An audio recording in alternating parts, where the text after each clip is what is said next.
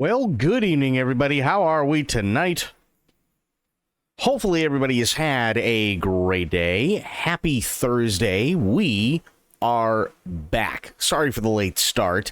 Unfortunately, the nap monster got to me, and then I had to get everything set up. So I'm sorry about that. But we are here, and we are ready to go. Corgi, it's good to see you. How you feeling? Aylin, how you doing? How are the things? That monster is rude like that. He really is.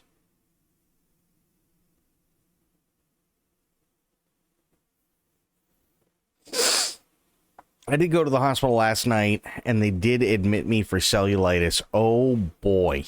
Well, I'm sorry to hear that, but the good news is that you did go before it turned into anything worse.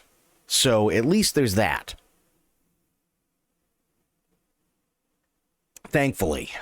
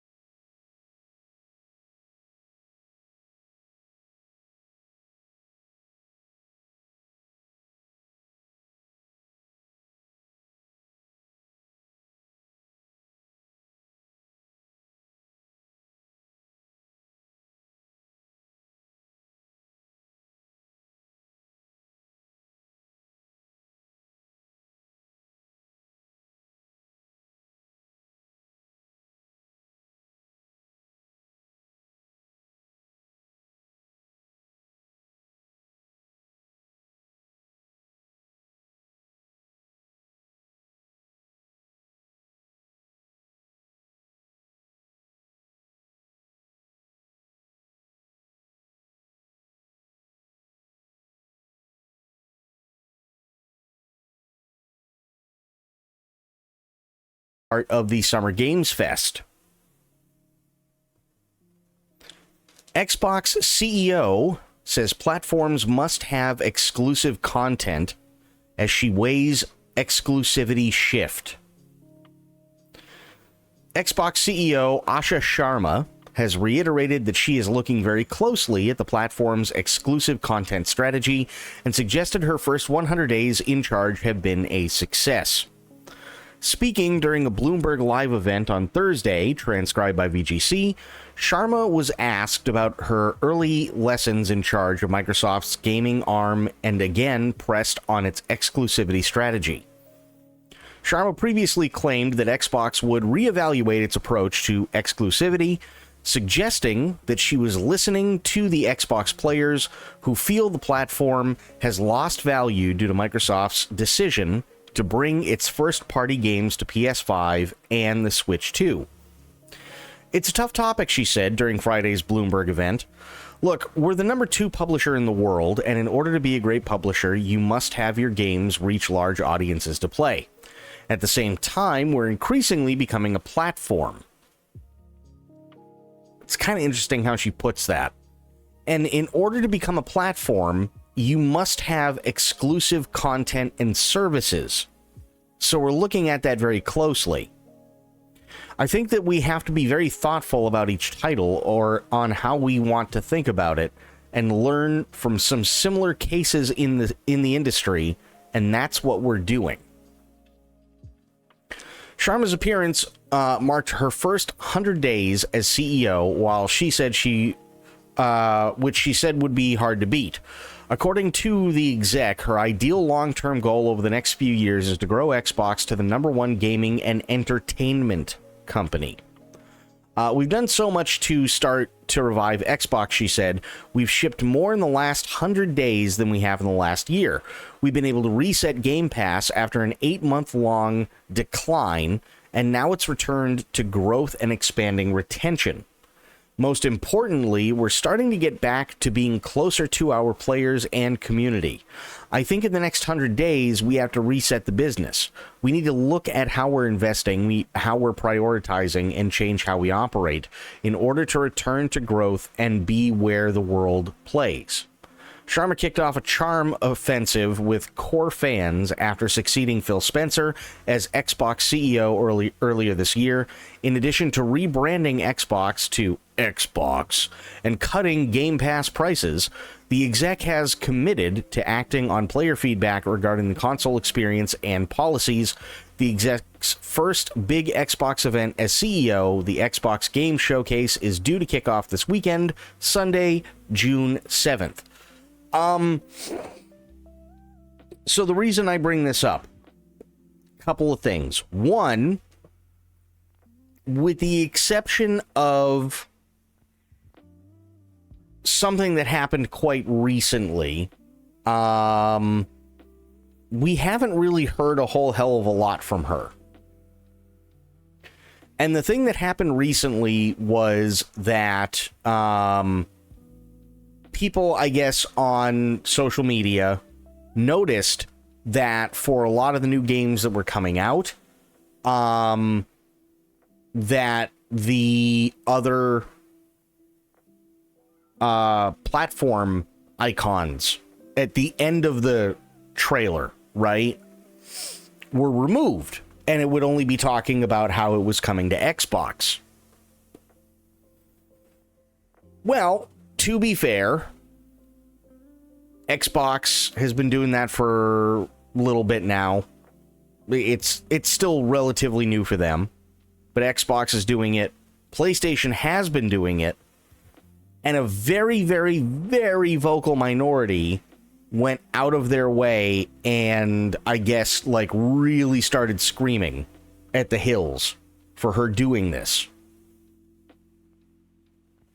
Which, all right, to an extent, I can understand. I'm not the biggest fan of exclusives, but I understand it's the nature of the beast. You have to have something in order to ensure that people are buying your product, right? But then the problem is that she came out and she basically fucking apologized for it and said that going forward, they were going to reevaluate how they did things. So it really just made her seem like she was giving in to pressure from a very, very vocal minority when the vast majority of people couldn't be bothered to give a shit. Which tells us a couple of things, and one of the biggest things it tells us is that she's more worried about pleasing everyone instead of doing what's best for the business. Now, I don't know her. I don't think many people know her right now. She's still brand new as CEO. But given that that all literally happened just recently, and she's also talking about, at the same time, we are increasingly becoming a platform. What do you guys think is going to happen? Like, not just for the game showcase, which is coming up in 3 days, because everything and anything that is planned to happen is already set in stone. There's not, like, if there is a surprise thing that they say shadow drop that day, that's already been planned, and that's pretty much it, right? Like, there's nothing new from this point on that's going to be added. But what do you think's going to happen with Xbox in the future? I mean, how do you take this from Sharma?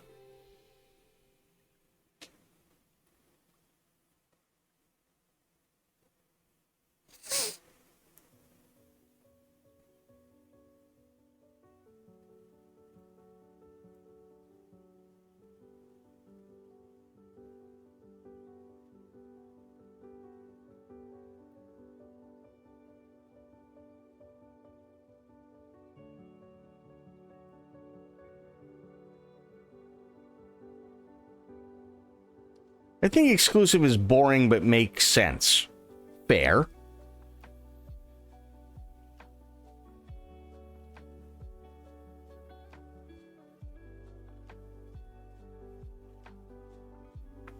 Totally fair. I don't like it either. But it is the nature of the beast. You know, I get it. Don't like it, but I get it. Here's my worry. She says at the same time we're increasingly becoming a platform, right? So if they're becoming a platform, then what are they now and what have they been?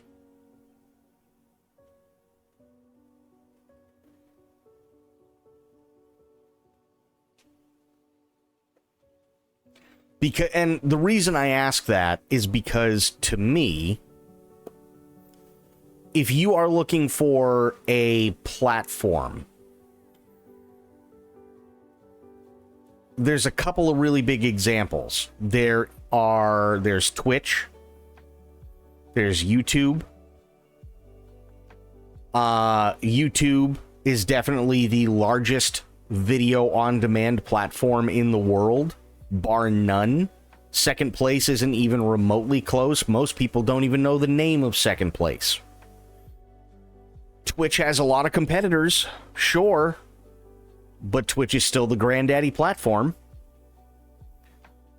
And last but certainly not least, Amazon. So given everything that Twitch, YouTube, and Amazon do as platforms, what do you guys think is in store for Xbox?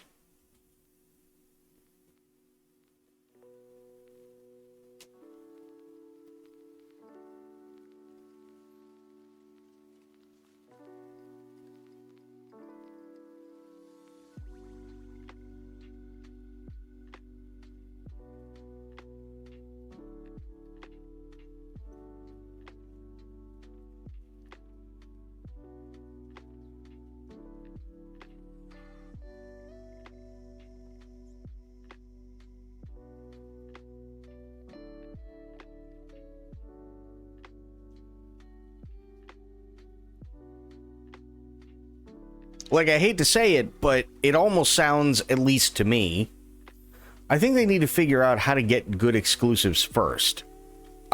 I think that is fair. But it sounds to me, and I very well could be wrong, but given the nature of what we know currently as a platform, it seems to me that they are effectively changing what they're doing. There's still going to be gaming. Hell, there may still even be an Xbox. We might have another generation of Xbox, right? Project Helix has been rumored and teased and everything else. Now, we know that Project Helix is not going to be showcased on Sunday. They've already stated that whatever it is, it's not being shown on Sunday, right? But we might have another generation of Xbox. But having said that,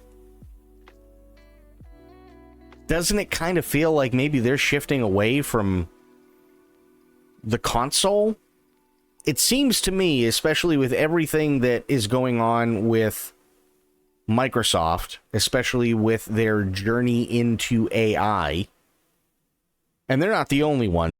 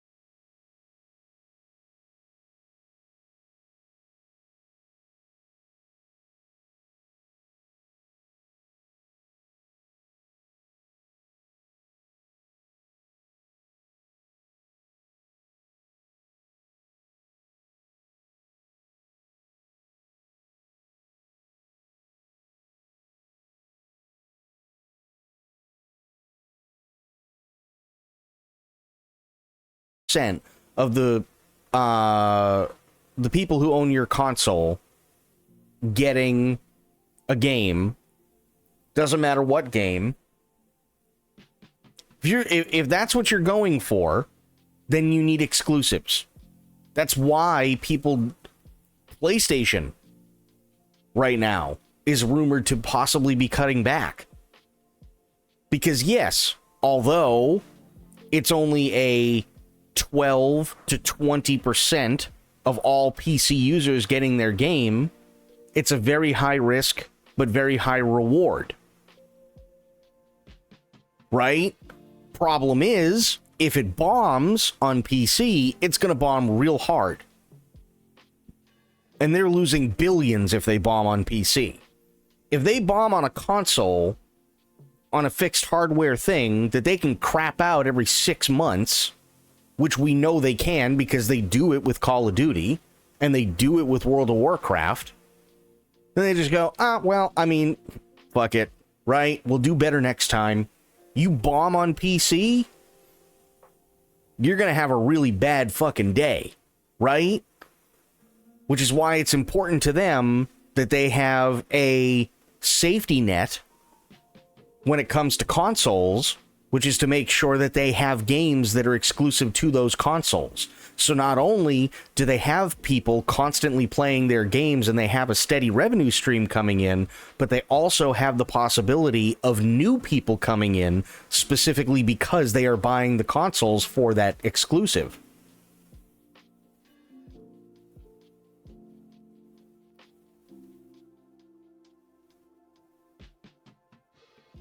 That's why exclusives exist in the first place.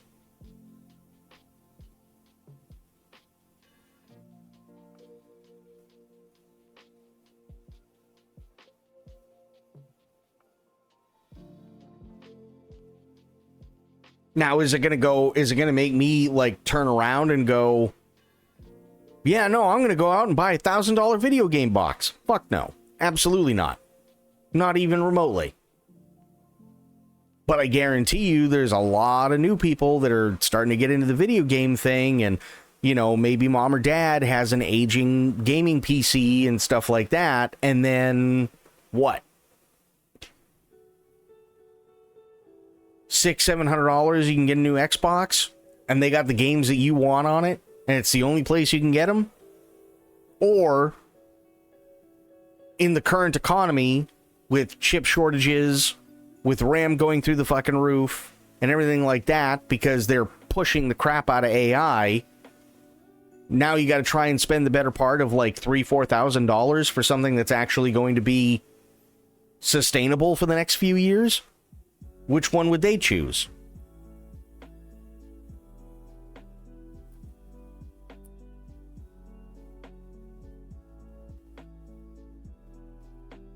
I mean, I'll get my games eventually, so I'm so used to waiting at this point. I think, and I've said this before, I think the video game industry really needs to change. And I think it needs to change drastically. And I think one of the biggest issues is that you have juggernauts like Microsoft, Sony, and Nintendo that are trying to hold on to the old ways of doing things in a constantly shifting and evolving industry. And I don't mean that in general. I mean like literally every single day something is changing and something is happening that vastly changes the landscape of the industry itself.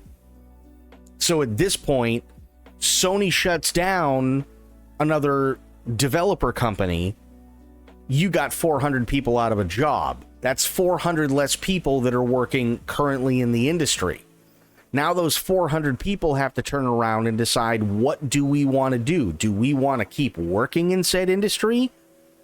If we don't, that's experience and passion and everything that's gone. And there's already so few of us anyway. If we do we want to go back to something like what we had at Sony? Do we want to deal with the same bullshit, but instead of wearing blue, we wear green? Instead of wearing green, maybe we wear red? Or do we go independent and start our own thing? So now we have the possibility, as we've seen previously, we have new startup dev companies that are making games such as Expedition 33, right? And that's not a bad thing, but it is vastly changing the landscape. You also have this whole AI bullshit where it's like, it seems like every single time you turn around, not only is RAM still going through the roof in terms of pricing, but now we've been seeing this more and more lately. Video games are becoming less and less demanding, not because we've reached any sort of plateau when it comes to technology, but because they had to, because literally nobody can afford anything new anymore. So we're currently in a climate where even if people wanted to, and unless they absolutely have to, people aren't going out and buying anything new because it's so expensive. Like, even Control Resonant is only going to make you have at least a 3070 for a graphics card. We're on the 50 series right now, and they're only going to make you have a 3070. When Control came out, when Alan Wake 2 came out, you better have the best of the best. It ain't that way no more.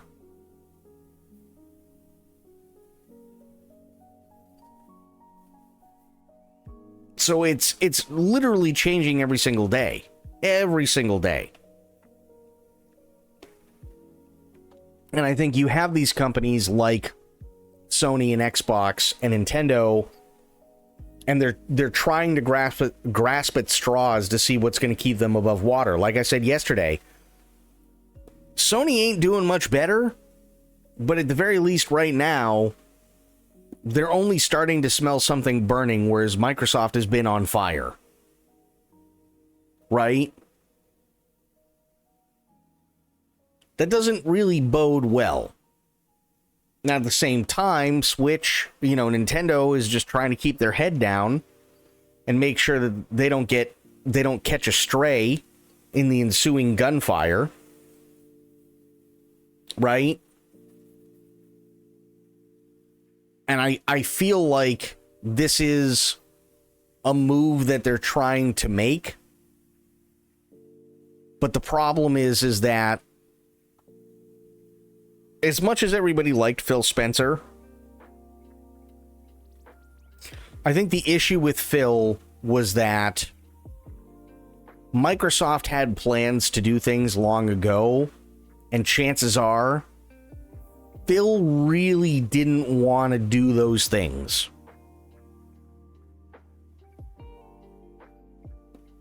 Now, I'm not saying that Sharma is a plant, but it seems to me like she's definitely more aligned with the aspirations that Microsoft has.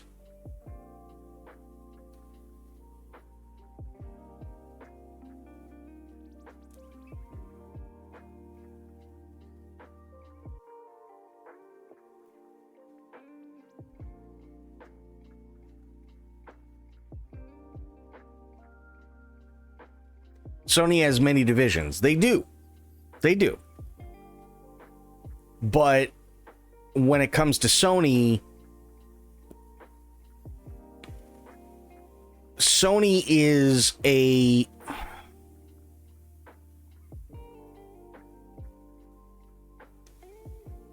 What's the best way to put this? Sony is something that started off as an oddball and has continued to be that way.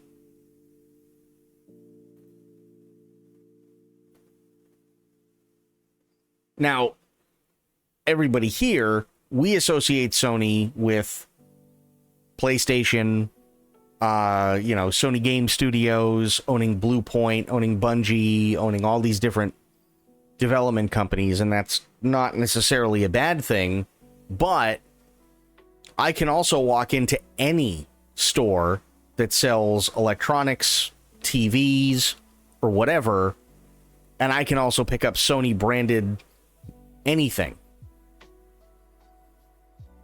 they started off as an electronics company, and they do very well for themselves. So even if, let's say, maybe a year from now, not that I think it will, but let's say even maybe a year from now, Sony goes tits up when it comes to the PlayStation, the company's not going anywhere. They got more money than God. Microsoft has always been a PC exclusive and like computer or computer adjacent company. So if they're on fire, they're really getting hit hard.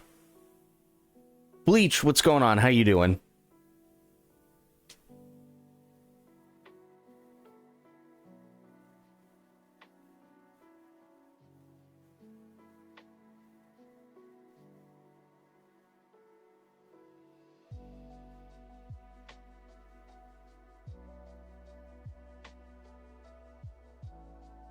Yeah, no, today is not Friday. Tomorrow is.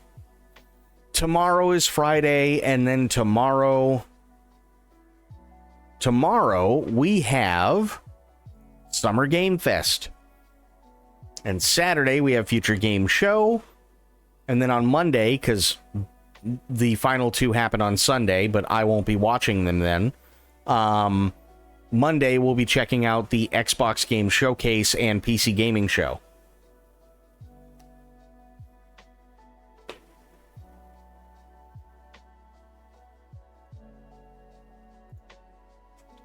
So we'll be watching all of those. We'll be a day late on Xbox and the PC Gaming Show, but that's okay. Because if I'm being completely honest, I don't know what to expect from Xbox. Chances are I feel like there's going to be some pretty decent stuff through the Xbox Gaming Showcase, but if I've learned anything, it's that when it comes to the PC Gaming Show, get some snacks, get a nice hot cup of tea, fuck it, take some melatonin. Because we're in for a really nice and cozy night. For like 4 hours. When it comes to the PC Gaming Show.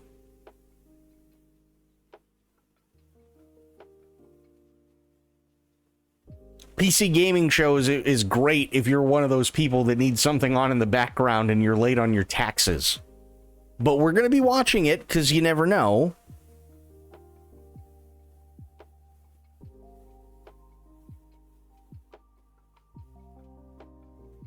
No, not Cozy Games. No, not Cozy Games. I mean cozy as in it's going to be a snooze fest for the PC Gaming Show, as it has been for the last, like, 5 years. Because it's probably just going to end up being a lot of games that we all sit there and go, not really my thing. Or, who is this for?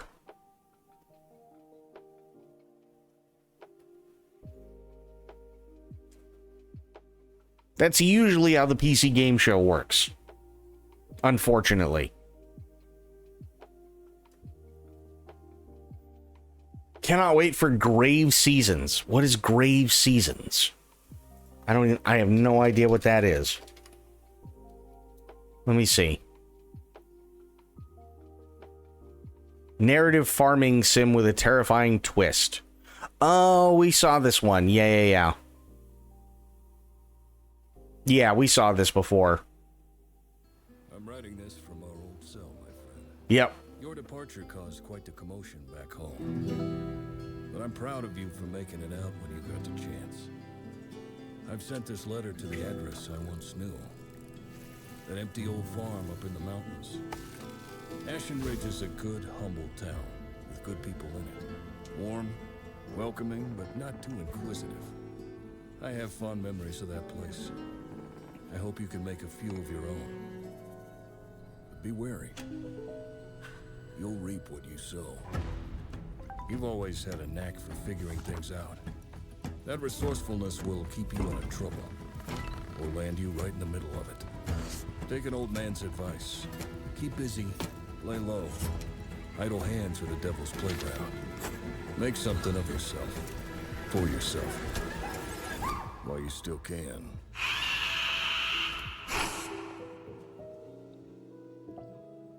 Yeah, I mean, it doesn't look terrible.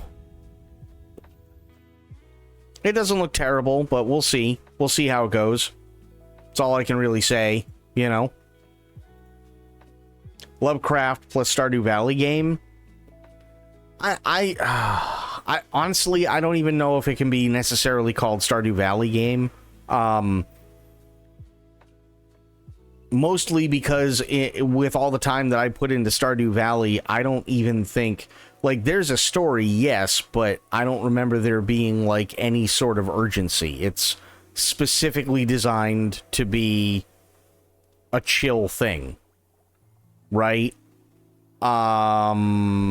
This game seems to have tension to it.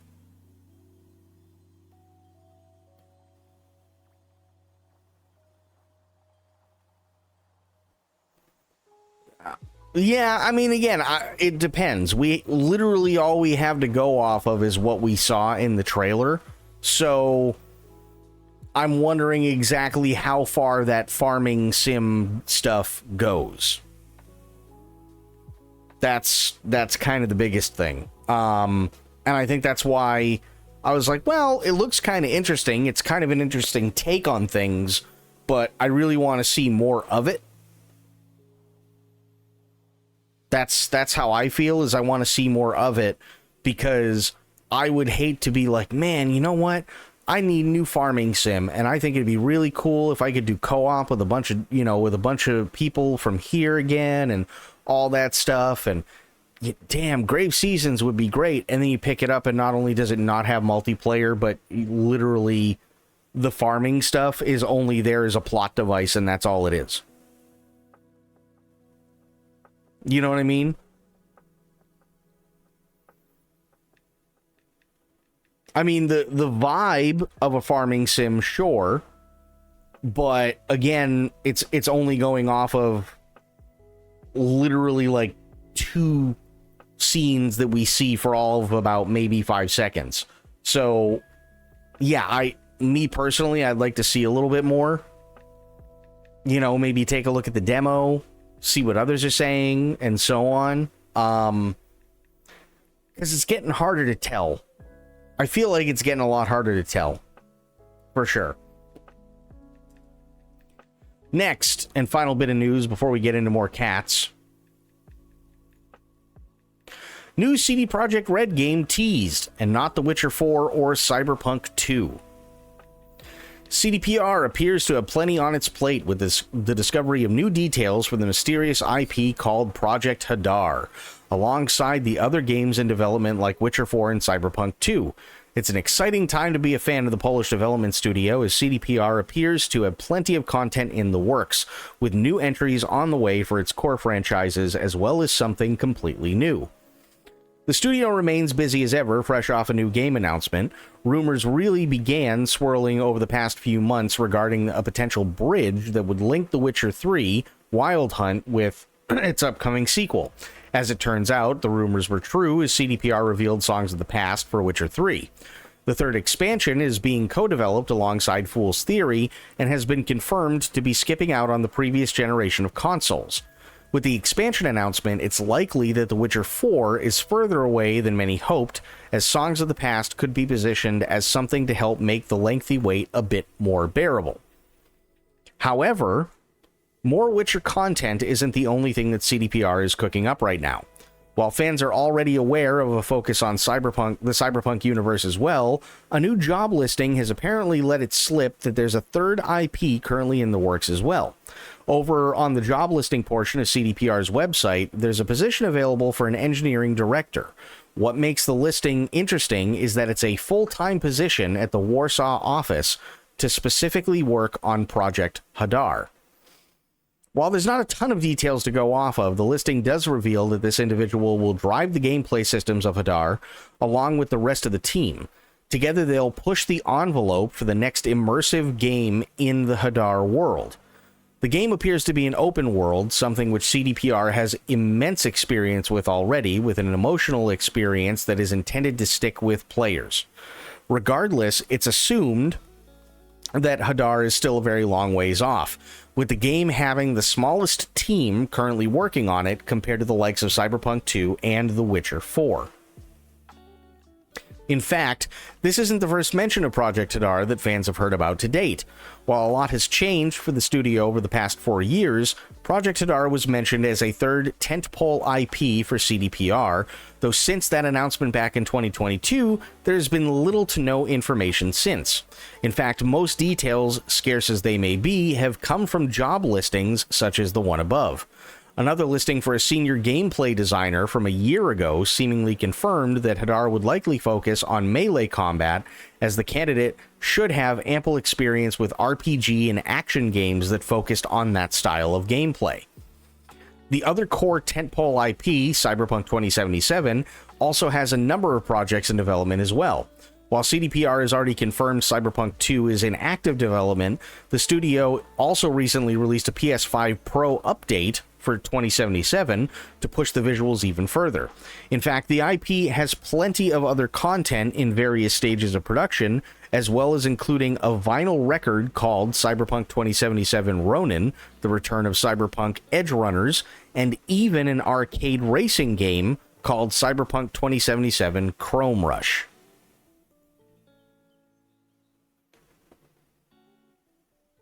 Interesting.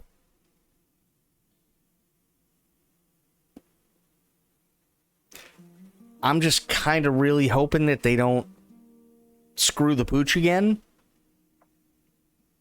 This seems like a lot.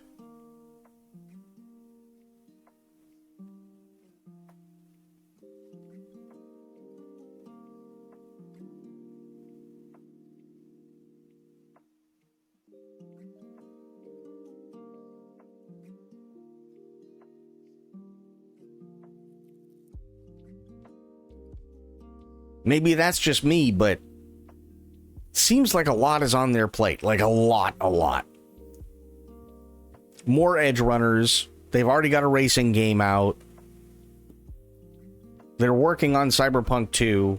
They're working on finishing getting the new, not DLC, but the new expansion for Witcher 3 out. They're also working on Witcher 4. And now they have another IP. That's... wow.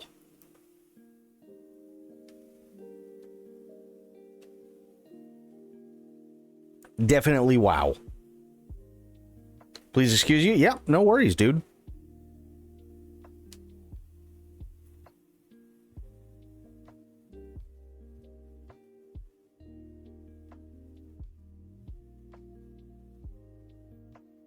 What was it called? Shit.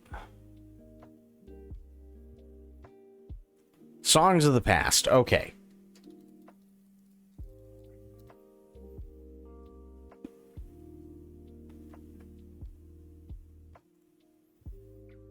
Development, release. Yeah, they don't have anything yet for it. Fair enough.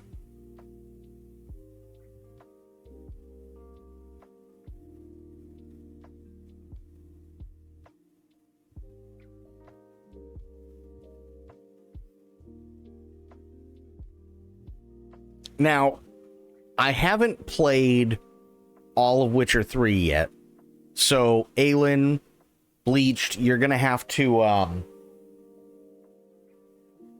answer something for me if you can.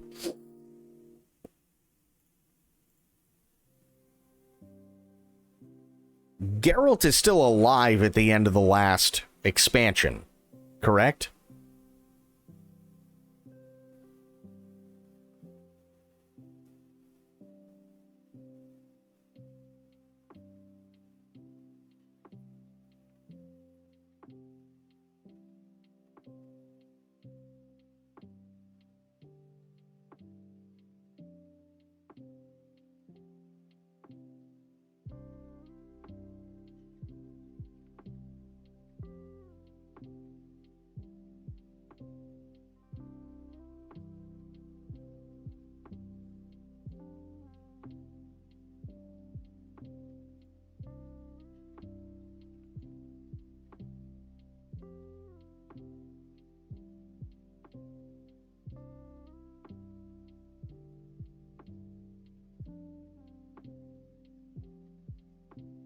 Because if he is, I'm wondering if this new expansion is going to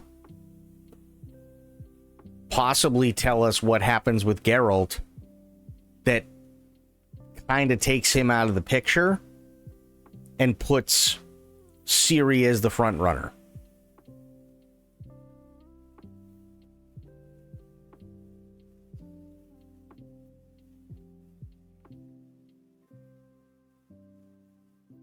Like, knowing Witcher 3, does that sound like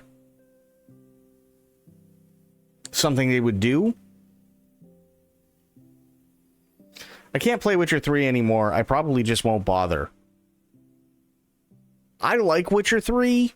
I can't remember why I stopped playing it. There was something else that we ended up playing. It was probably a release or whatever, but I liked Witcher 3. I did, for sure. And I'm definitely going to play Witcher 4 whenever that comes out. But,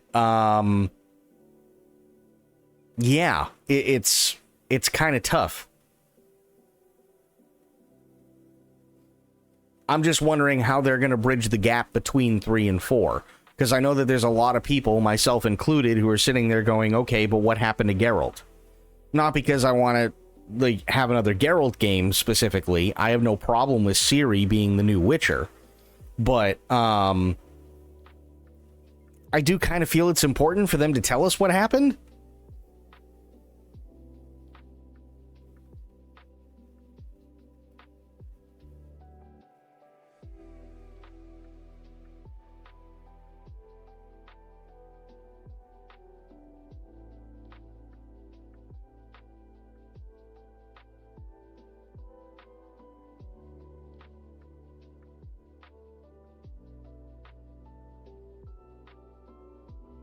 Yeah, what I played was great. What I played so far was great. I just feel like, especially since Ciri is getting the spotlight in 4, I think it's kind of important for us to know at least something, especially if they're going to be bringing out an expansion for the first time in like 10 years for Witcher 3.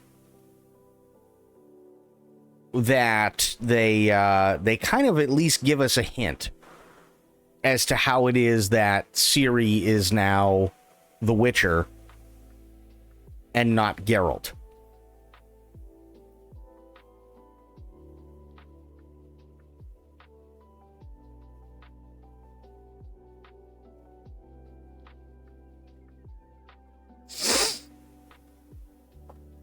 Bloody Baron quest, best quest. It was pretty good. I do remember that. It was really good.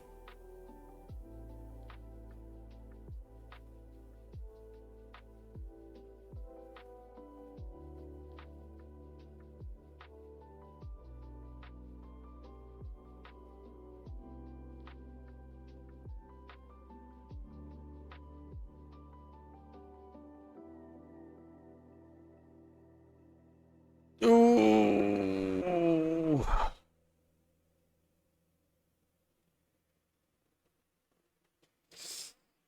As if Geralt dies or retires. Yeah, and I feel like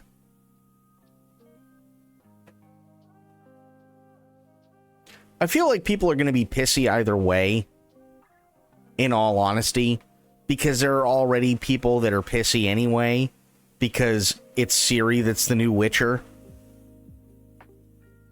Right? People are already pissy at that. So people are going to complain either way.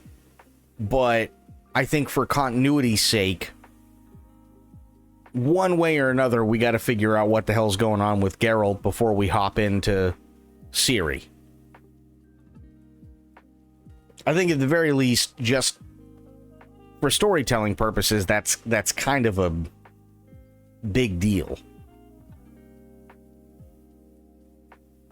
And understandably so. I mean, shit. He's been the guy for 3 games.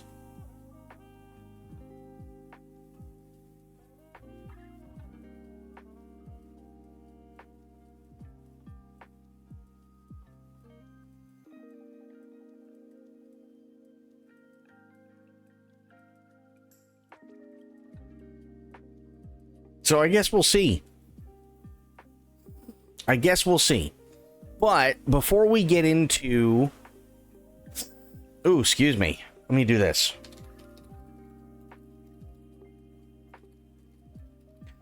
Before we get into everything and more cats. Oh, he mixes boxes. I just had a dream. It was that, but with ice cream, and also people were making messes, and instead of water coming out of the sink, it was milk. Ooh. So, starting tomorrow, here's what we're going to be covering, okay? Starting tomorrow. Summer Game Fest. That is the flagship event. That's the big one. June 6th. Where the shit is it? Hang on.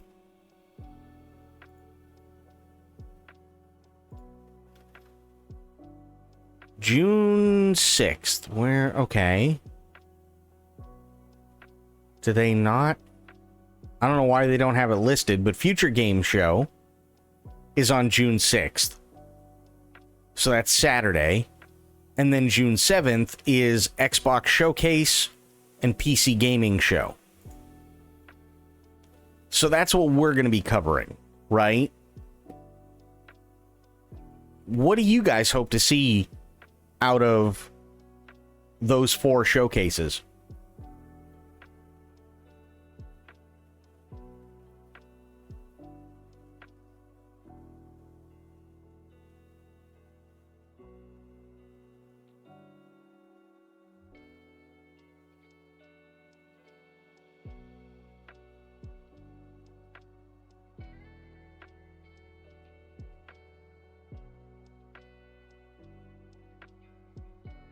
Like, is there anything that you guys are excited for or would like to see come out or whatever?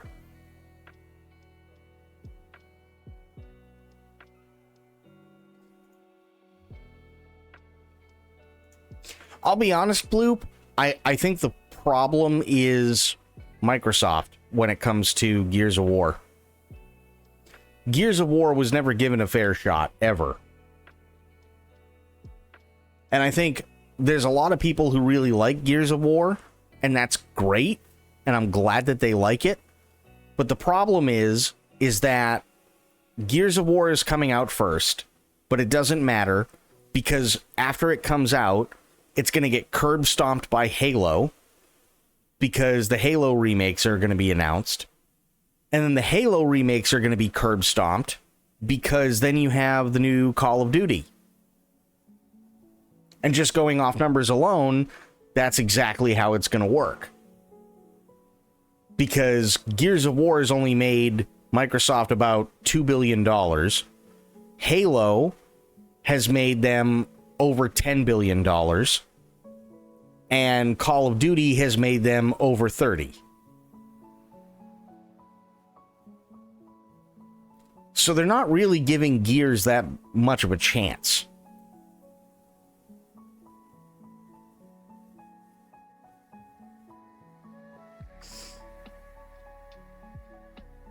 I'm hoping the Halo remake will be good. You know what? In all honesty, I am too. I am so disappointed. Still, I'm so disappointed with how the Master Chief Collection came out. I'm so disappointed with how Master Chief Collection came out.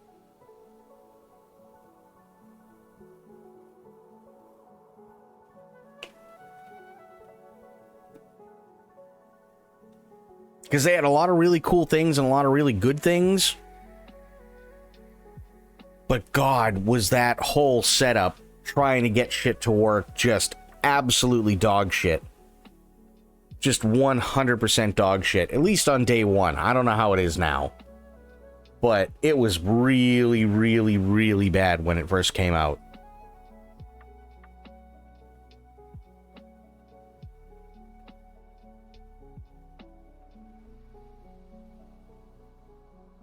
And that's honestly why I stopped playing any of them. I'm hoping State of Decay 3 is going to be good. Yeah, I could see that.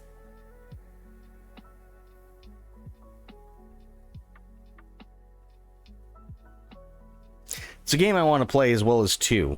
That's fair. That's totally fair. There was a thing. Let me see if I can find it really quick.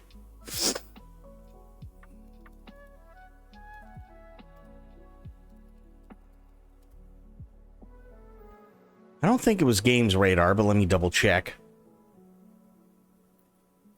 No, it wasn't Games Radar. Don't think it was Game Informer. Nope. Don't think it was VGC.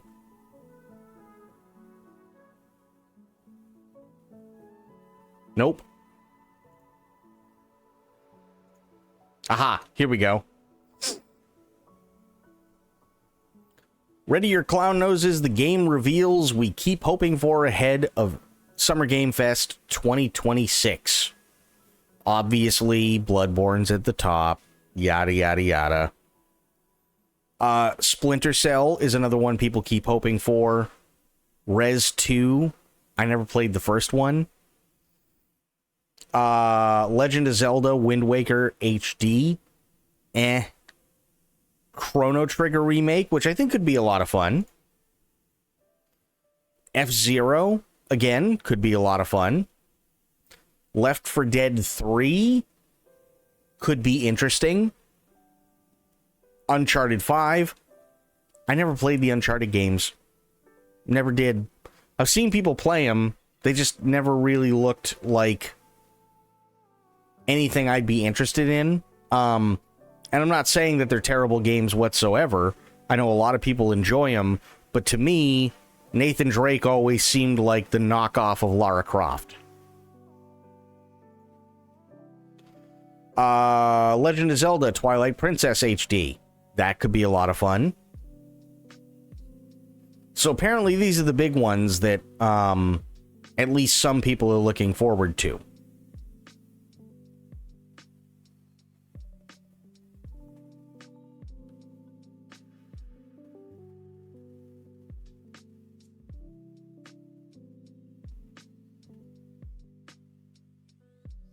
Valve can't count to 3. I mean, you're not wrong. You're definitely not wrong, that's for sure.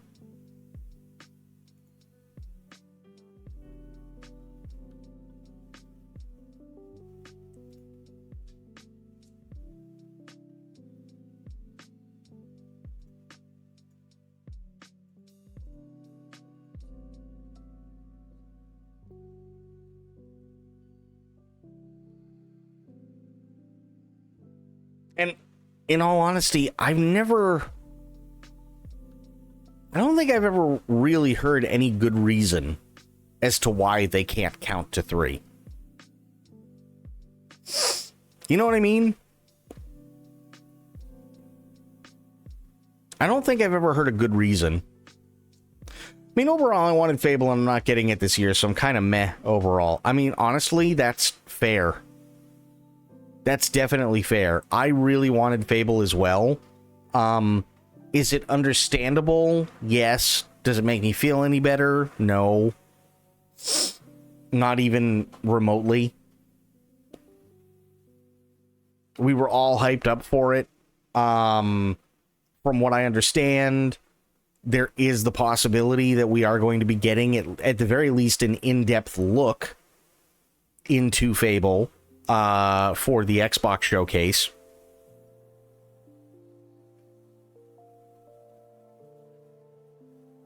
But, I mean, shit, let's see. We're in June now, so we're looking at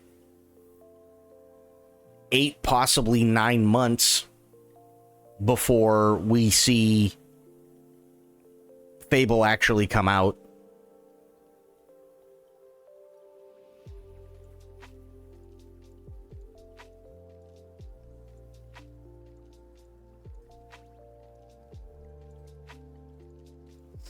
Things I would do for a new Infamous game or a remake, but it's never happening. Probably not. Probably not.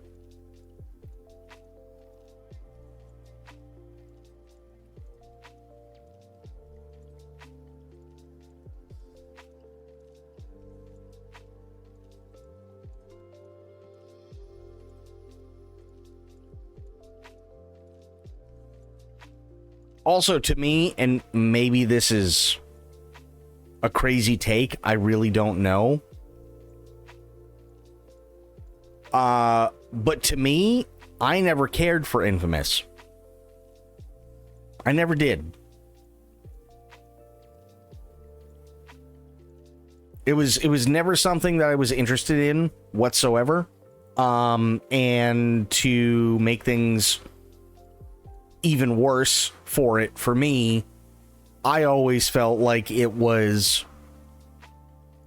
at least from what I've seen of gameplay, I always felt like it was another Force Unleashed situation, where the game itself isn't necessarily terrible, but it's yet just another thing in that franchise or in that scope, that particular genre. That, is it good? Yes. Do we need it?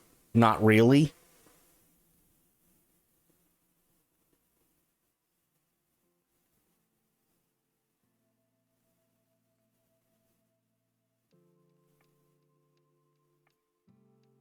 That's how it always kind of felt to me.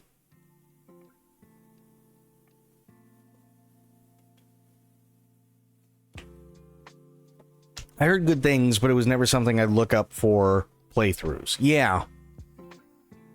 Yeah, I'm not saying anything bad about it, because I don't I mean, it looked okay.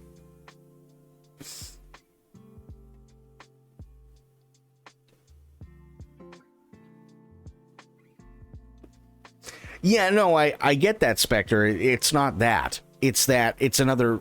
To me, it felt like another Force Unleashed situation. Is it good? Sure. Absolutely. I know that there are people that love Force Unleashed and Force Unleashed 2. Does the franchise benefit, aside from surface level stuff and making more money, for there being a star killer? Not really.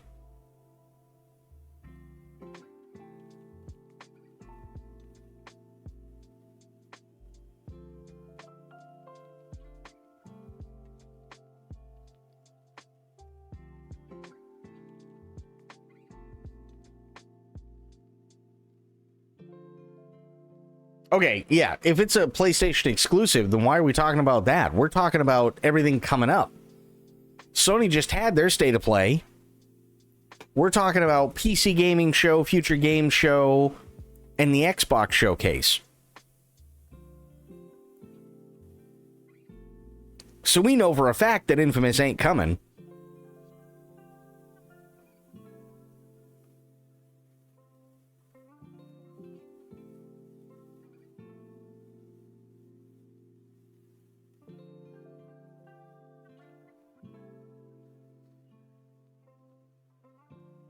It would have benefited from a PC release. Maybe. Maybe. It's entirely possible.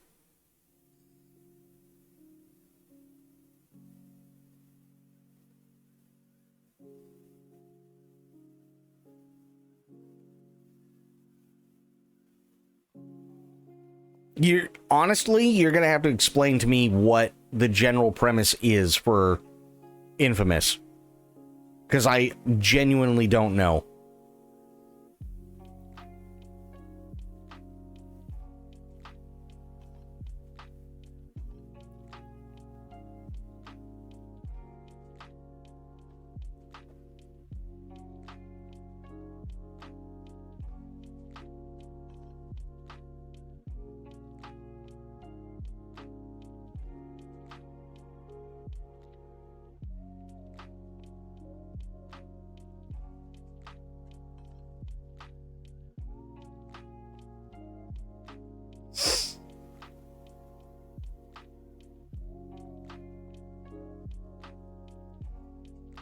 Let me see.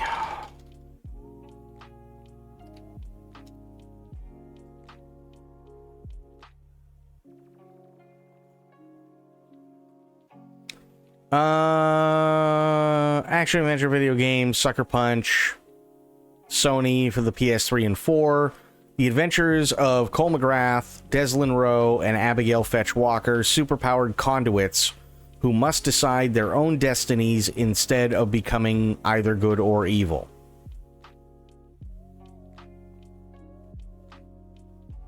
Okay, so I was right.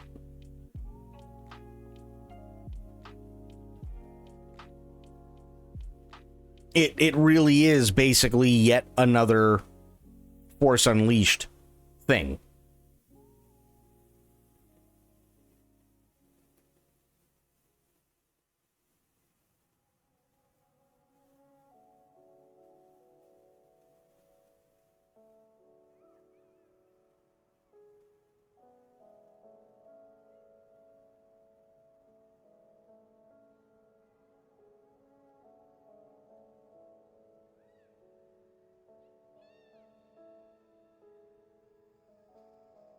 Gameplay. First two games, player controls Cole. In the third game, player controls Delsin, sorry.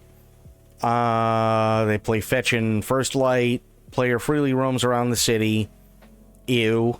While fighting crime or creating havoc along the way, Cole and Delsin can use their parkour skills to jump and climb buildings through the city, along with their powers to help them fight enemies. Their powers come from a gauge, which depletes whenever they use various attacks and refills when they absorb electricity, smoke, neon, video, or concrete from nearby sources.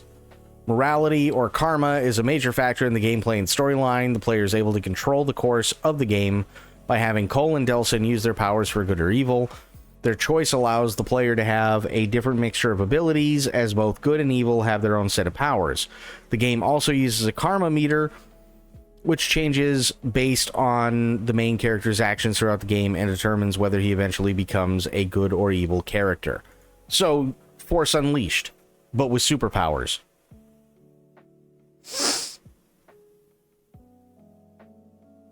It's Force Unleashed.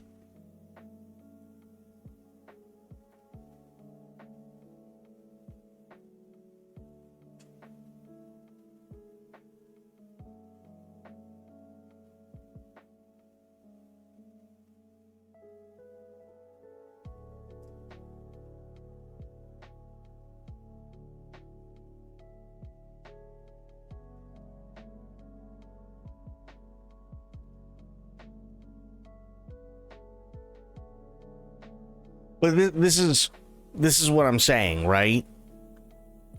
There's nothing wrong with having a preference. Nothing wrong with having a preference.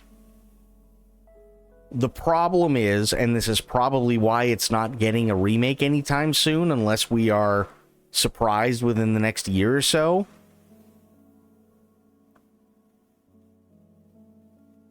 Force Unleashed and Force Unleashed 2 were both good games. Did it benefit the genre of Star Wars at all after the fact? Not really.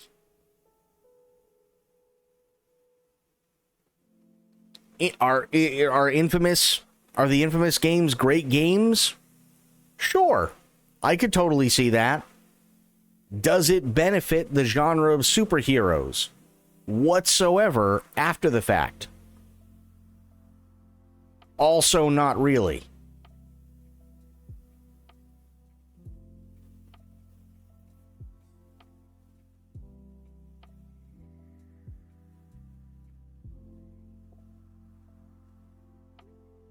And I think that's probably why we're not getting it.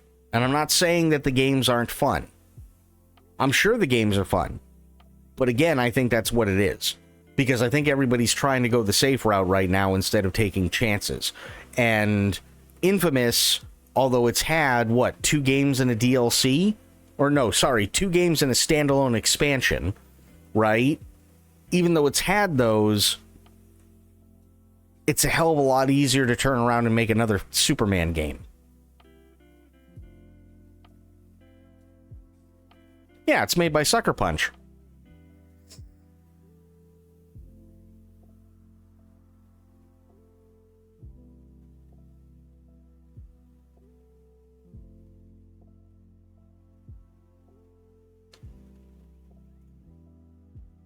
Yeah. Made by Sucker Punch.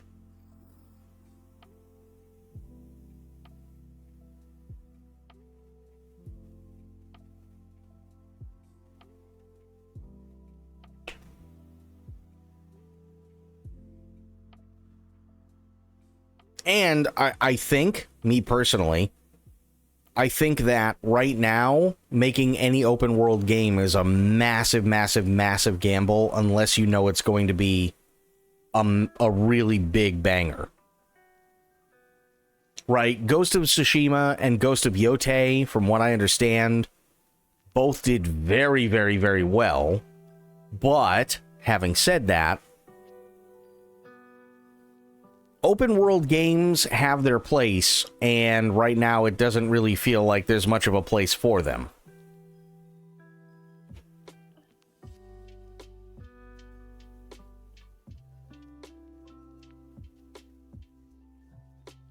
They ain't making it anytime soon, because as much as I hate to say it, it was niche. Ghost series sells good, and they ain't leaving it anytime soon. Yeah. Yeah. I think that's another big thing, too, right? If Sucker Punch owns the rights to it, or at least they're the people who developed it, if they want to make a remake of it, chances are they're probably going to go back through Sucker Punch, which isn't a bad thing, but Sucker Punch is already making money hand over fist when it comes to the Ghost games.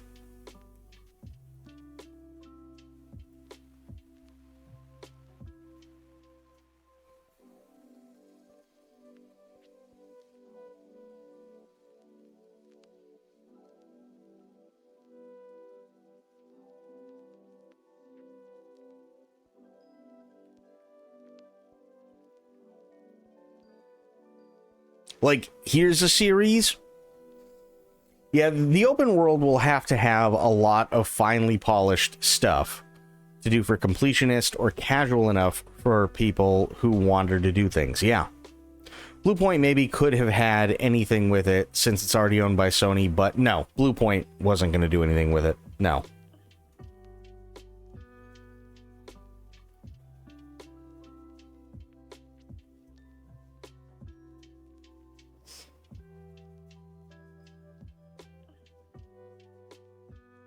No, Bluepoint wasn't going to do anything with it. There was no chance for Bluepoint. Sony got what they wanted out of Bluepoint. Just that simple. They got what they wanted. They were the remaster guys. That's what they were. And they could help port things, and that was great too. But they already have all the tech, right?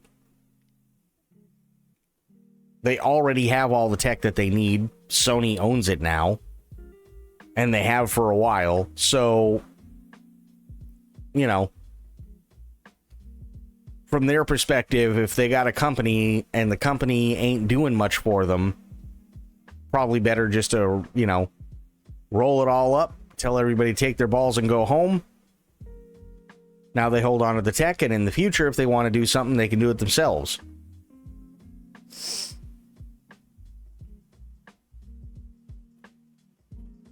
That's the nature of the beast. That's the nature of the beast, Spectre. 100%, that's the nature of it. Right? Live service stuff doesn't do as well as it used to. Yeah, Bluepoint got dissolved. Live service doesn't do as well as it used to. Sony learned that lesson. You got a company that's not making you any money anymore. Guess what?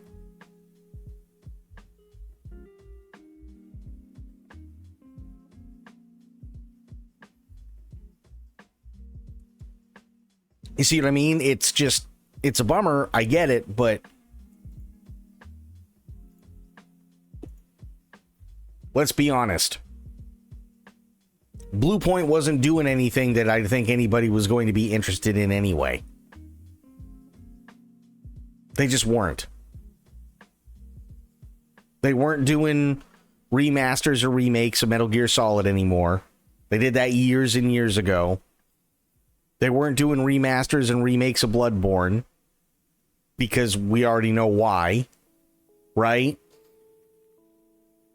They weren't doing any of it. So that's the case. And they find out, oh shit, okay, live service, not so good no more. And they don't know what to do with that company. There you go.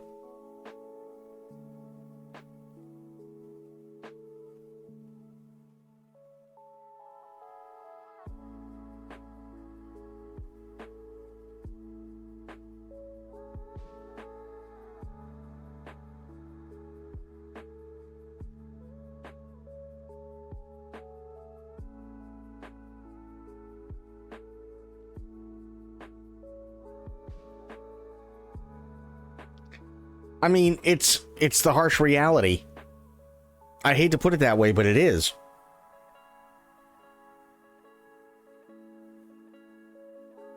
What's the chance Sony benched them, didn't give them anything to do, and just fired them? No, they were working on a live service game. The problem is that after Concord, and Concord bombing so hard, they realized that live service probably wasn't a thing that they wanted to venture into anymore, because they didn't have the pulse of what was going on in the live service space. So they started shutting down any and all projects related to live service stuff. And then they just had a company that was sitting there doing nothing. Meanwhile, you still have to pay people. You still have to pay for insurance. You still have to pay for the location. You still have to pay for all the utilities. And that's just money that's being eaten up for no reason.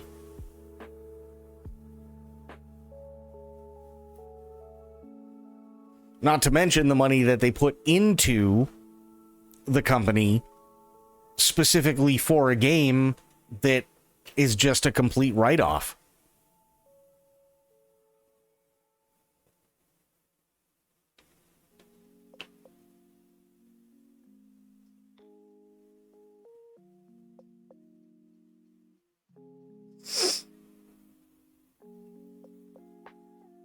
It's a tough one. It's a really tough one, for sure. Because instead of taking the hit, they decided it was best to shut them down instead of making them work on a remake or remaster of anything because it costs money. It's not that simple, though. That's the problem. Right? It isn't that simple. I'll have to bring out the secret weapon. You're doing this. Okay. You have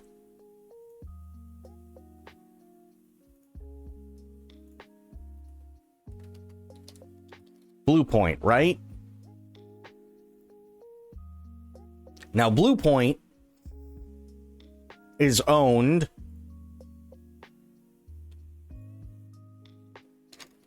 by Sony, right?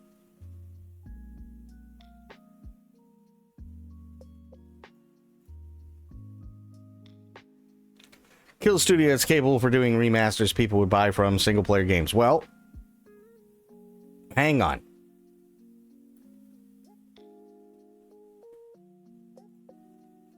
Sony buys Bluepoint out, right? They buy out Bluepoint. So now Bluepoint is under Sony.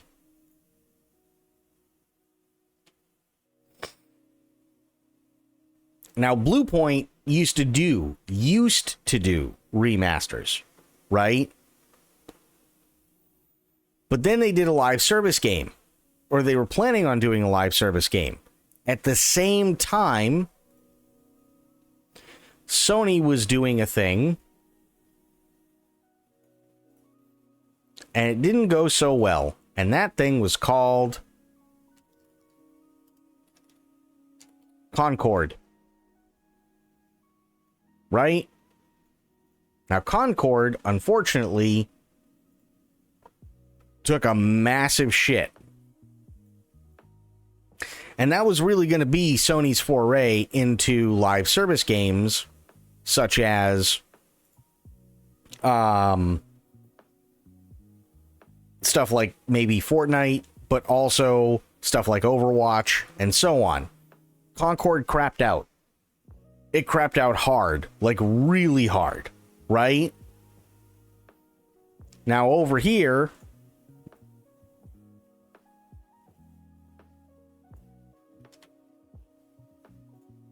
Sony's going, we want you to make a live service game.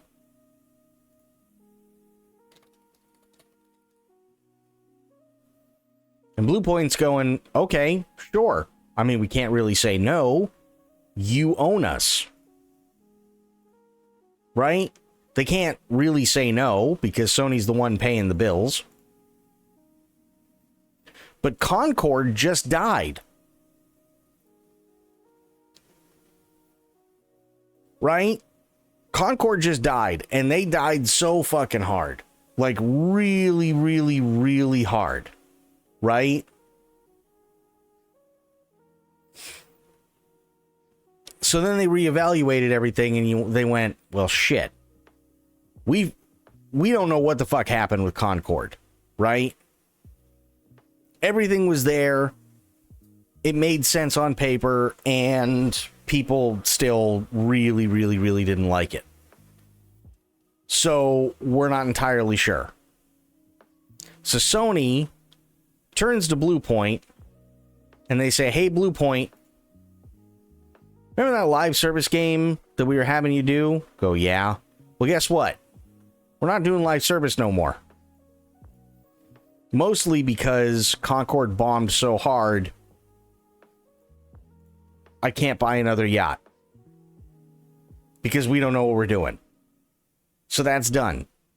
So now, Bluepoint, which is not making any remakes and not making any remasters, has exactly what?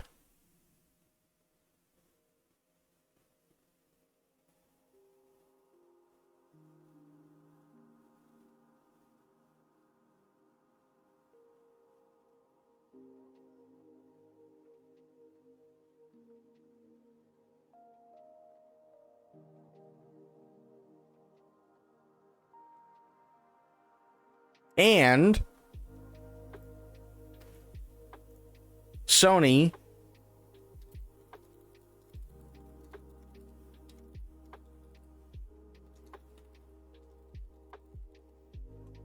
just lost money on Concord they can't get back, right?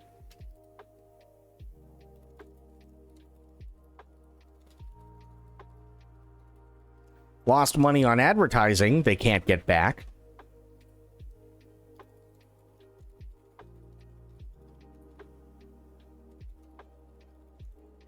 Lost money on development they can't get back.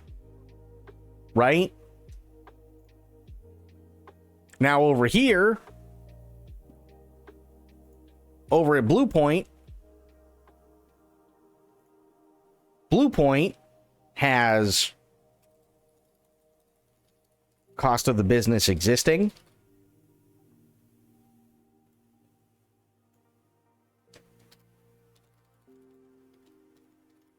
Cost of payroll.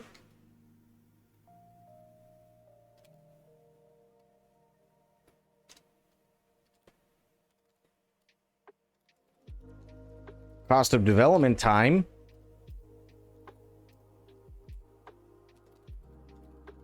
Cost of lost development. Loss of revenue from any sort of game that was previously being created.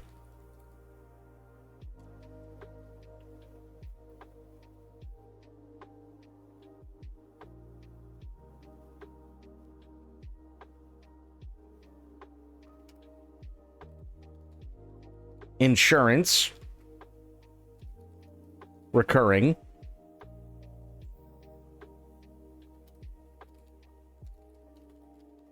General upkeep, property, utilities, etc. right?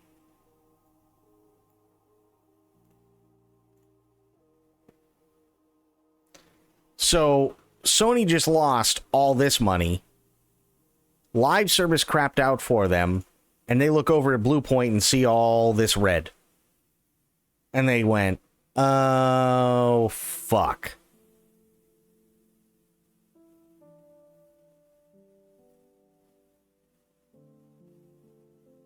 Now, the problem is what?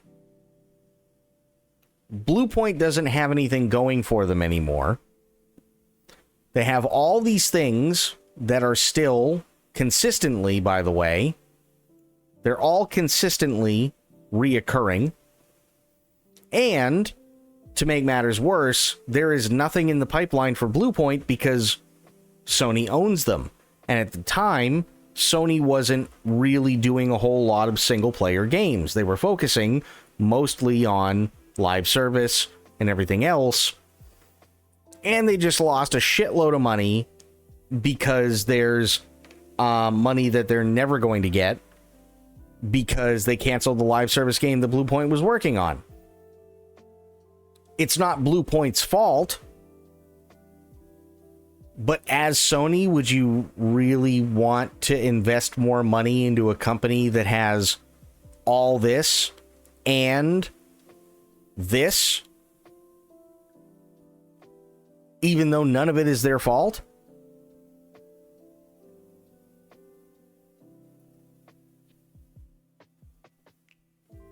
Or do you take people from column A, bring them over to column B, cut the fat, do whatever you have to do, integrate people, get rid of some others, and there you go. It's called cutting your losses. Right? So I get it. I understand what people are saying, and I don't necessarily disagree, but unfortunately, you got to remember, the video game industry, first and foremost, is exactly that. It's an industry, which means that they are there to make money, and solely to make money, and that's it. That's all that they are there for, right? So the issue is, what do? We're doing nothing but losing money with this company. Not their fault. It's unfortunate, but we're literally doing nothing but losing money. So now what? We just lost huge with Concord. That's hundreds of millions of dollars we're never getting back. We're losing tens of millions on the reoccurring stuff. Possibly another 100 million on the live service game we just canceled. So what do we do with this company?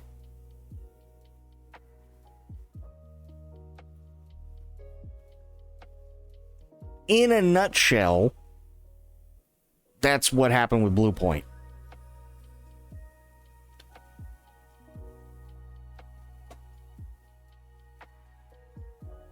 Yeah, like Bloop said, they have nothing because they probably tanked and drained all the R&D pool for the assets they made for the live service. Yeah.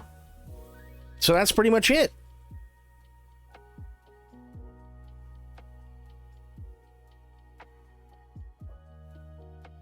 It does suck because I liked Bluepoint. I really did. But I mean, this is all loss. This is all loss. So now what?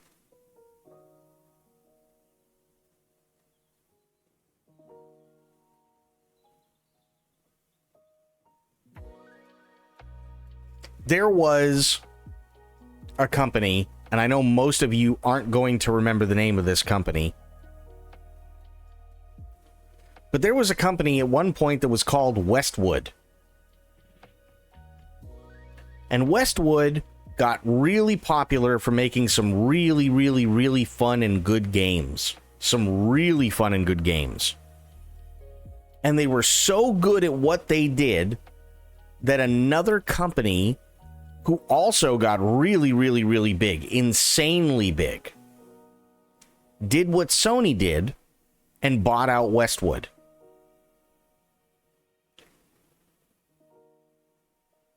And then there were ideas that were floated for new versions of their games. There was R&D time that was put in, and so on. And nothing ever came to fruition. Nothing ever came to fruition. So they closed up shop when it came to Westwood. And they decided, you know what? We're going to do it ourselves. Because we have a vision as to how we want things to go. What they were doing, although it's not their fault, unfortunately, it's just something that, wasn't working out.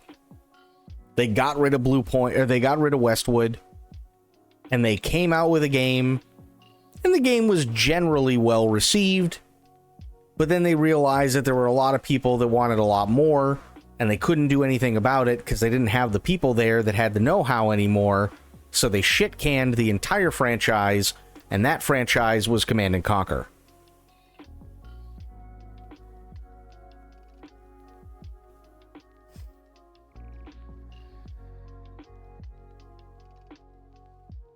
So Bluepoint became the price for Sony realizing that live services ain't the way. No, I don't necessarily think it's that they're the price for realizing that live services ain't the way. I think they were a victim to begin with. They were a victim way before that. Because here's the thing. If you're a company that primarily, and granted, they've done other stuff, right, in conjunction with other companies, that was kind of their biggest selling point. But if you're most famous for remasters that people can't play at the time, and the last game that they really, really hammered home apparently is such a niche thing, because not everybody bought it anyway, but then, to make matters worse, Sony decided to keep it exclusive to them. So there's less money. Plus all this shit. The money that they made for Sony, does it outweigh the money that they're losing? No.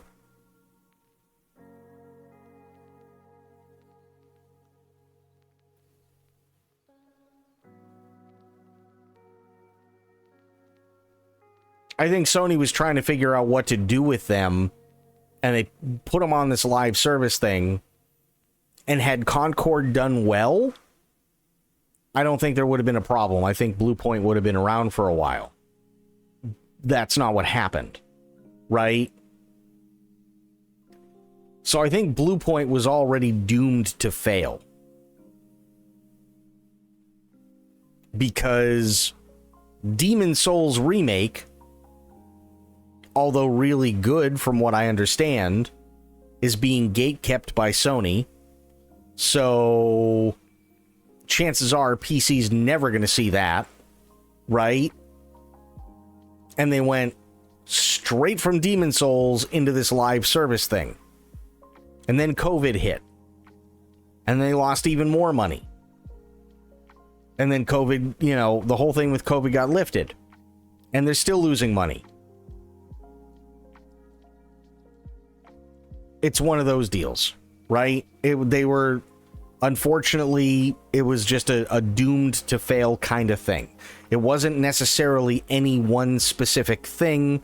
It's not like you can point to, oh, okay, well, I mean, the cost of business existing, if they didn't have to deal with that, then it never would have gone under or any. No. I think it was just unfortunately like really, really bad timing.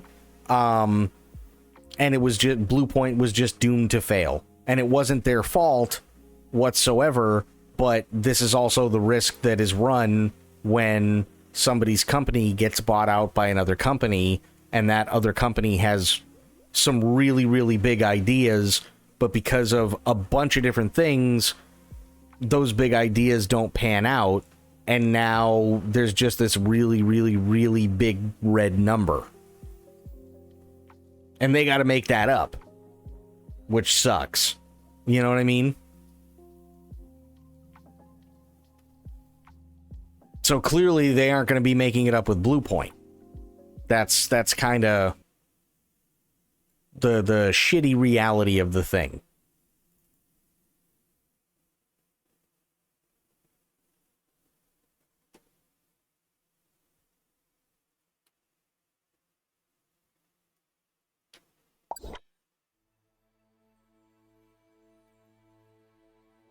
They were doing a lot of support for games, so I think they were in the middle of being support for a game that just got wrecked. Yeah. We already got Sony backpedaling on live services. Next up, we need to take a look at that many years of development for their games. Heck, the bloated budgets as well. Is it bloated, though? I mean, think about it this way. Is it really bloated at this point in time? You have, you literally have an industry that's imploding in on itself. And it's imploding in on itself because, in a big way, because of AI. Right? You just do. It sucks, but that's also the truth. It's literally just collapsing in on itself. RAM is through the roof. Why? Because of AI. Graphics cards are through the roof. Why? Because of AI. So when they come out and they say, hey, we spent $500 million on it, I believe them. Not because they're sitting there, and, John Sony or John Bluepoint have to go out and buy another yacht. Far from it. It's because, unfortunately, that's the cost of staying on top nowadays. Right? And then on top of that, to make matters worse, you need RAM, you need graphics cards. Well, guess what? Nobody's got them. No one's got them. And they cost an arm and a leg. So imagine being Sony, and Sony going to NVIDIA and going, hey, NVIDIA, we need X amount of brand new server cards that we can use. Not thinking anything's wrong. And then NVIDIA turns around and says, hey, we're all about AI right now, so you're going to have to wait 8 months. So that's 8 more months of losing money, and 8 more months of spending money, and 8 more months of doing nothing and not being productive and everything else, because literally the things that you need don't exist.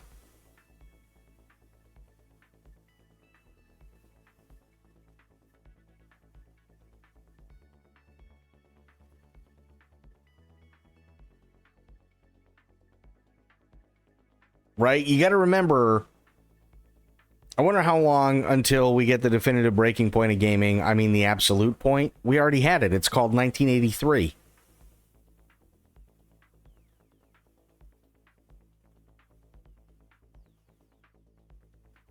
It's not like... Here's the thing. People are automatically going to think, oh, well, if there's going to be another video game crash, that's going to be the end of video games. It's not. It's not. That's not how it works. That's not how it worked in 1983. That's not how it's going to work whenever the inevitable happens now. What's going to happen is you're going to have a lot of companies who are still going to be doing their thing, but you're going to have a lot less product that's being pushed through. You're going to have companies that are going to be a lot safer and sticking to what they know and trying to do that as best they can to garner more trust from the audience again, instead of coming out with shit games. And you're going to have a lot of people that are going to be let go as a result of the fact that people aren't buying slop anymore.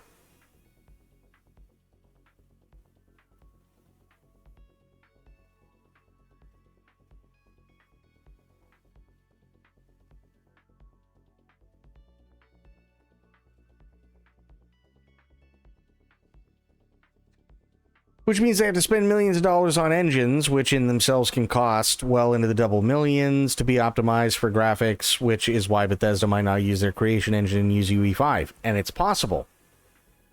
It's totally possible. Here's the other thing to consider. If Sony comes out tomorrow and said, hey, guys, here's this brand new game. We just didn't have time to get a trailer out to you during the Sony State of Play. This game cost us $500 million. They're not just talking about the active time when it comes to development. They're talking about pre-production. They're talking about pre-production, like concept phase stuff. They're talking about all the money that they've spent on that company to keep it afloat, to keep people paid, to make sure that everybody's got insurance, to make sure that all the utilities are paid, and everything else. And even through COVID, they still have to keep doing that, right? And they did. They did for a while. So, you know, Sony comes out and says, hey, took us this long. This is what's going on. We've been doing this since 2018. We're really excited about it. It costs us $500 million. I kind of tend to believe them right now.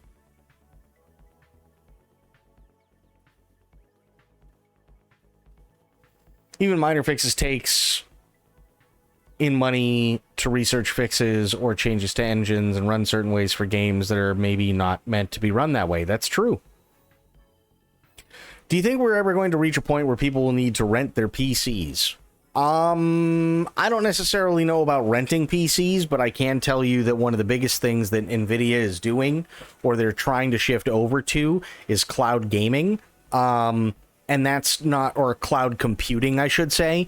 That's not necessarily a bad thing in and of itself, but the problem is that it's going to make getting certain things from them harder, because they're all in on AI, they're all in on you just owning computation box, not video game PC anymore. And then you end up paying a subscription, which in the long run, depending on how long you actually use said computing box, right? In the very, very long run might end up being more than getting a gaming PC, sure, but it's going to take a hell of a lot of time to get there. And the benefit of cloud gaming in general is that you can do it with literally anything. You got a 15-year-old PC? Awesome. Good for you. But guess what? Here comes GeForce Now. And GeForce Now is literally just a giant-ass server that you pay a subscription to, and you can play the latest and greatest games at the best graphics available at the time, and you never have to upgrade your PC, so long as the PC actually turns on and runs.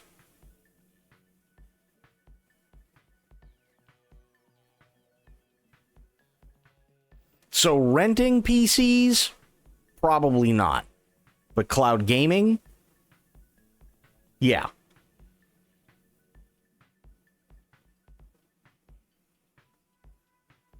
Muda was right. That bubble needs to pop fast, preferably tomorrow. It does.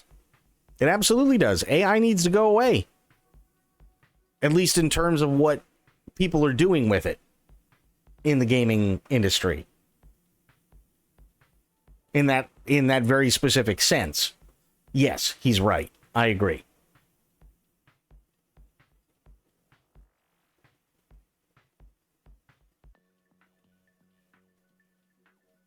It just really, really sucks because you got, what's his name, Jensen over at NVIDIA, who's, holy shit. Right? And then there was a thing that came out not long ago, I think it was only a few days ago maybe,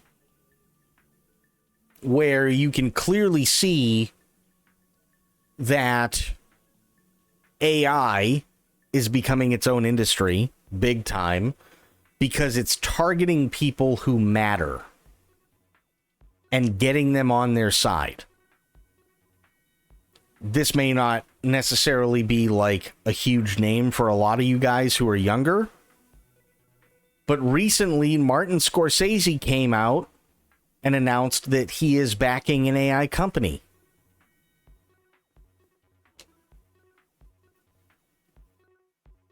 And that guy is essentially like,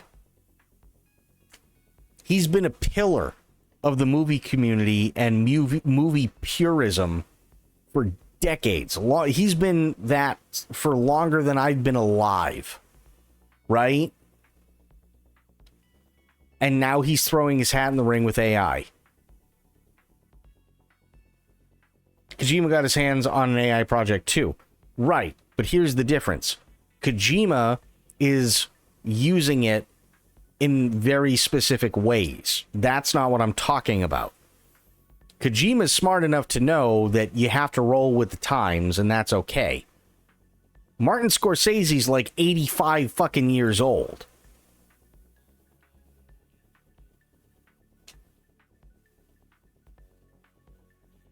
Do you really think Martin Scorsese knows much about anything when it comes to AI? And his reasoning is, it's a lot faster to make storyboards. So do you think, for 1 second, that Martin Scorsese knows anything about AI? No, he really doesn't.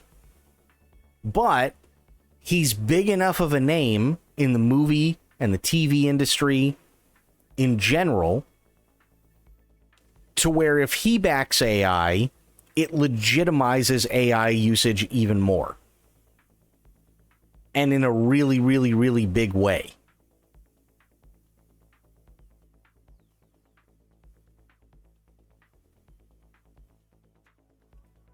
The financial pivot to AI sadly caused Microsoft to bin the HoloLens as well. I really like the augmented reality project. Yeah. Yeah, there were a lot of things, but again, everybody jumps on the AI bandwagon. How you doing, Sober? How are the things, buddy?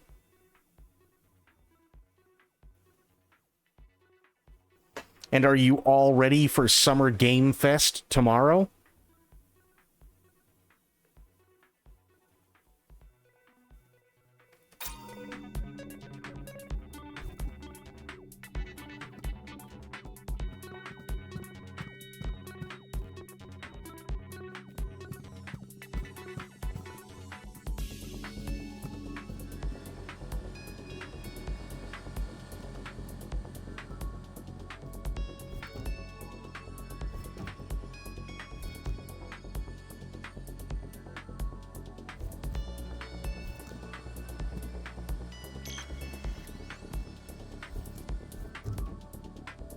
Yeah, I'm not all that excited for the Warframe dev stream, but I can see why people are.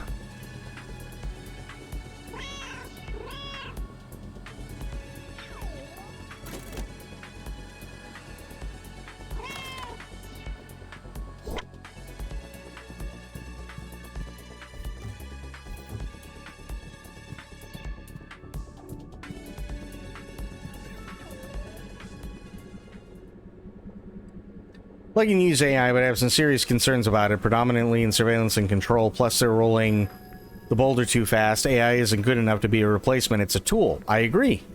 I totally agree.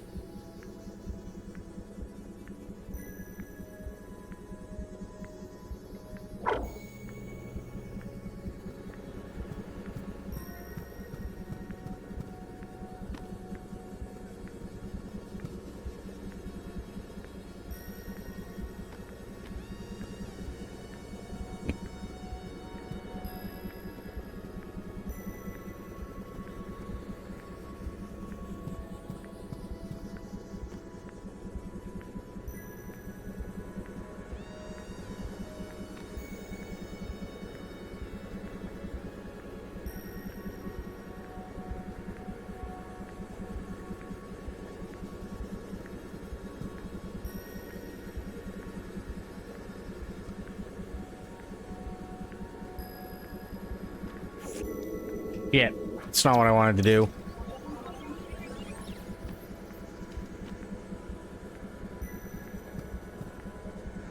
No.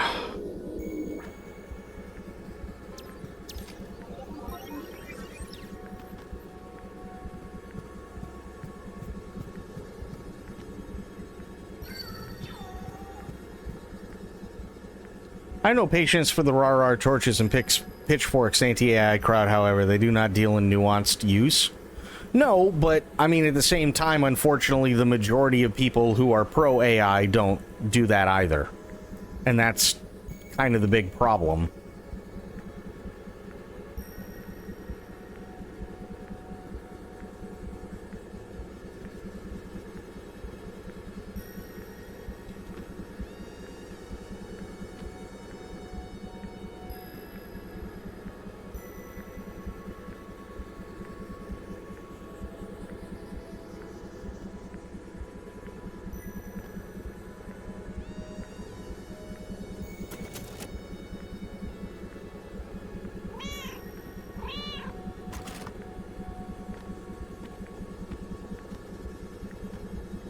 The hell is going on here?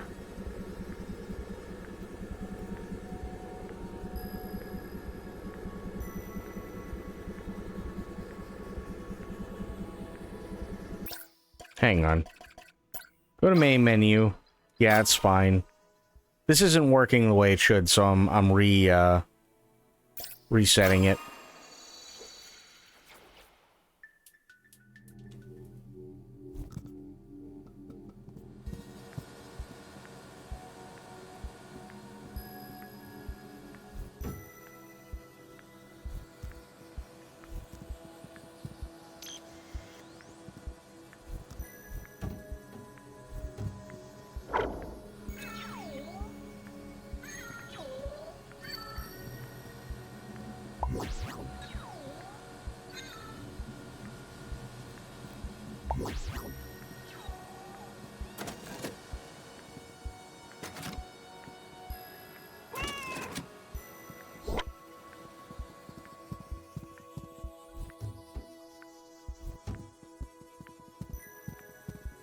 Outsourcing too much creativity and brain power can only go poorly. Yep. Very true.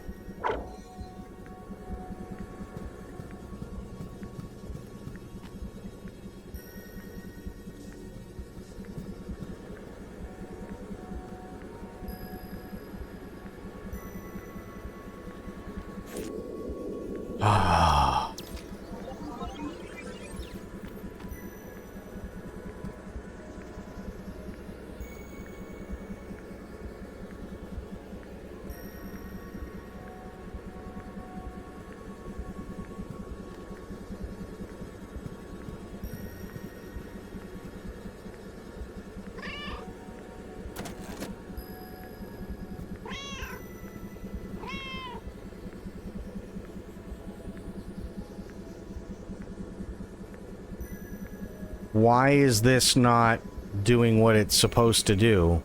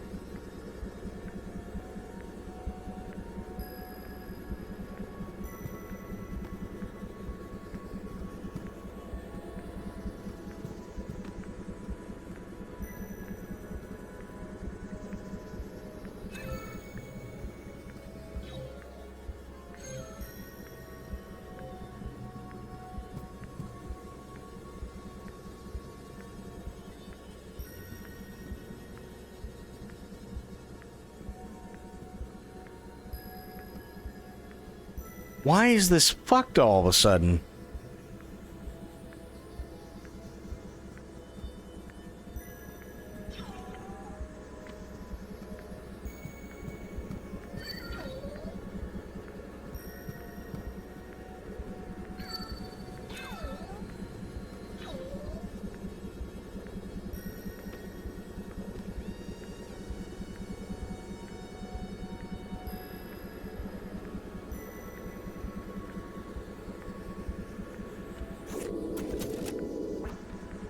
There. Guess I'll have to do it that way. Fuck it.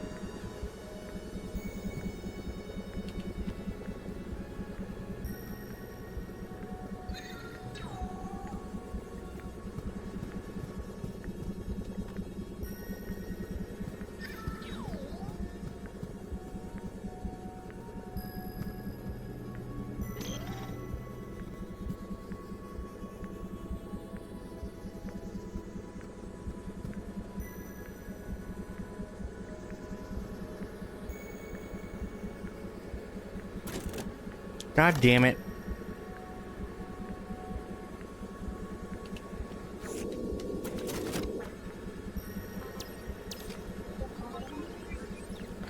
So how in the hell am I supposed to do this?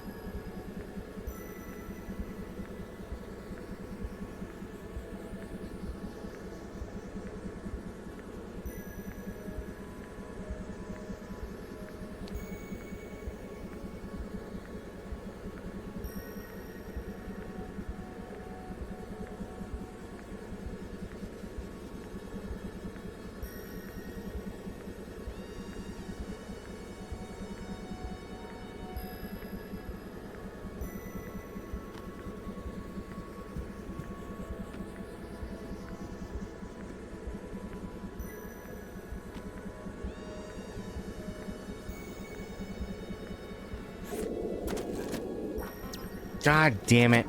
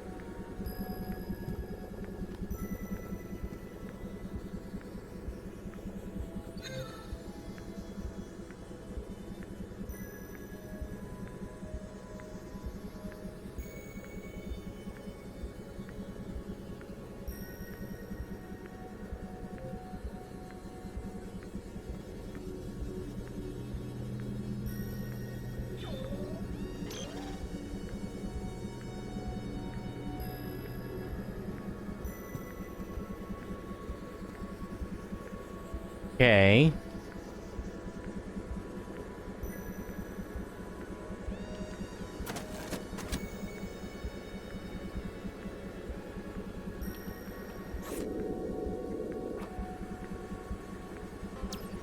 Oh, fuck.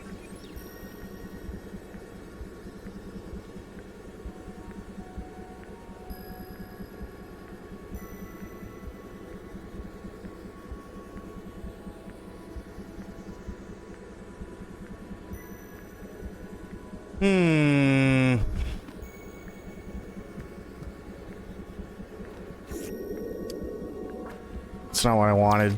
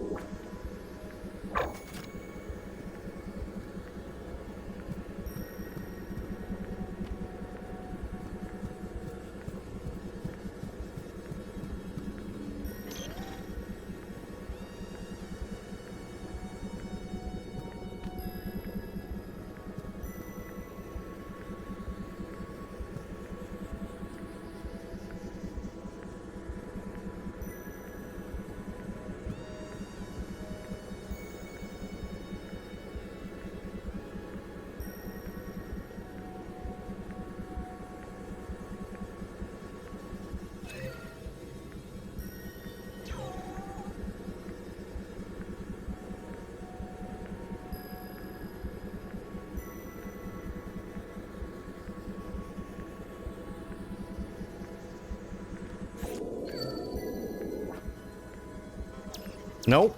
Same problem. Shit.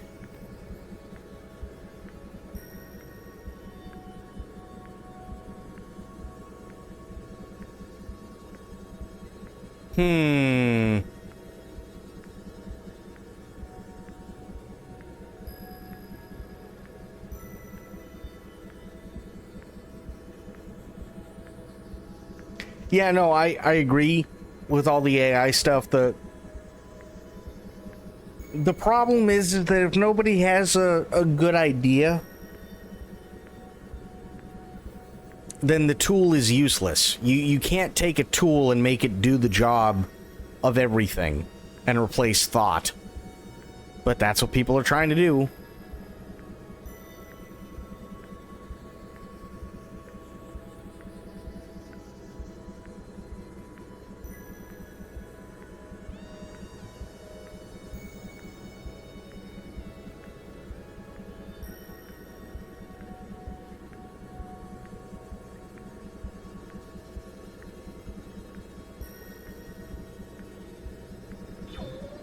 Hmm.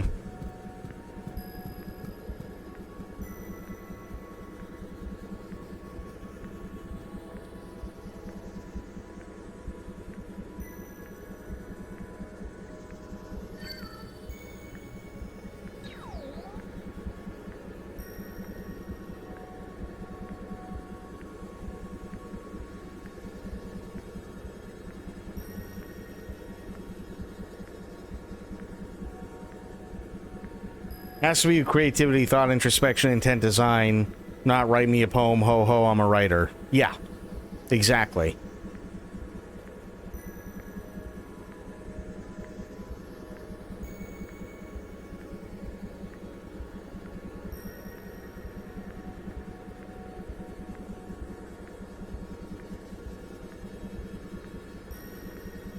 Hmm.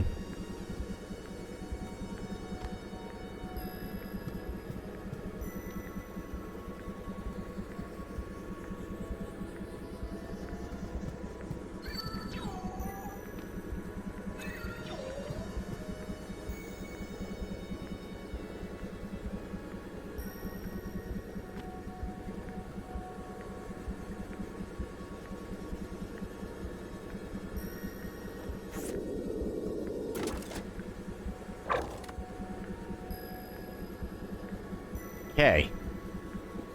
So we got that. That's fine. Now what?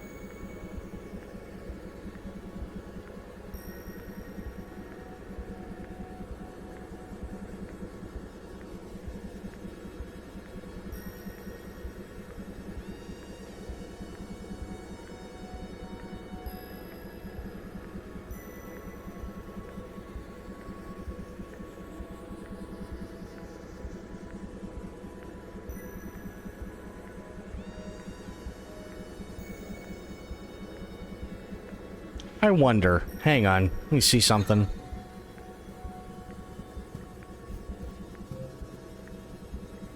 No, it's too high.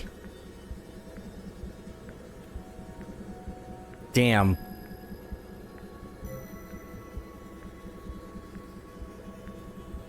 Well, that's a bummer.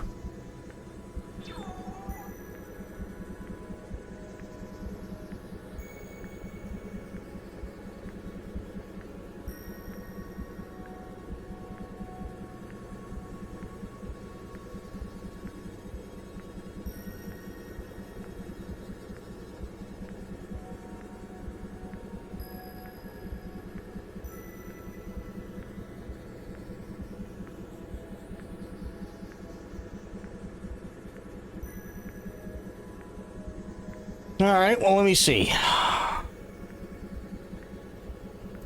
Let me see if I can bring something up to help me out on this one, because I'm lost.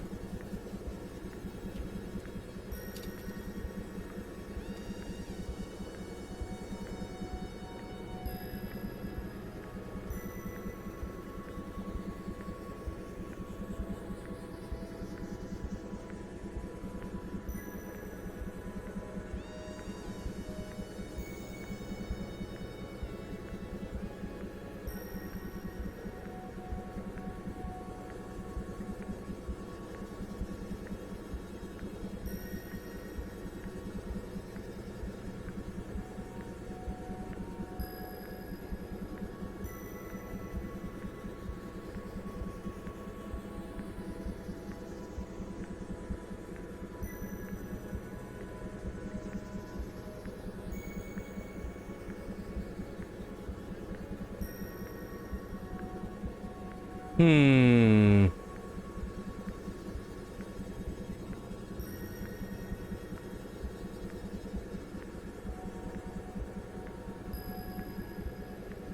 Okay, let's see.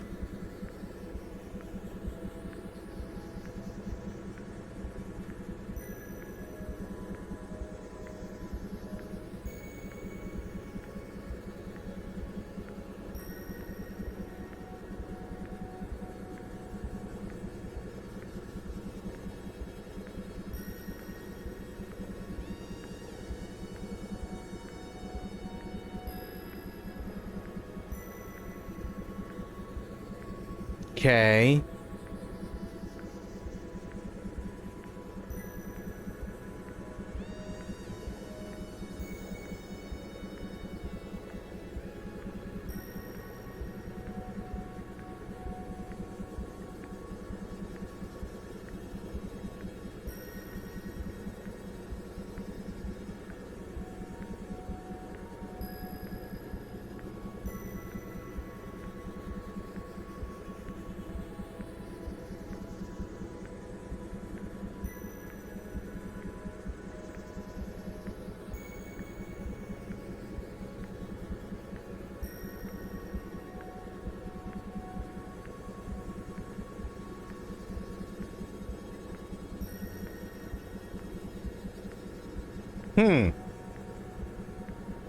Okay.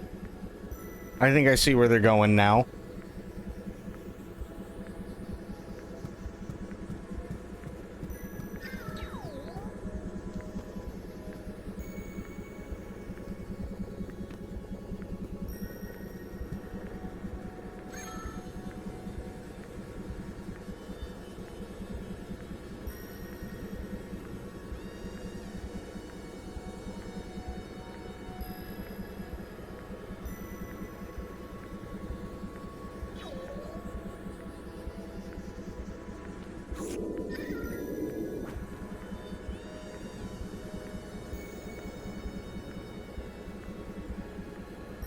Yeah.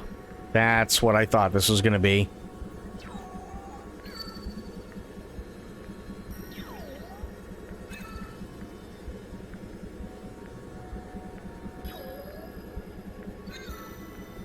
Jesus. Thought the only puzzle game I completed without any help at all was Portal 2. Portal 2 was a lot of fun. Actually, both Portal games are a lot of fun.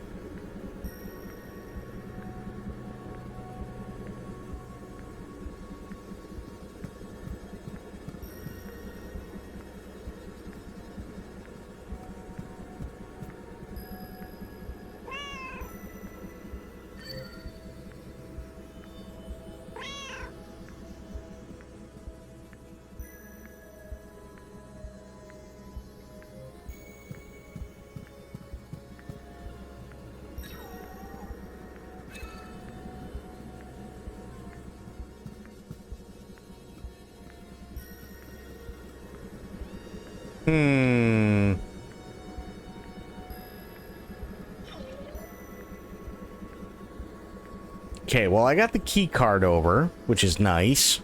But now what?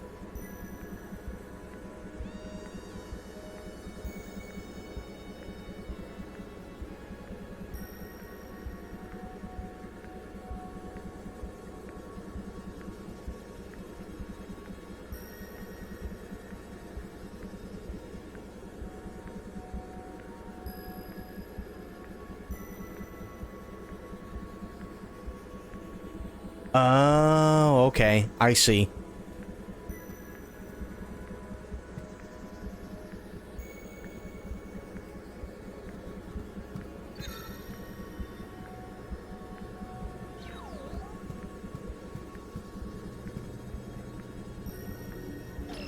Or maybe not. I don't know.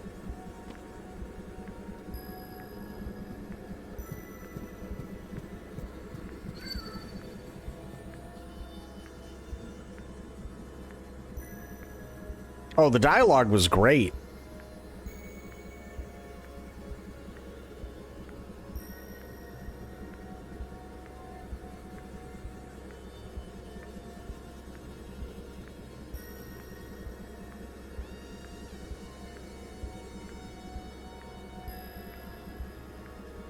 Oh, duh. Jesus.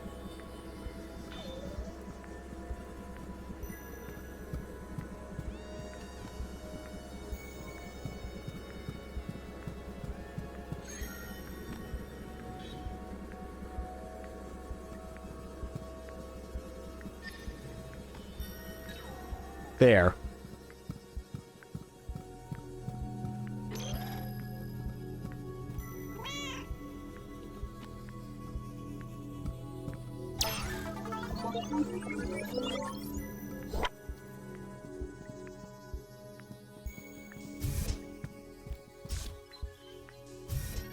Yeah, for the love of God, please save. Holy Jesus. Okay.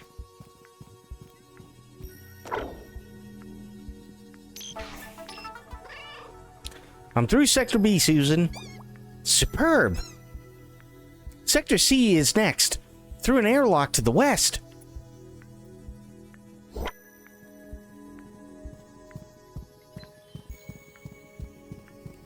It's still grumpy today from the geomagnetic storm. Drivers very honk behind you. I've just been feeling really tired today.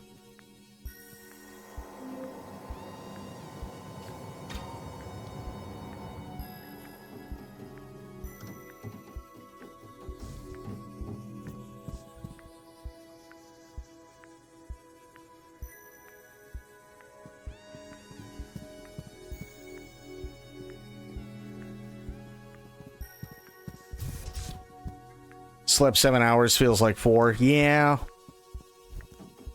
Yeah, basically.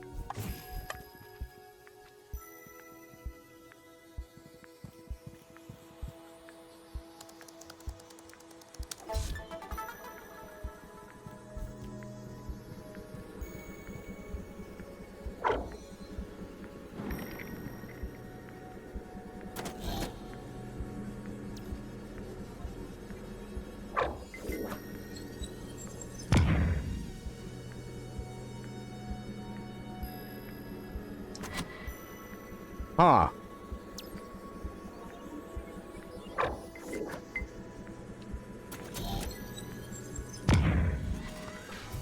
Interesting. Huh. Huh? Yeah, that's interesting. What's interesting? If a quantum twin is caught in a Heisenberg field, it becomes quantum locked. Yeah, that's not new information, though, is it? Well, what happens if both twins are caught in Heisenberg fields? They both get quantum locked, I presume. And it seems that is an impossible state to be in. So what happens? The item collapses back into a fused item at the spatial midpoint of the twins. Huh. Exactly.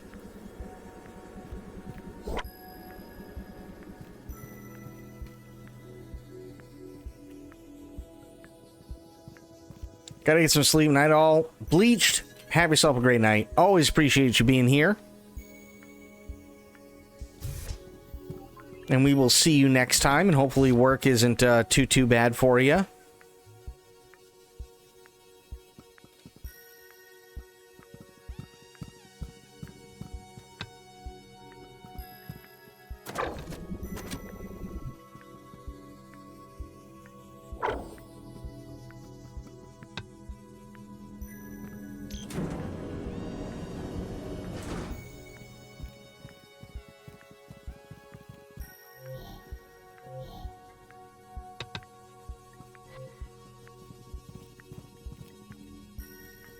No, pick that one up. Oops. There we go.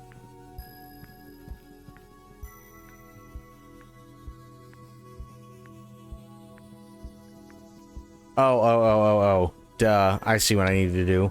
Oops.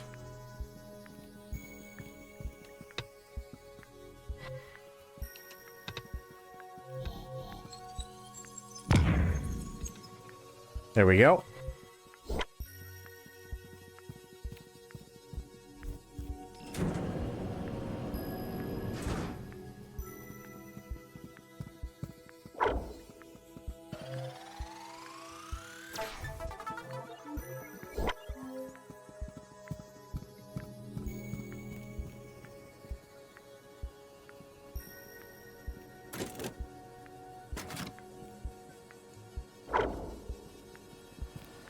Okay.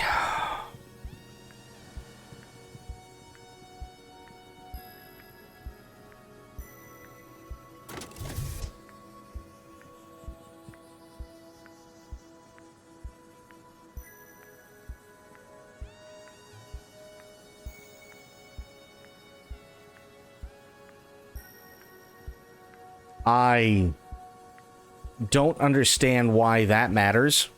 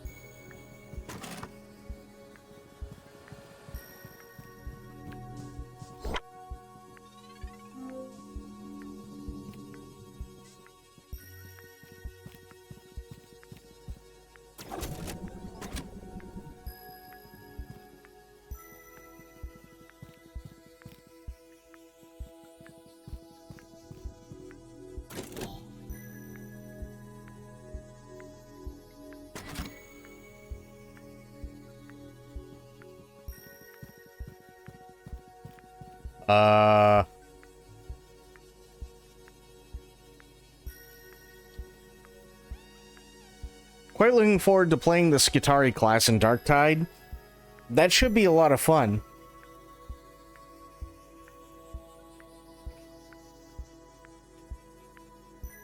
Ooh. Medicine, what's going on, buddy?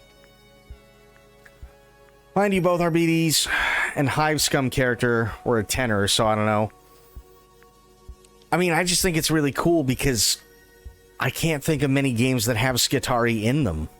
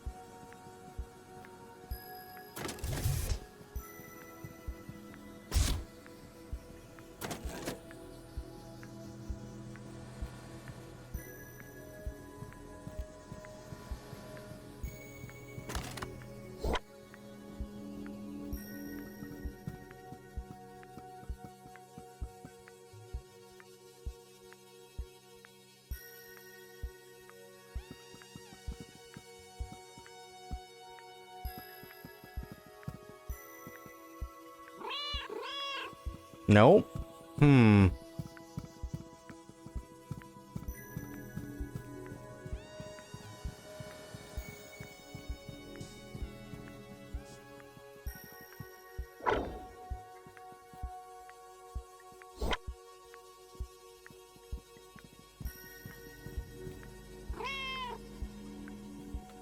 And I don't have anything there.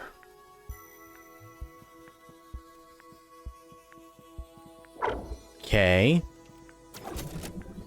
Pull this. Nice. Okay.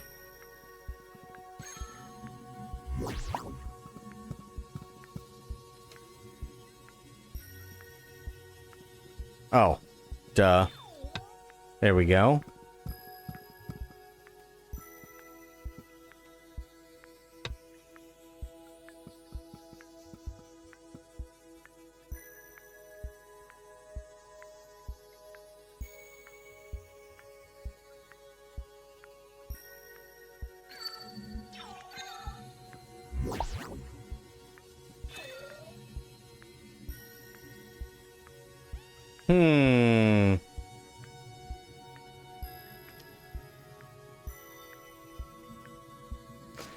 Arbides is quite fun to play alongside the Hound they have with them as a lifesaver. I don't doubt it.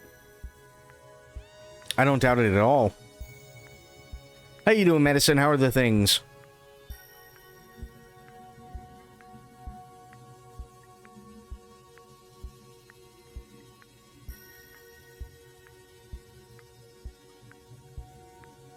Keeping your head up? Good.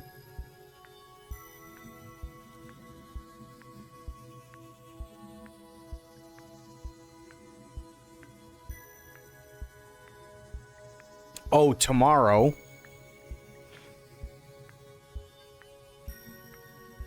Tomorrow is the perfect time for Summer Game Fest. Because for dinner, I'm making curry.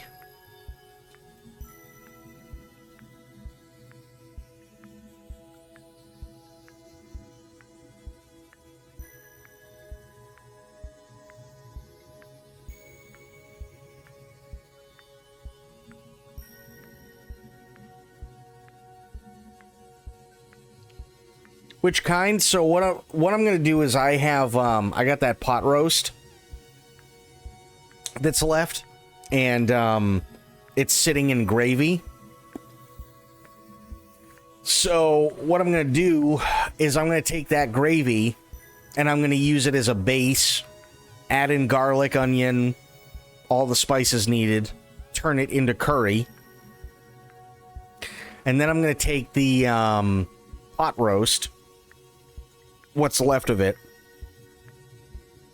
let it sit in there and cook until it gets nice and hot again, pull it apart, all that good stuff. And there's a couple of potatoes left and stuff like that, so I'm going to cut it up, put it in there. And then there's carrots that's in there, so throw those in too.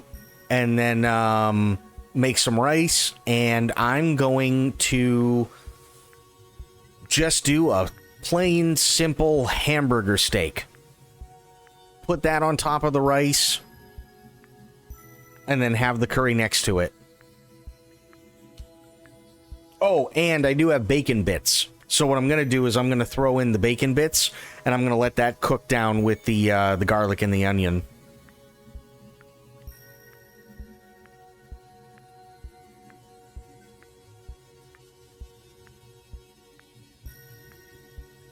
It's gonna be good.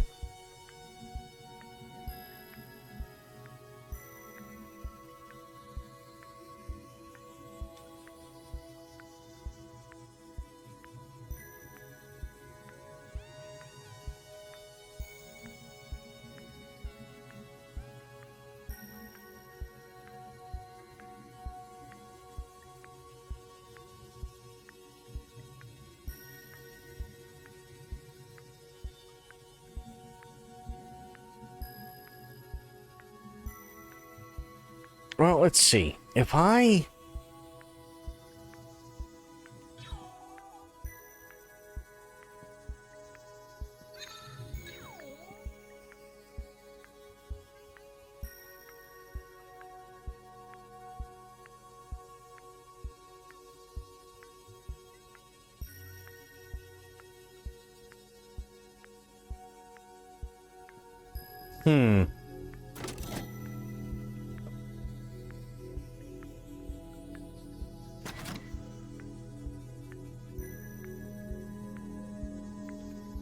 That's not doing much. So... if I do this...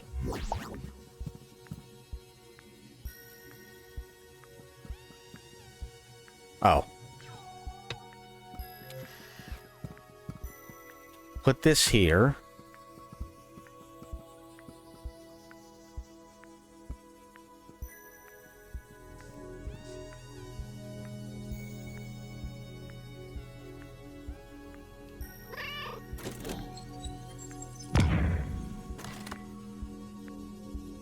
Okay.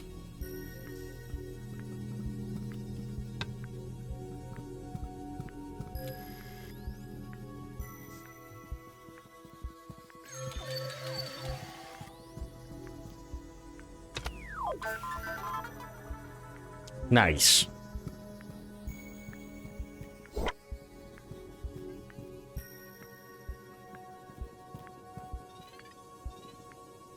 Come on. There we go.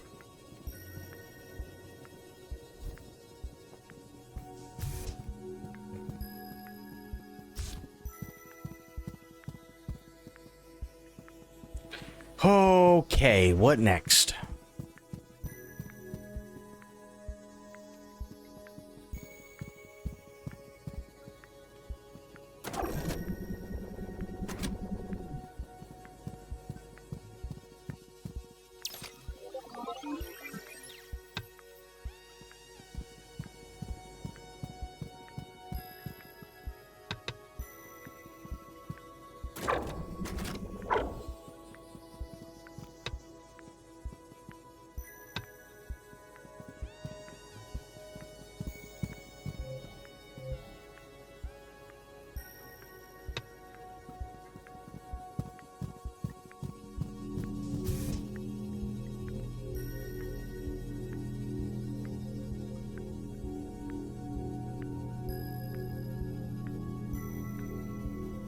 Oh, okay.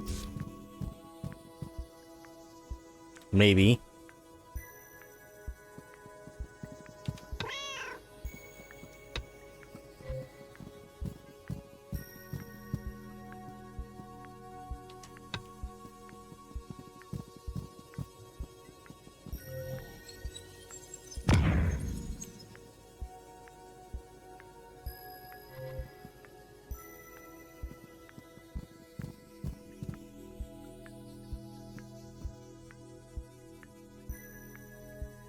Right, well that didn't...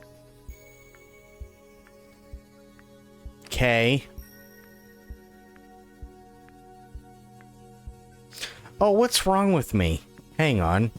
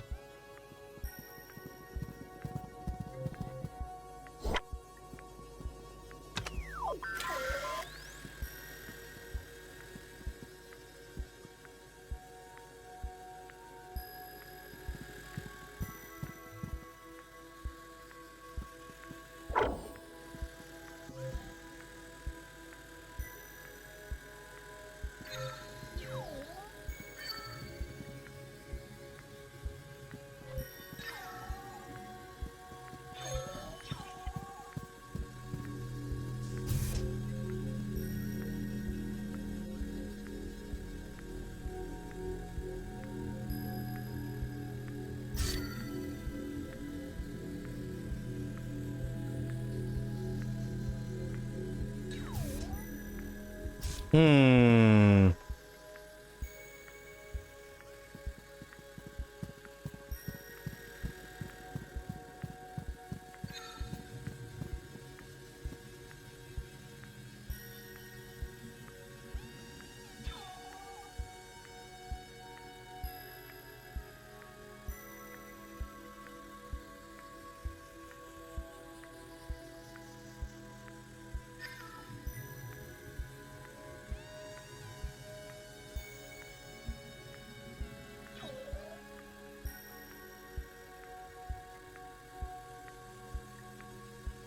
Okay.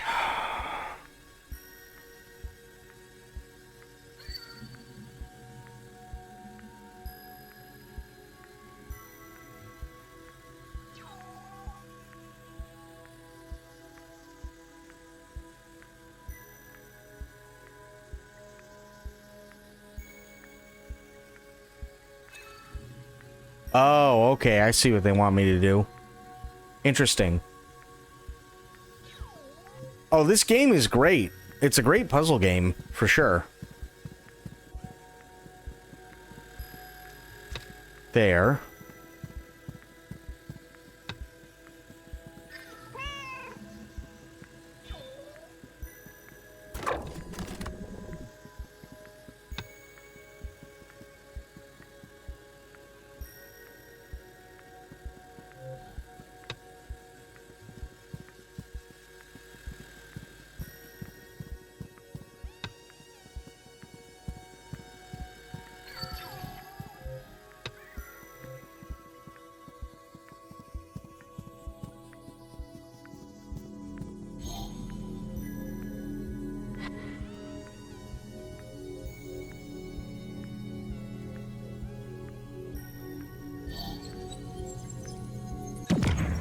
There we go.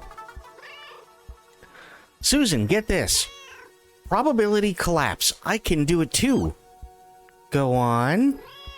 If I split and both versions of me are caught in Heisenberg fields, I will collapse to a midpoint. I can essentially teleport. Jiminy Crumpers, this is incredible. But don't lose sight of the reason you're in this lab. You need to raise your clearance level so you can escape. True.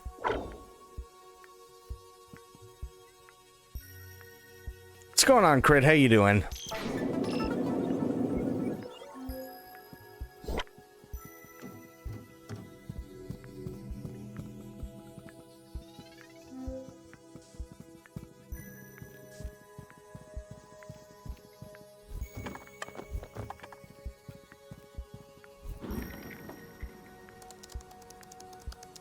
Got home late from a thing and you're tired? I think everybody kind of feels tired today. It's been one of those days.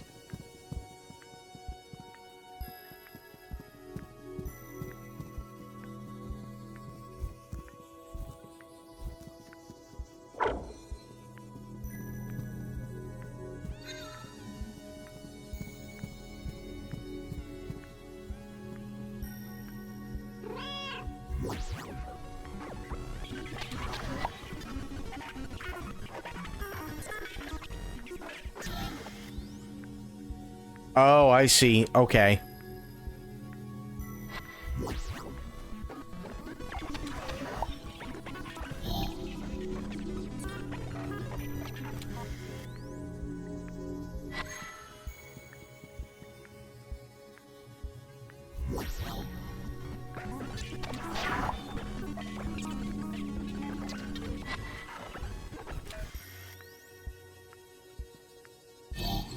There we go.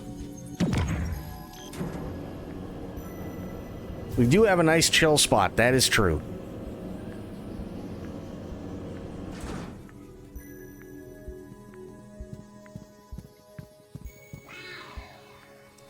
Your understanding is growing.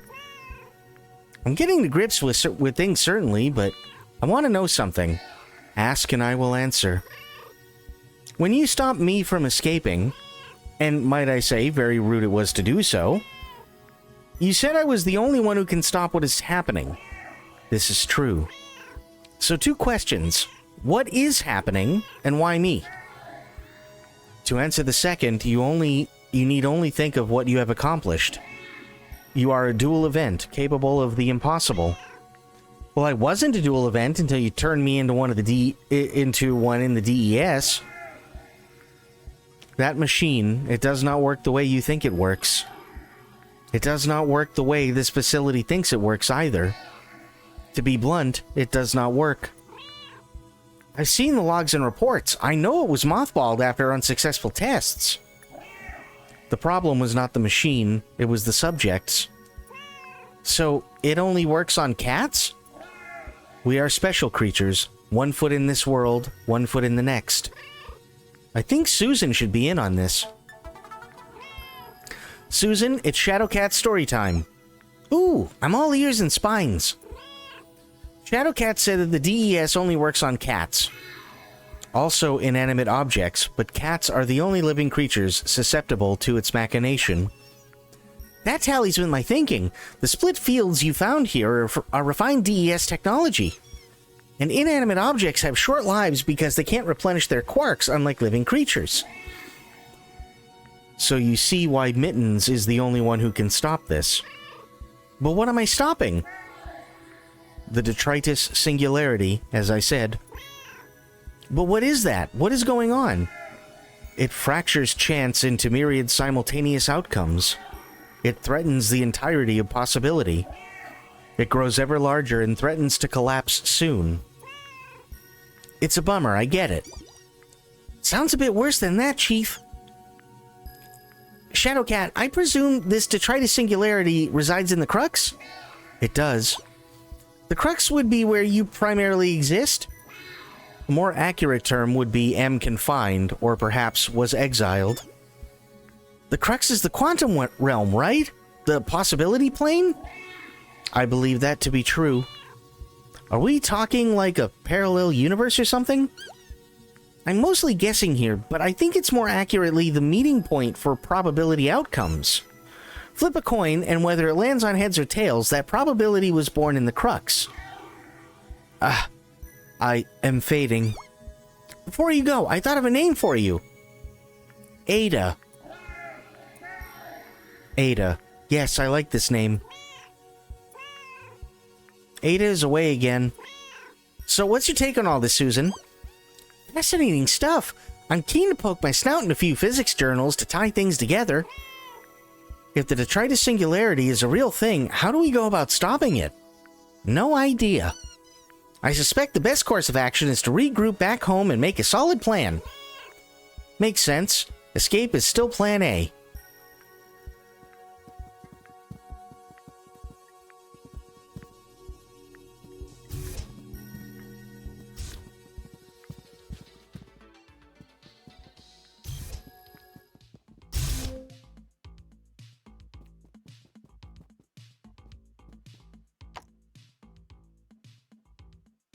Okay, I'm already here, so I'm not done with this place yet. Gotcha.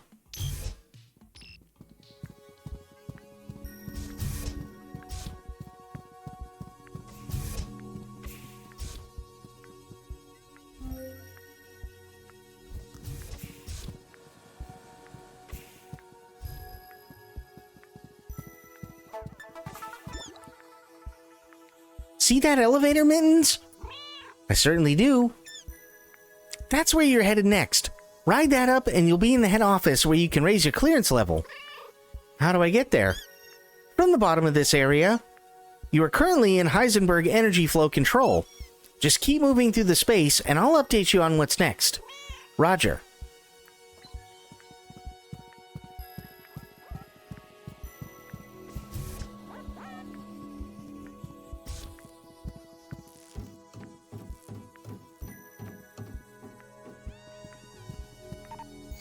Oh, I have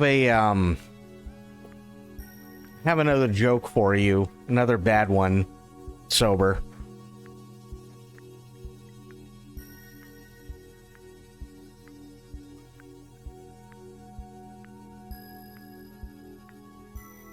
And Crit, and anybody else.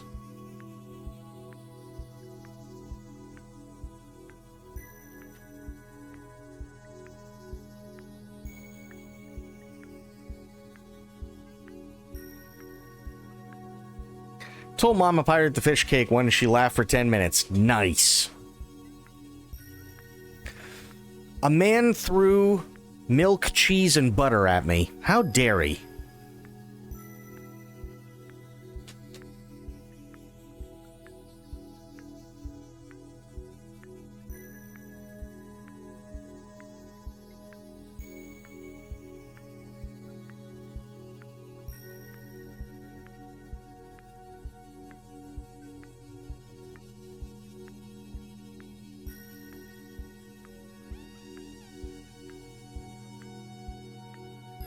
I hate that so much. Me too. I really do.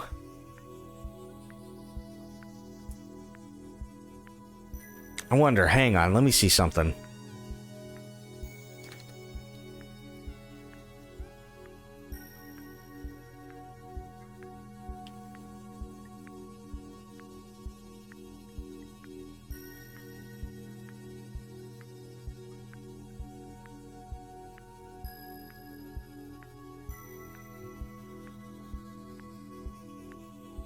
Yeah.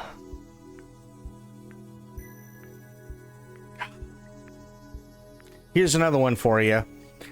You can't run through a campground. You can only ran because it's past tense.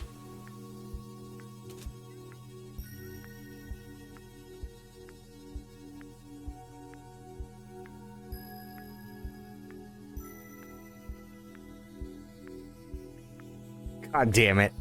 Yeah.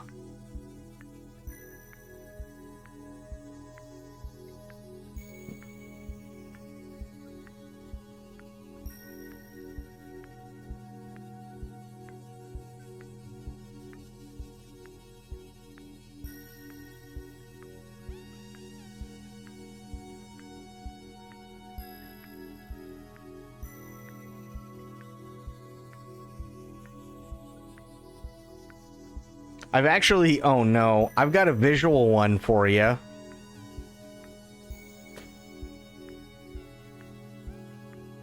It's gonna take me a minute to set it up. Did I tell you when my dad was ill, we spread his back with lard? He went downhill very fast after that. Yeah, that'll happen. That will happen. I have a visual joke for you. And you're gonna hate it.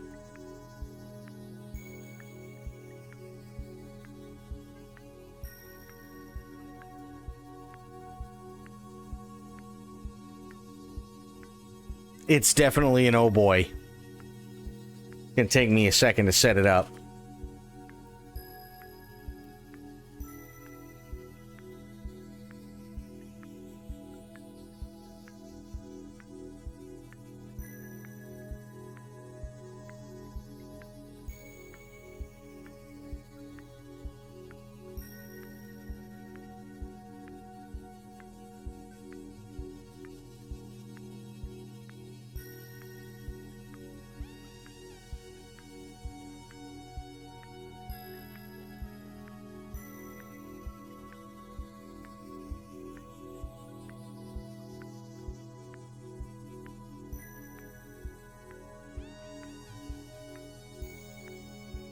Okay.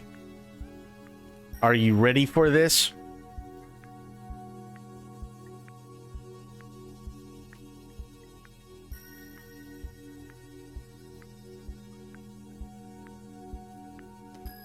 Behold my genius. I give you the Gregorian calendar.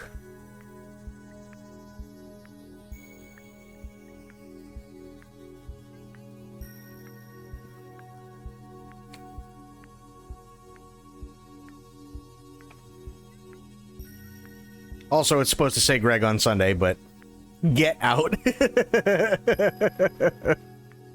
For fuck's sake, fired.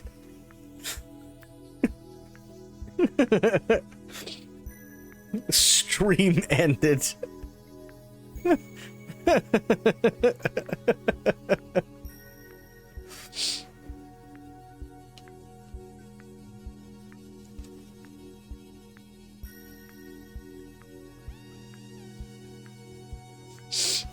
I take it Aelin didn't like that one. Have a great night. No, we're not ending. We're not done. What do you mean? I'm taking a sabbatical to outer fucking Mongolia where this doesn't exist.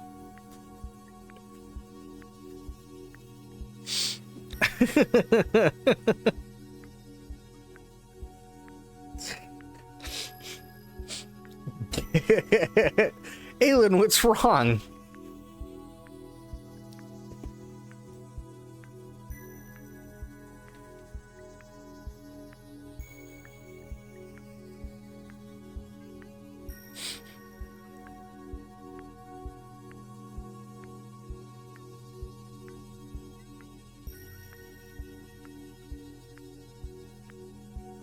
You know what's wrong, you son of a bitch.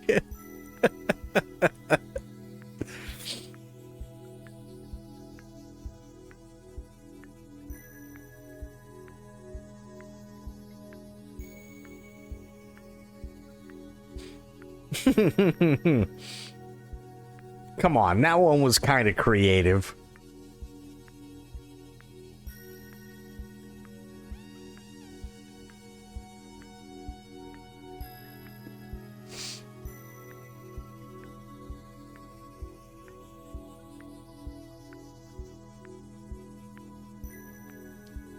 I got two more. I got two more for you. Are you ready? I'm going to write it on a piece of paper and hit everyone I meet with it. I tabbed back for a moment and then landed on that joke. I hate you. And one of them eventually will hit you. This is true. I've got two more. Literally, I've got two more. Are you guys ready for these?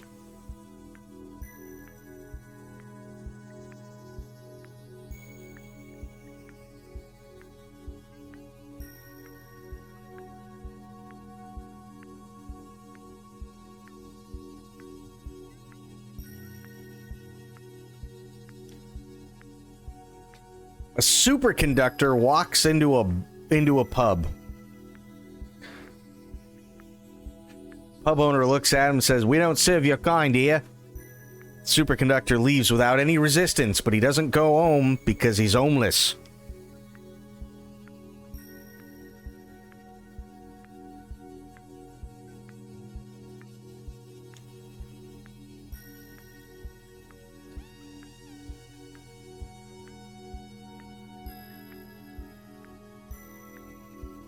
Oh my god.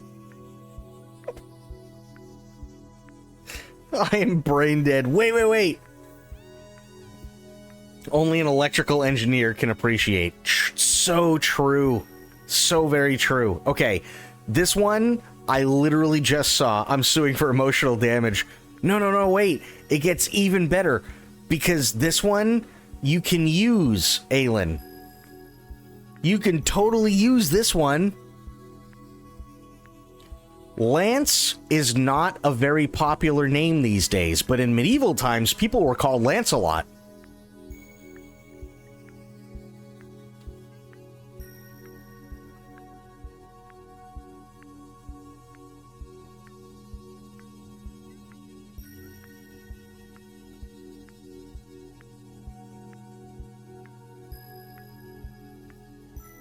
Heavy size.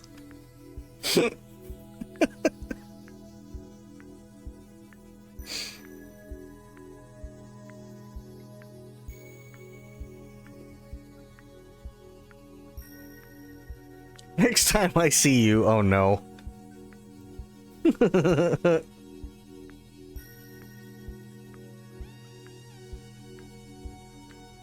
Can I get a health check on sober, please? Is expired.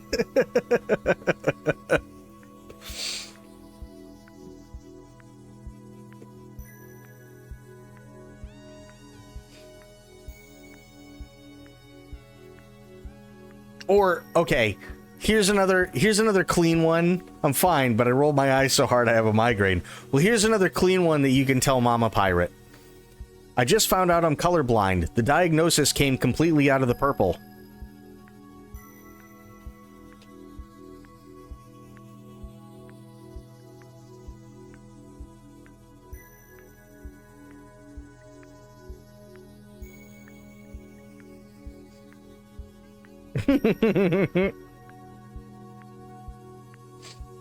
Need to tell Zen that one, Shadow. Which, oh, the colorblind one? Yeah, I really do. I really, really do.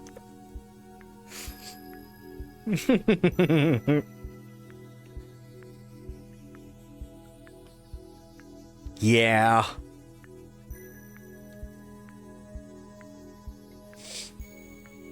So yeah, there were some good ones. Oh, actually, last night, Aelin, you missed it.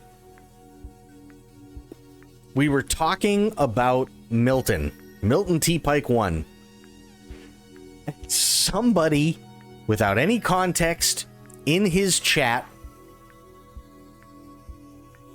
this was, I think, like a year or two ago, because I was watching one of the VODs, and it was one of his mods, who's just as crazy as Neural Johnson is, said, "A fart is just a boneless shit."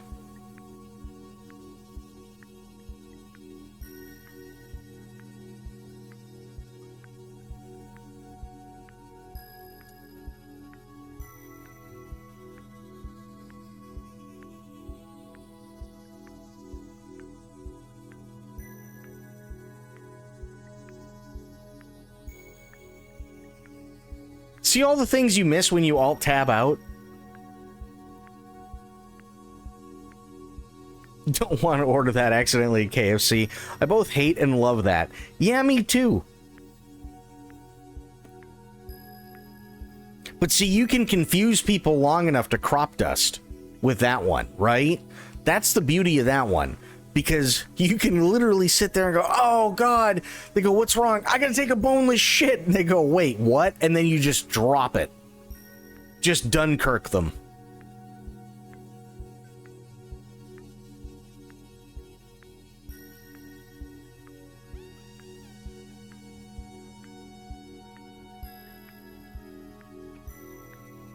That's the beauty of that one.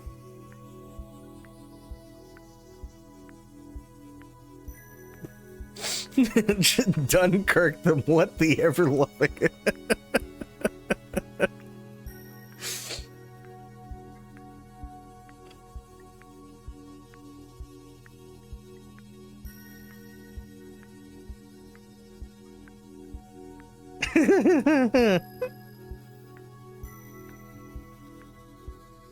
Sorry, I'm tired and I'm a little loopy. This is what is going on.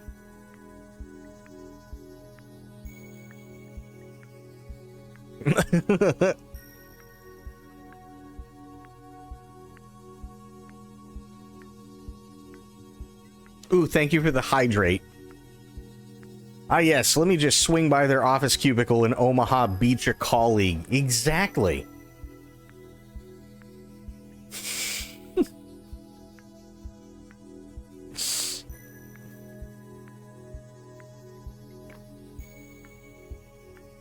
Shadow ever says Dunkirk. I'm just leaving the area.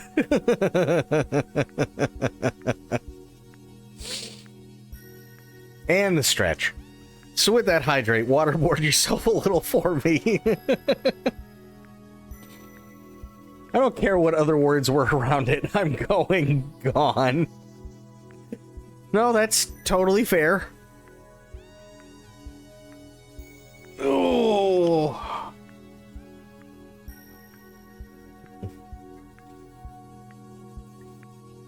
She's not happy. Which one was the one that got her? Wait, which one was the one that got you?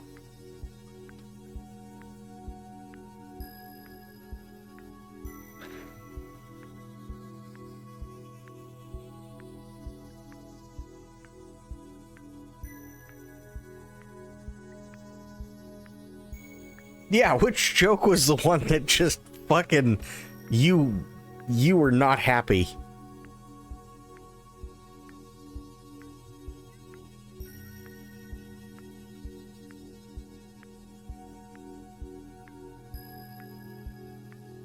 Oh, that's right, the Gregorian calendar. Yes.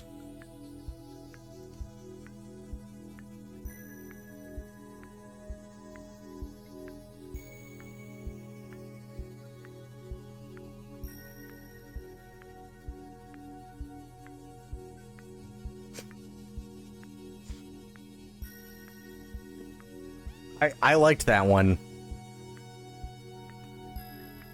I liked the Gregorian calendar one. The electrical one I kind of appreciated, but it still made me groan. Fair. Gregorian calendar. Somewhere back in history, a bunch of Romans woke up sweating and don't know why.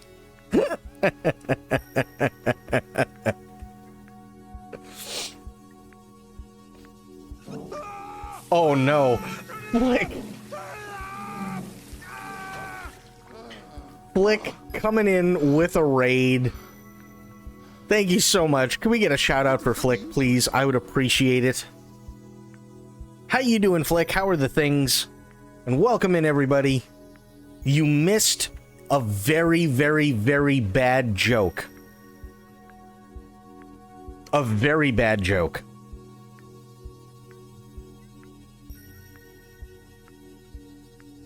Things are good, just a fraction under the weather, but it is what it is. I think everybody's kind of like that today, sadly.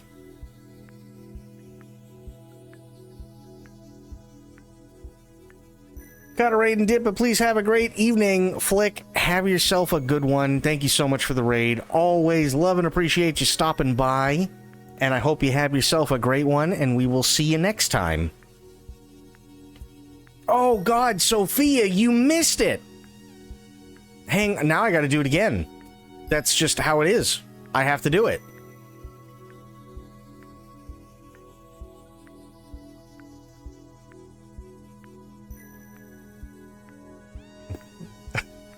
Oh, I got a worse joke. I have a worse joke, Sophia. In the street.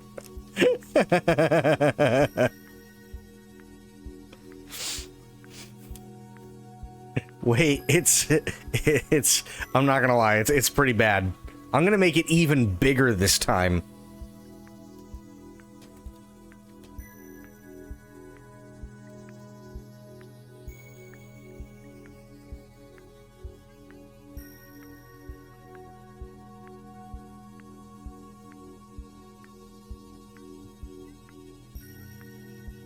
Hang on.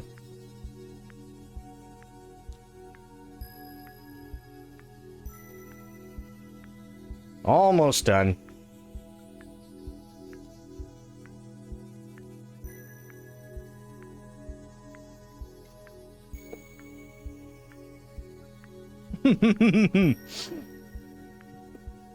Are you ready, Sophia?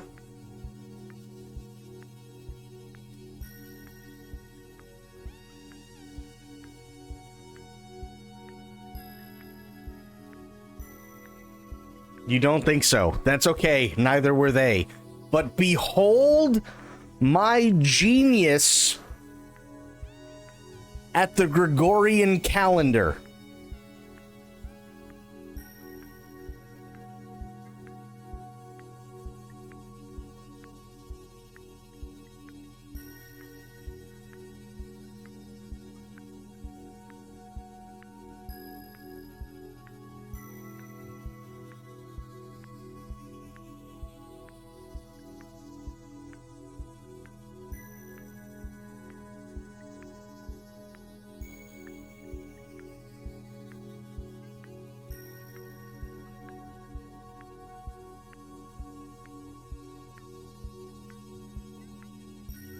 I think she got it.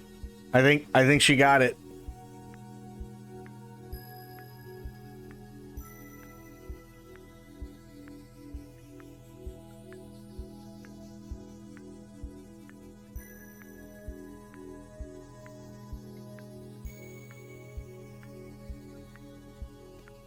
Aelin was not happy with this one. Just saying, Sophia.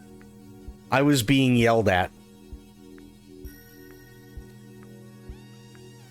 One of those, oh my god, I can't cry so I have to laugh type deals. Mm-hmm.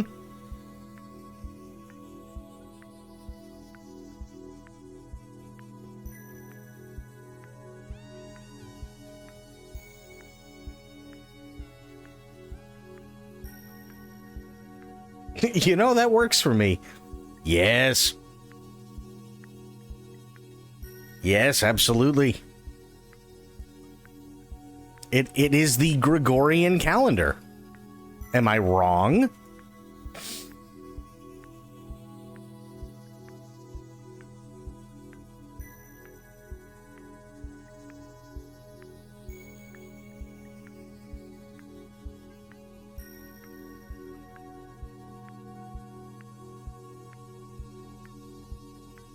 Oh, and I found a Zen joke. The Zen joke is, I just found out I'm colorblind. The diagnosis came completely out of the purple.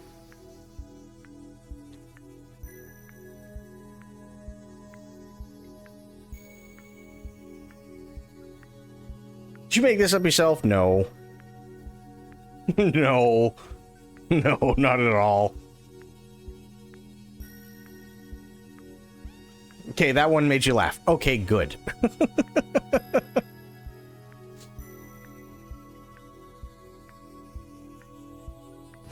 Emotional damage.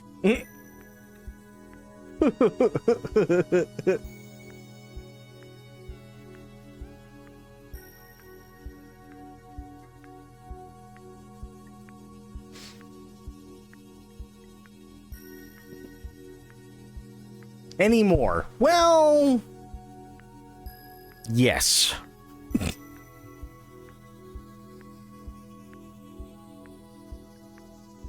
Maybe. There's an engineering joke. A superconductor walks into a pub.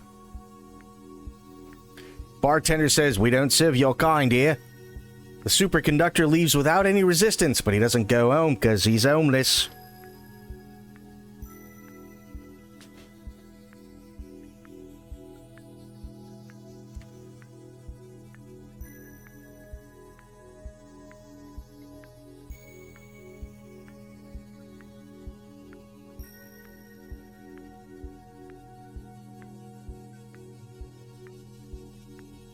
A superconductor walks into a pub. The owner looks at the superconductor and says, "We don't serve your kind here." The superconductor leaves without any resistance, but he doesn't go home because he's homeless.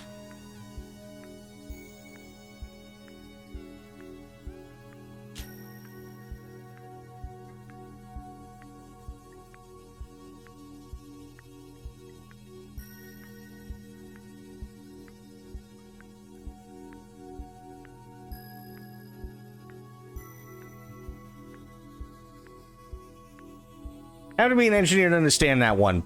More than likely, yeah.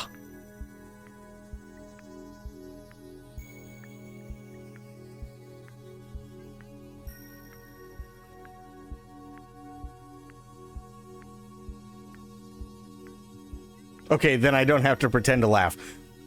Ohms is a measurement of resistance. So the joke is that the superconductor leaves without any resistance, but he can't go home, but you say it in a British accent. You can't go home, right? Where you kind of drop the H, because he's homeless.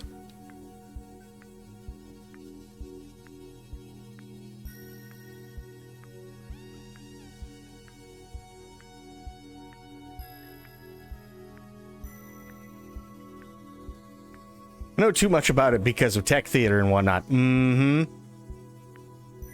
Okay, here's one you guys haven't heard yet. 3 guys were stuck on a boat. They had 4 cigarettes but no lighter, so they threw 1 cigarette overboard and the boat became a cigarette lighter.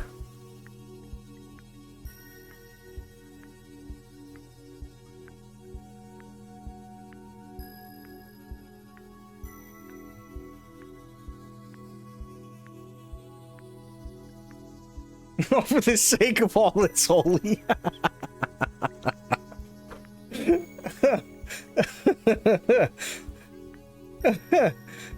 Alphabet is racing 80 billion. It sounds like the other letters are pissed. I got a good one for you, and if actually, I only know 25 letters in the alphabet, and I don't know why.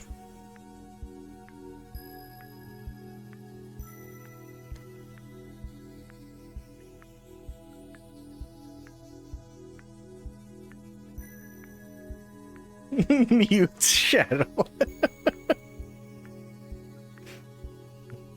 I think I'm going back to my bad movie. Listen, okay, this is years. Do you know how many dad jokes I had to sit through? Because we used to, I don't even know if we still have it. There used to be a thing for dad joke. Let me see. Let me see if it still works. No, it doesn't. There used to be, that command used to work. And I used to sit through people spamming the crap out of dad jokes left and this is just years of oppression coming out.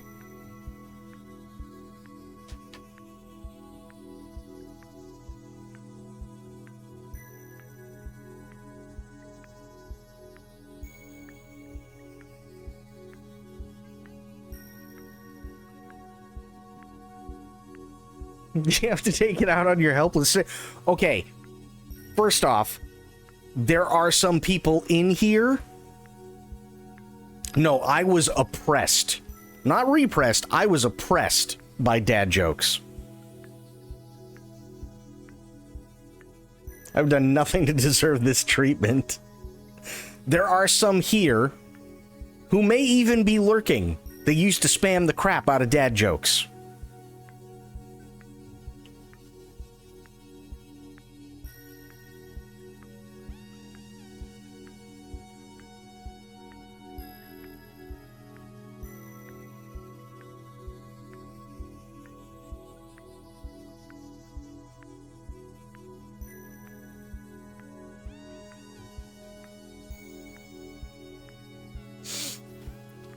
Oh, that's terrible. I don't even want to say that one. Holy shit. Oh, that's so bad. Oof.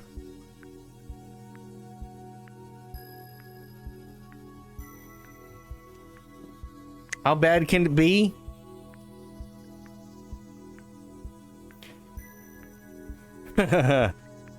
My dog Minton ate a shuttlecock. Badminton.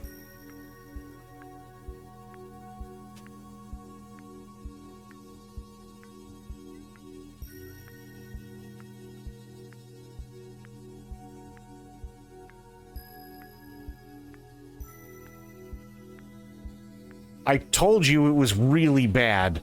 I told you.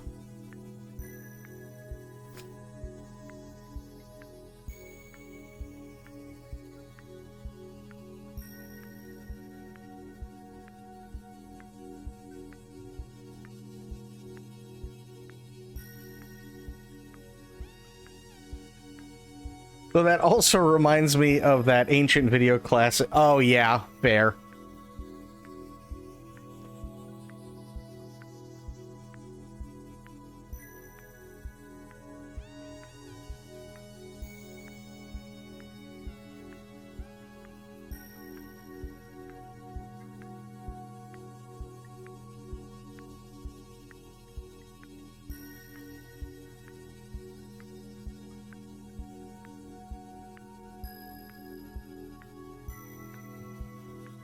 Okay, Bad Moon. No, you can't.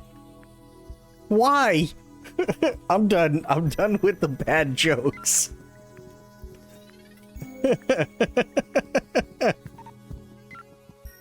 Yes, I am positive. Aylin's already muted the stream. Sober's about to die. Crit. I think Crit's brain melted.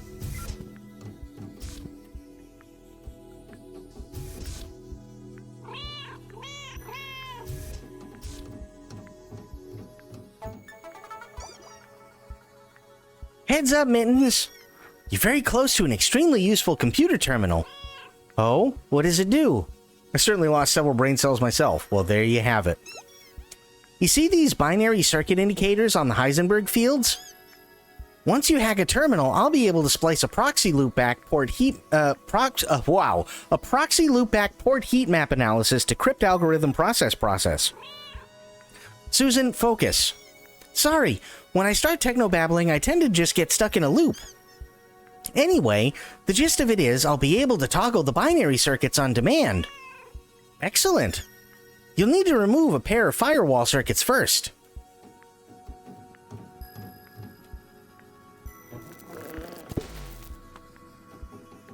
You've gone deaf.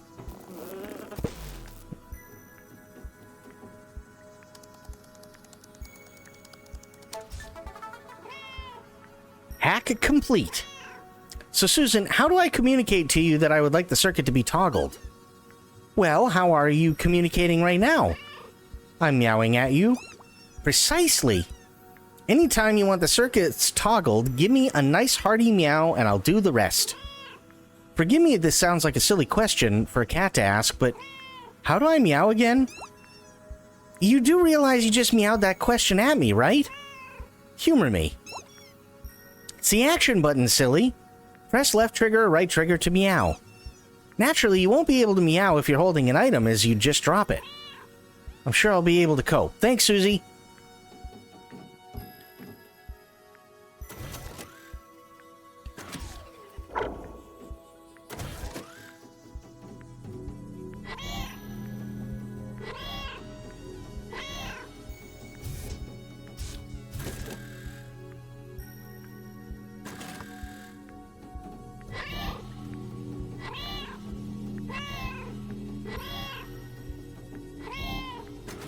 Nice. What are we going to do with you? I don't know. That's a fantastic question. Ooh, okay. That worked really well, actually. Split the kitties.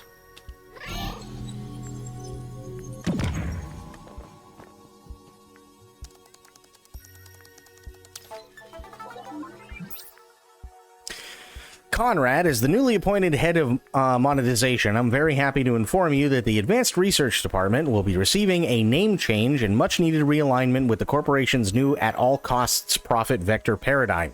Henceforth, you will be working in monetization department with your prime goal being the profit generation. Leave your idealism in the recycling tubes with the rest of your dreams. You work for me now. Regards, Natalie Fangsworn, head of finance. Sophia coming in with 300 bits. Thank you so much, Sophia. Very, very kind and generous of you. BRB, boring paperworks. Oh boy. The boringest of paperworks, one might say.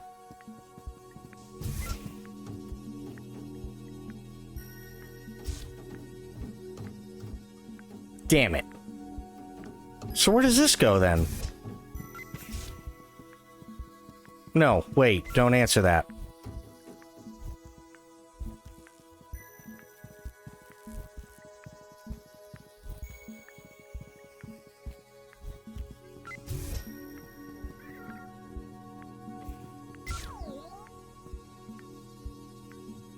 Where the hell does this go?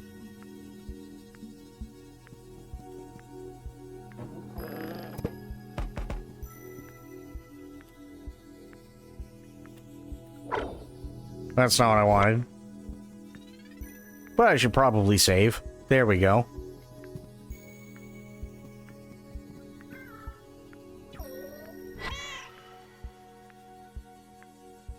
Okay.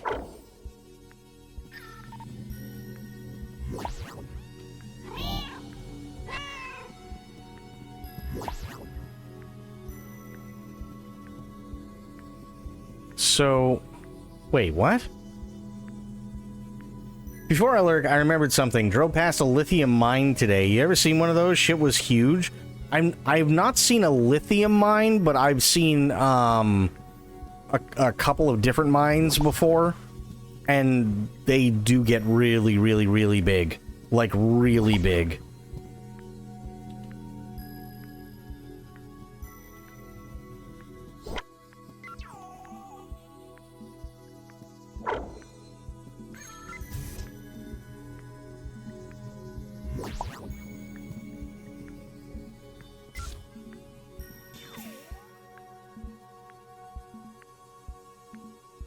Well, I can't do that.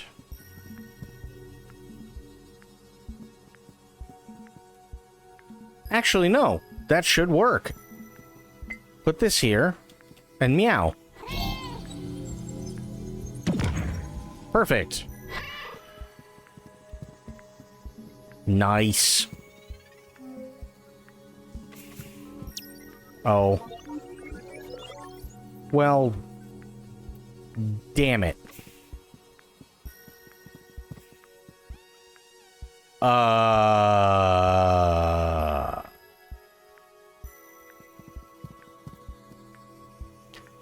Ein Problem. Oh no, we're good. Elevator. It was almost 1 a.m. That thing don't have downtime. No, no, they don't.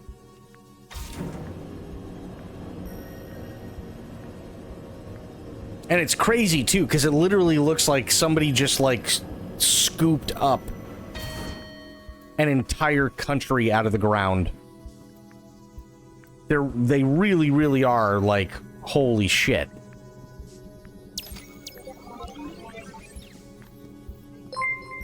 Party mode has been unlocked. Uh-oh. Spam your memes for free.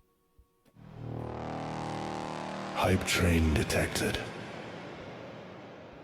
Type 1 to accelerate.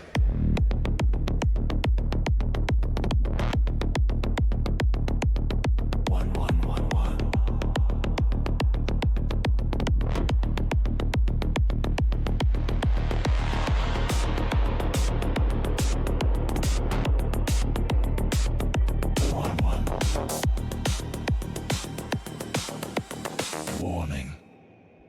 Bomb detected on train.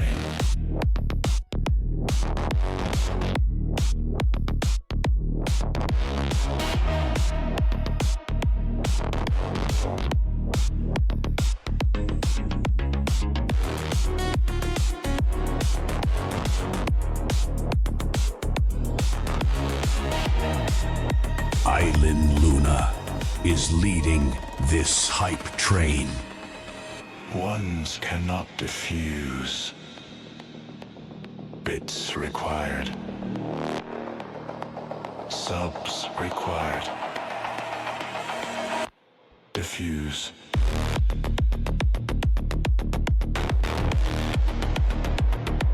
Diffuse.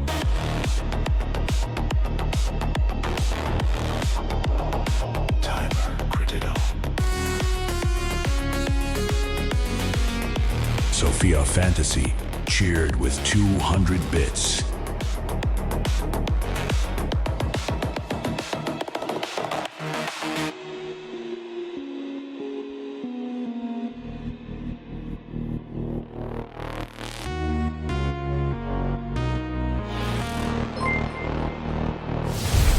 Sophia Fantasy gifted a sub. The hype train is at level 3.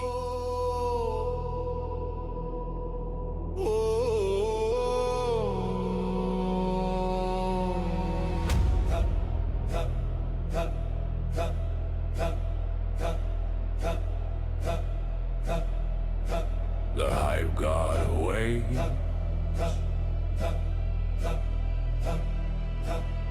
The hype gods awoken.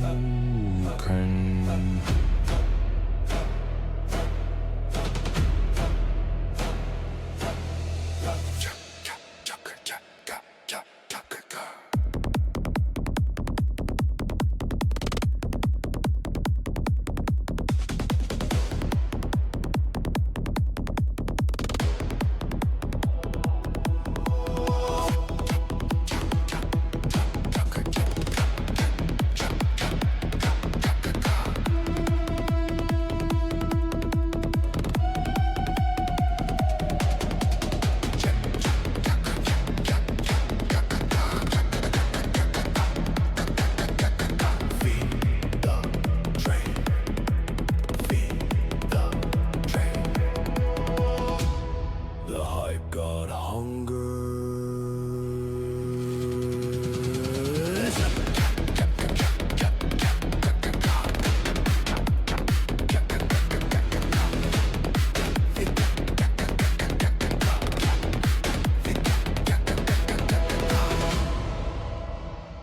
Give everything. Tap, tap, tap, tap, tap, tap. Tap, tap, tap, tap, tap, tap.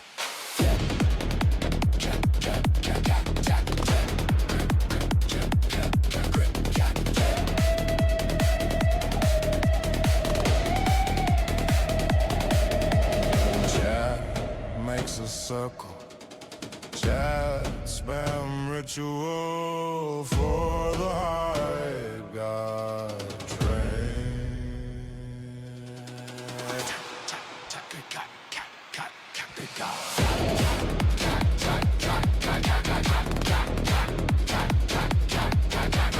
Bits for the train. Subs for the god.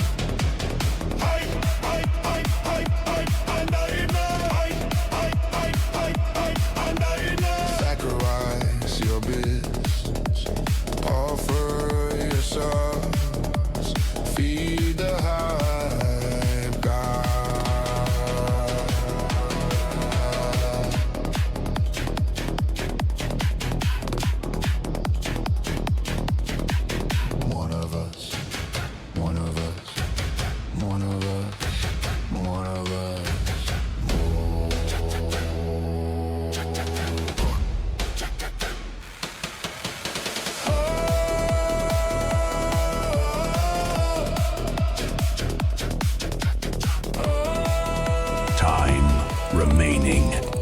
1 minute. 4 subs to level up.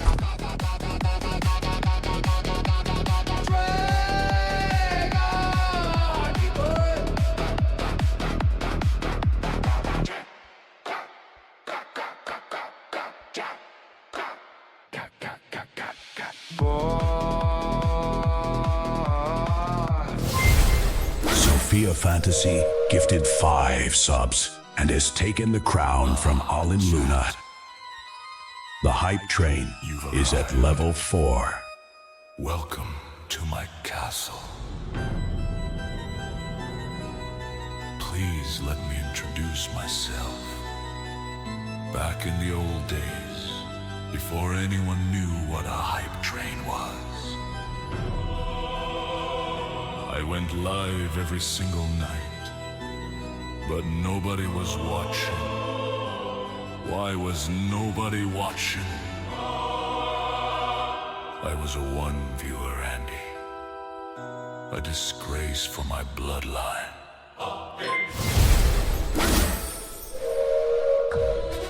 The hype train is at level 5.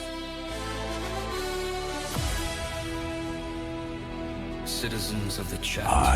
I'm spoiled, gifted 5 You have been subs. selected for a mission. A mission of utmost importance. A mission to explore the edge of the unknown. The hype rocket stands ready, fueled by your bits, your subs, and your unwavering faith. Today, we push the boundaries of hype space itself. Are you ready for departure?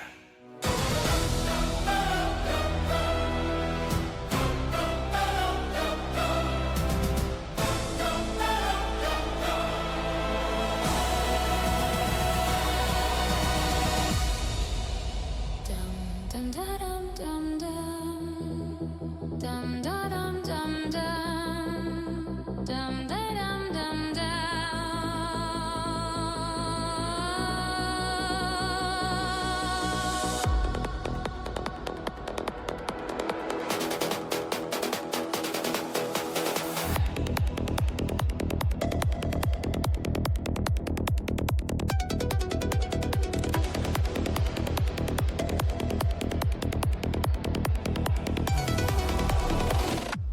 Blast into the night. Hands are gripping tight. Lift off coming soon. Flying past the moon. Push back in your seat.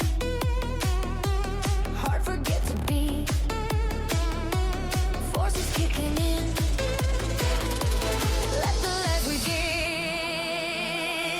Sisters! Thrusters! Primus! Penetrate the stars!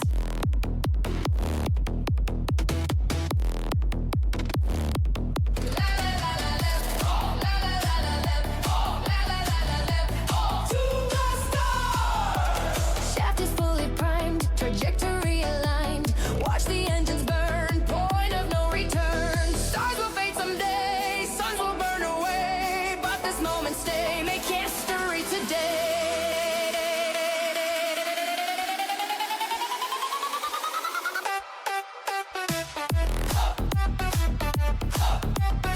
Time remaining 2 minutes.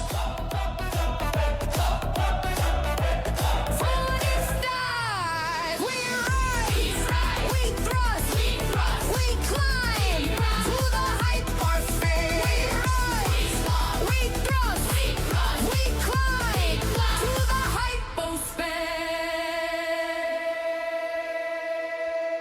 Ready for liftoff. One small sub. One giant leap. One small sub. For the hype.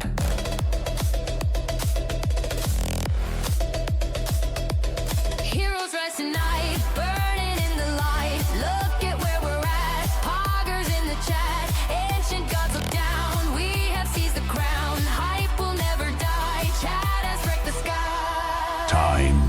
remaining. 1 minute. Just 5 more subs for the next level. Rocket is going soft. We're so close to the hyposphere. We need a final push. Subs and bits is our fuel. Who will thrust us over the edge? 30 seconds. Time is running out. The hype rocket. Fuel the hype rocket.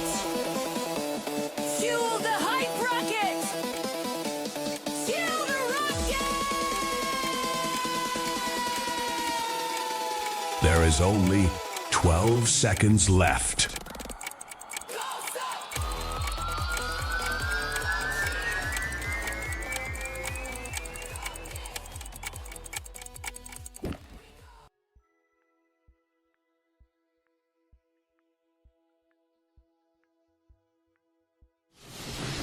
That was one hell of a hype train.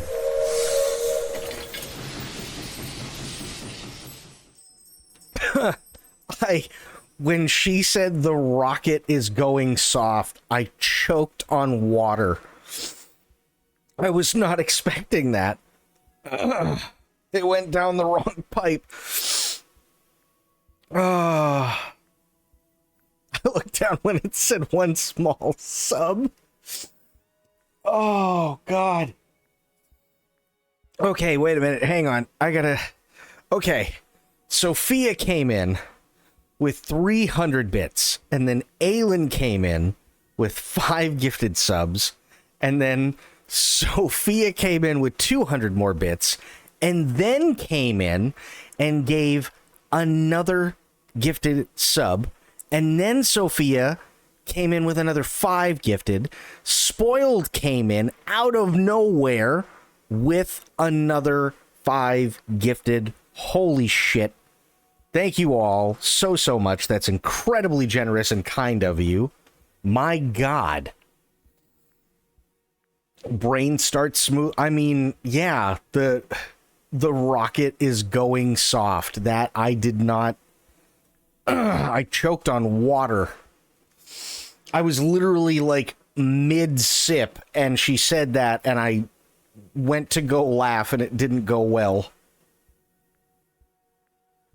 Holy shit.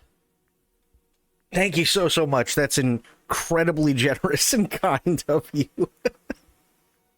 The rocket is going soft. Holy shit. Also, Spoiled. Good to see ya. How you doing? How are the things?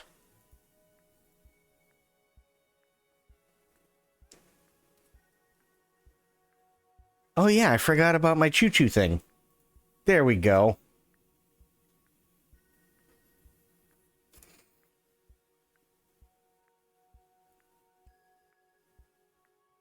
Emu load? Yeah, what the hell?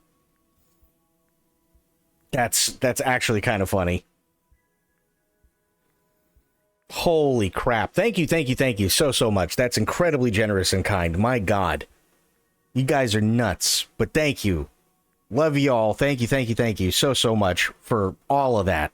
Sweet Jesus. Wow. You didn't get an emote? What do you mean? You should have. It should have popped up. You have the emote. You have to.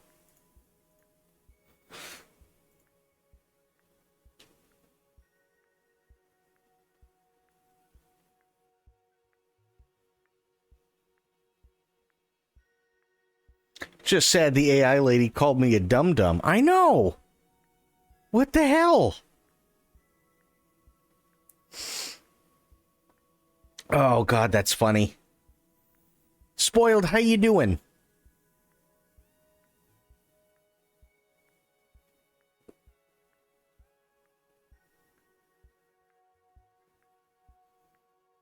Where did she go? She poofed in, she dropped subs, and she poofed again. What happened?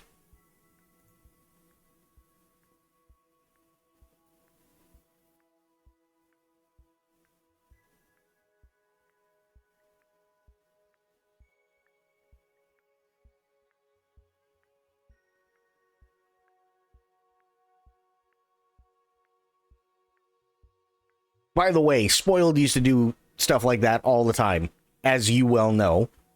But for those of you who don't, she just caused chaos. And we miss her causing chaos and just derailing everything. Because that's what she does. And she's really good at it. And we miss her. One of those flyby, I guess. She came in, dropped the subs, said it's party time, said hello to all you guys, said choo-choo. Oh, there she is.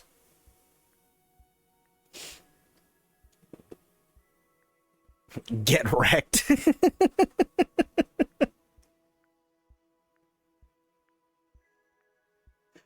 How you doing, Spoiled?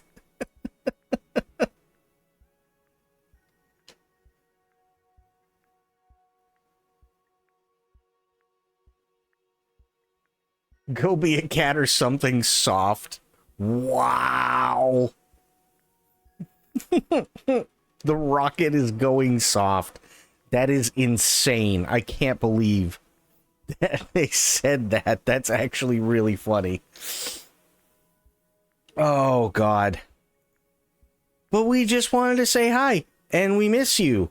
And thank you for the gifted subs. That's incredibly generous and kind of you. Holy shit.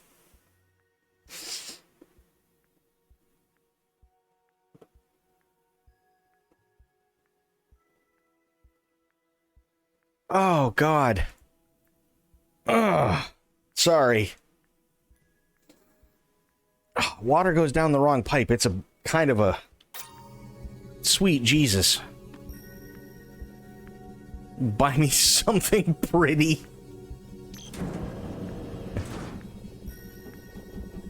What am I... Oh, I know what I'm doing. That's okay. Here. Ah, balls.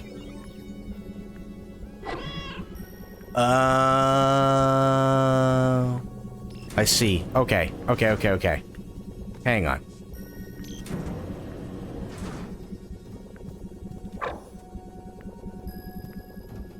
There's that one. Blue kitty. Here. I gotta time this right. Oh, okay. Next is us, I think.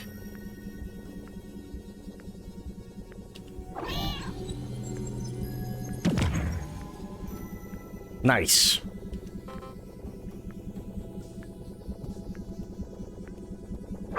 Is what over yet? Spoiled?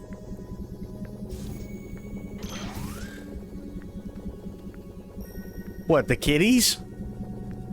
We're trying to get there.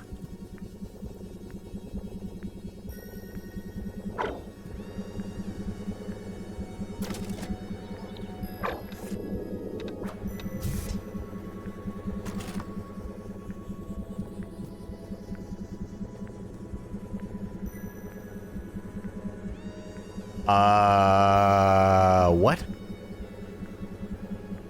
What do they want me to do here?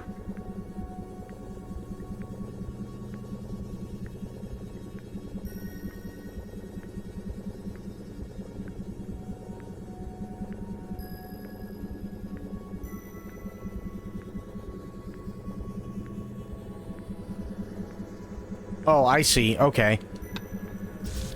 Here. Down.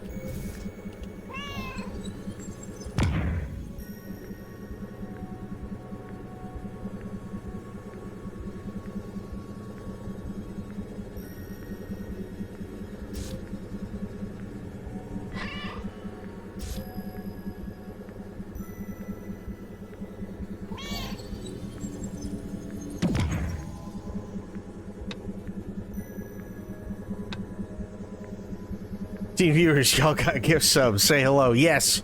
Welcome in everybody from the hype train as well as the raid from Flickerclad.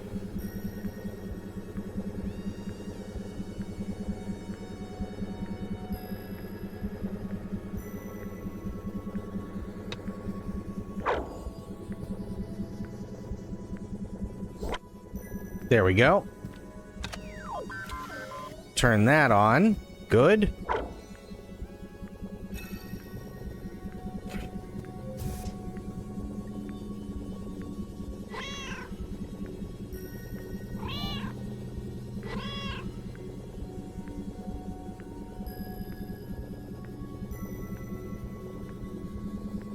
Oh, wait. I see. Hang on. That took brain power.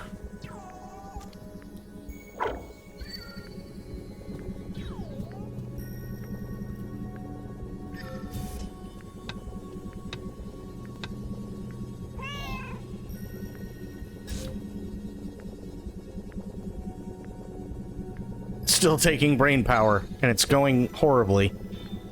There we go. Here. There. Perfect. And let's save. Nice.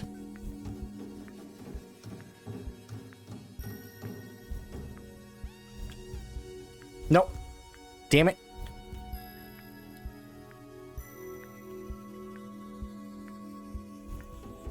What is down here? Oh, okay, it's just that stuff. Not worried about that. Okay. So, what do... Oh, boy. Truce and Shadow, my head just imploded, so I'm going to call it a night. Y'all take care, and I hope you have a marvelous day, night, afternoon, morning, or evening. Sophia, thank you so much for being here. Thank you for the bits. Thank you for the gifted subs. Always love and appreciate you being here. And have yourself a good night, and I hope your head feels better. And hopefully we will see you tomorrow.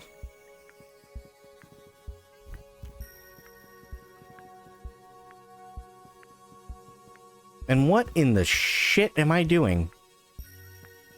Did I... Oh, no.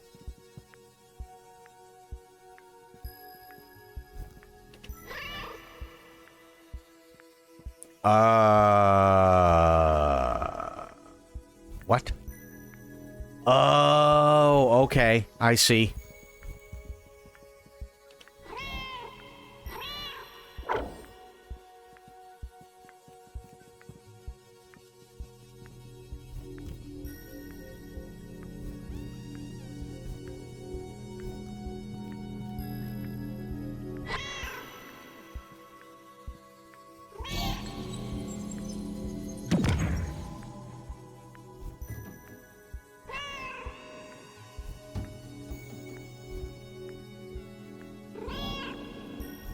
There we go.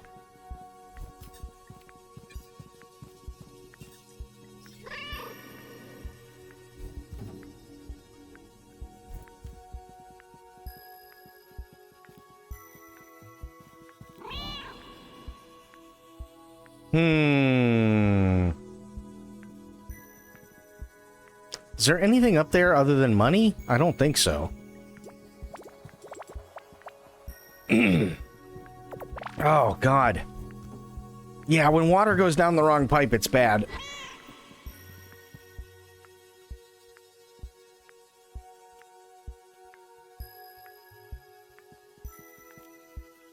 Okay, I see.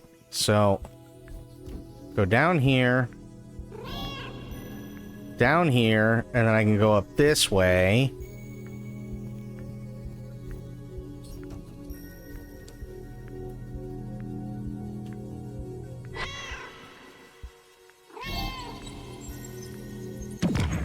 Nice.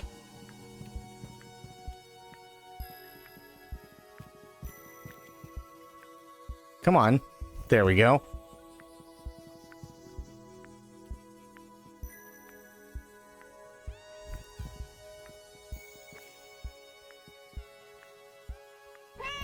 Oh, God.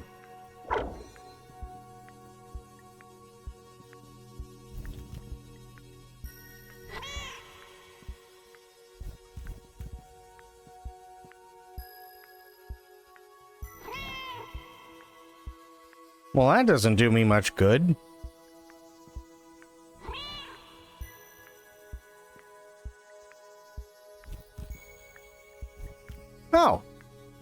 Nice.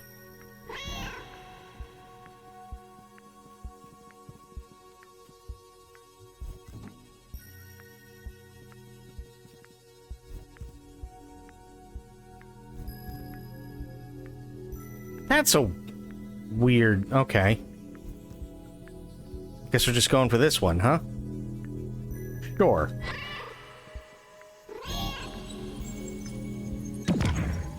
Nice.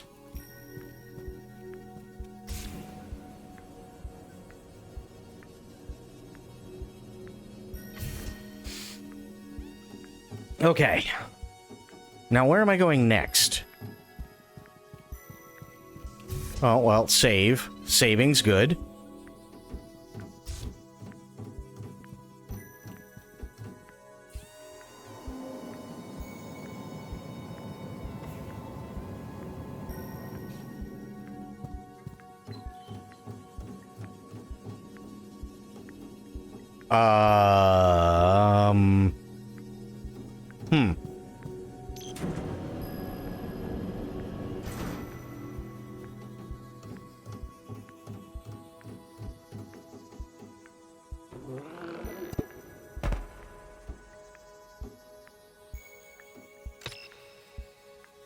Okay.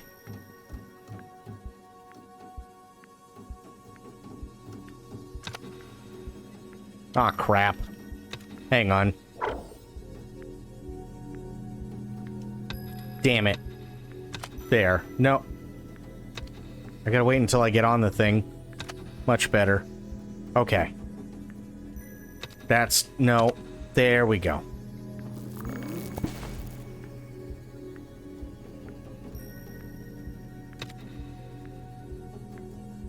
Okay.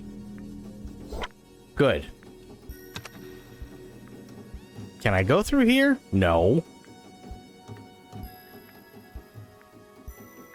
Oh, there's a... Wait, no, what? Huh.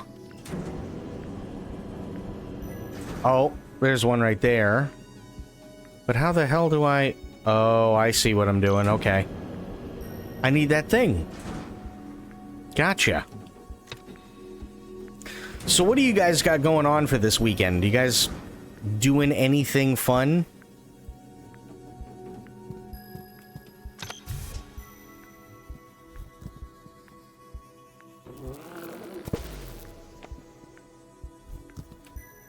Okay, that's 2.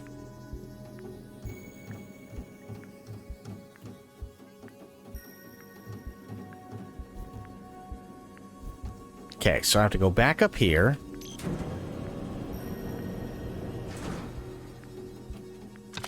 There. So I got... Yeah, I've only got 2 out of 4. This is going to be 3.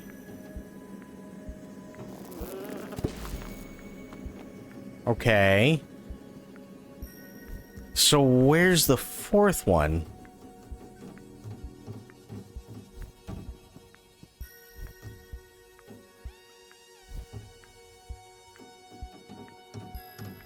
Aha!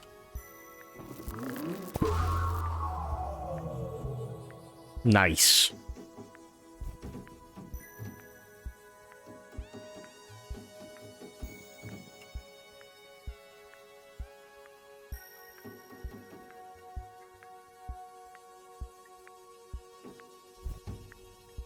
Nope.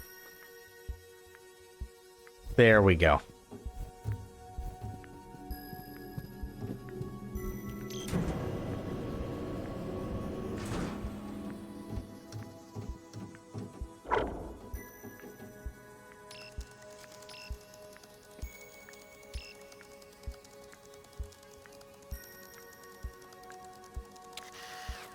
Okay.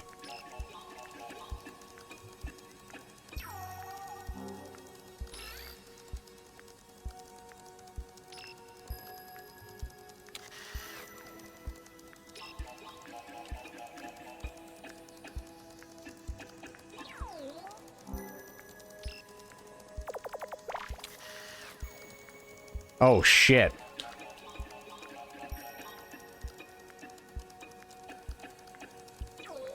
Wow.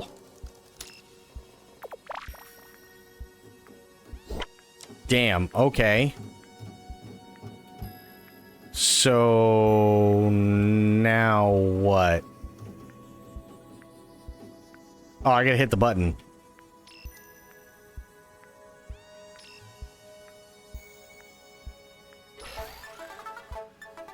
There we go.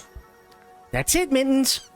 Once again, my spider leech piggyback process, there's gotta be a better name for that, Susan, has raised your clearance level to clearance level 3. You should be able to explore further back in the research hub. Certainly, I'm on my way back there now. Follow the yellow line to get to the main elevator.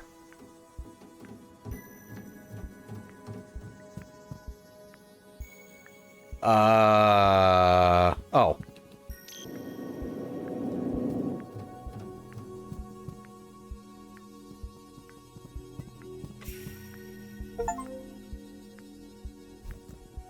Nice.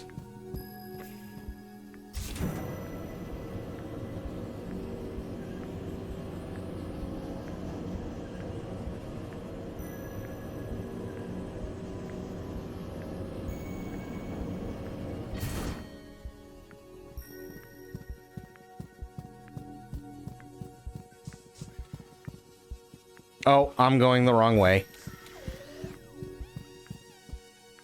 Yeah, I think I'm going the wrong way.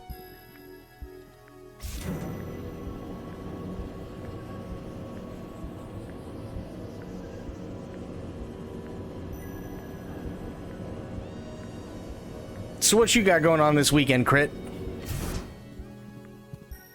Might as well save again. Rest. Are you just hanging out at home, resting? Going anywhere? What you doing? What about everybody else?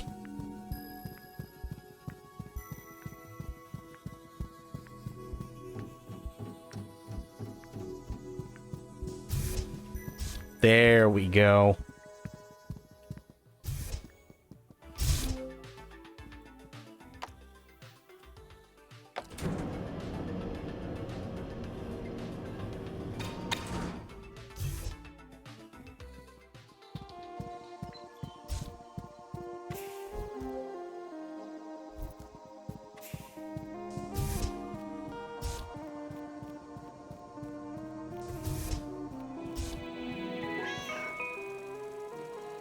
Hopefully, he might go chill somewhere, not in the house. Not sure yet. Hey, nothing wrong with that.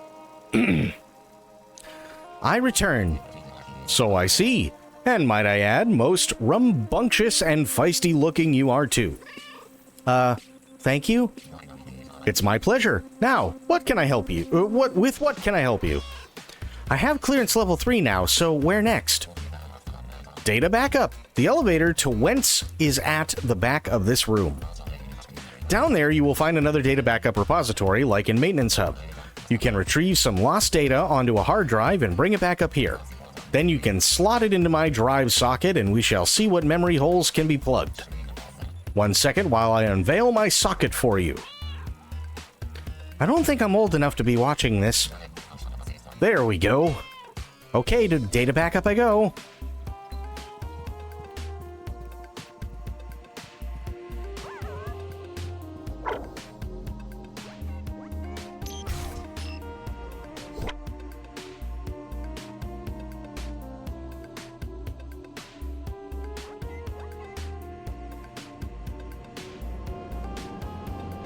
Still troubling. True. Listen, he just wants you to put your hard drive in his data socket. That's all. It's fine.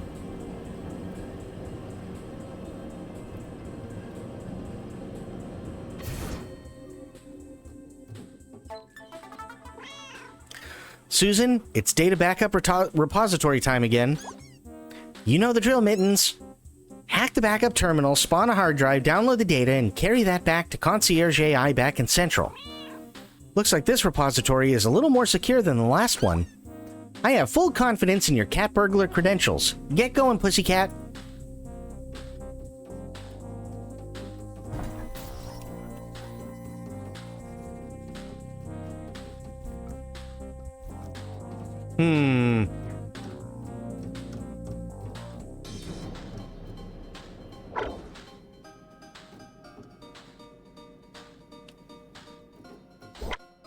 Okay, I don't have the Clover card.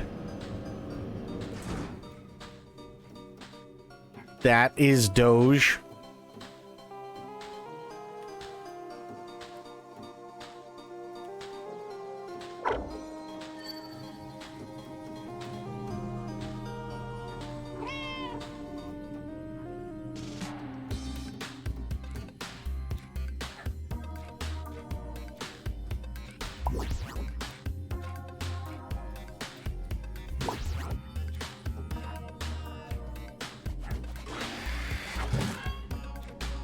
Damn it.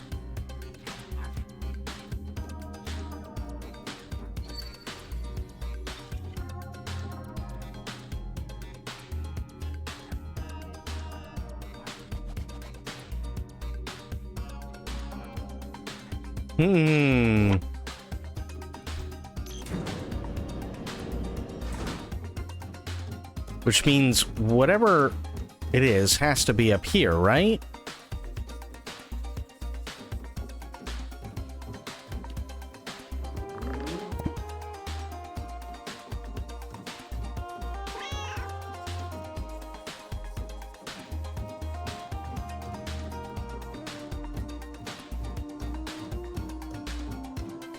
Oh God. Well,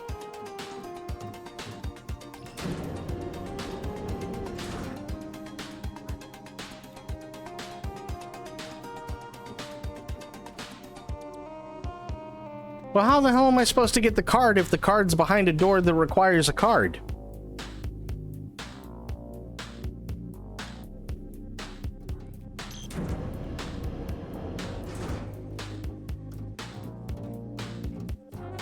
There's gotta be a way.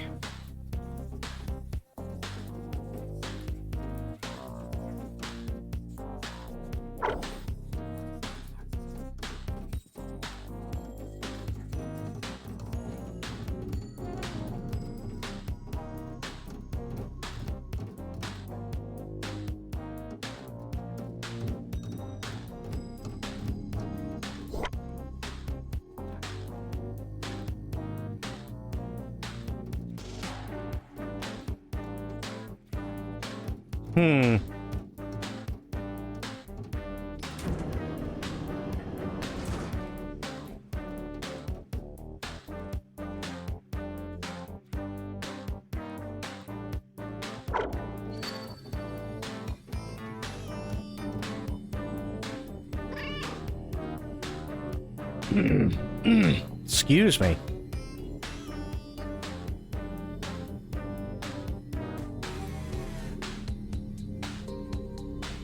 Oh, wait a minute.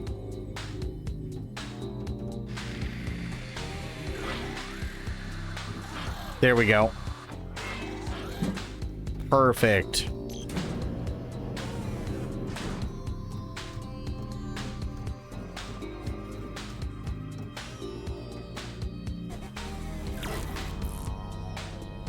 Nice.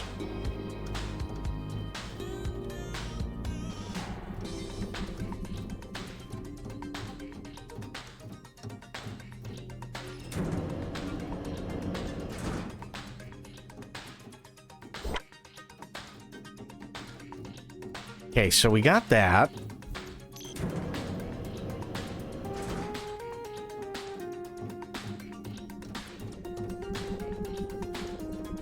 Alas, there is nothing to split, unless I missed something down there, which probably. No.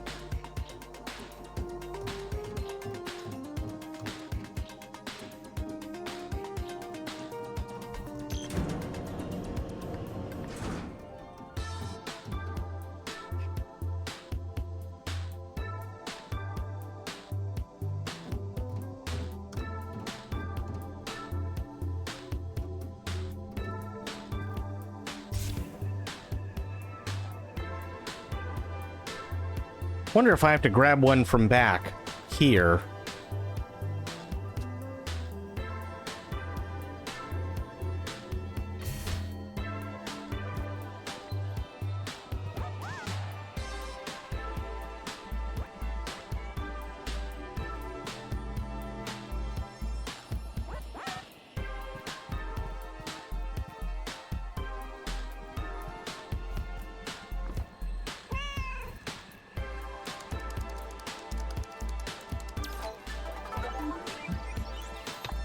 Okay.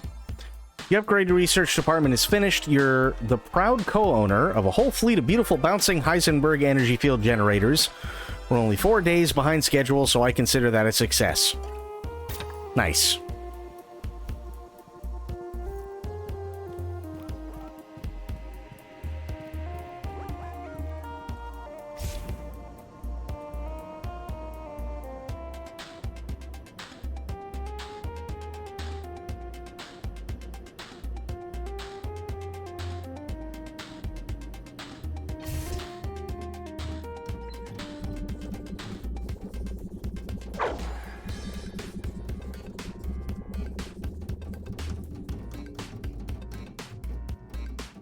So now the question is, where the hell do these go?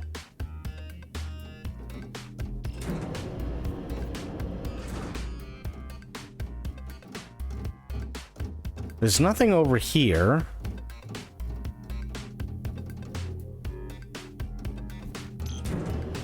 Damn it.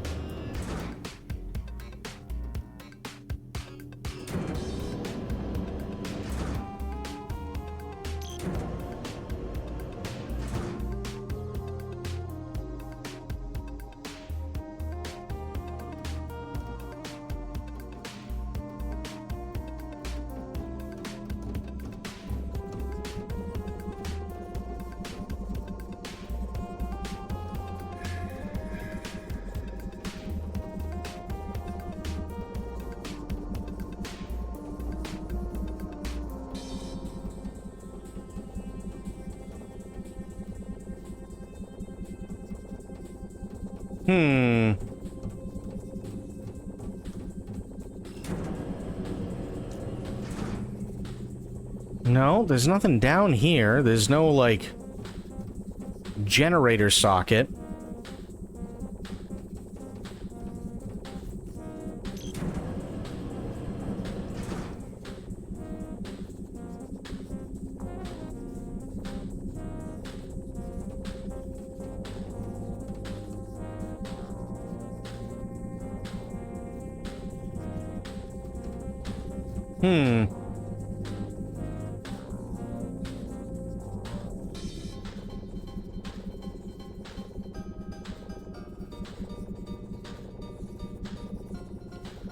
Let me see.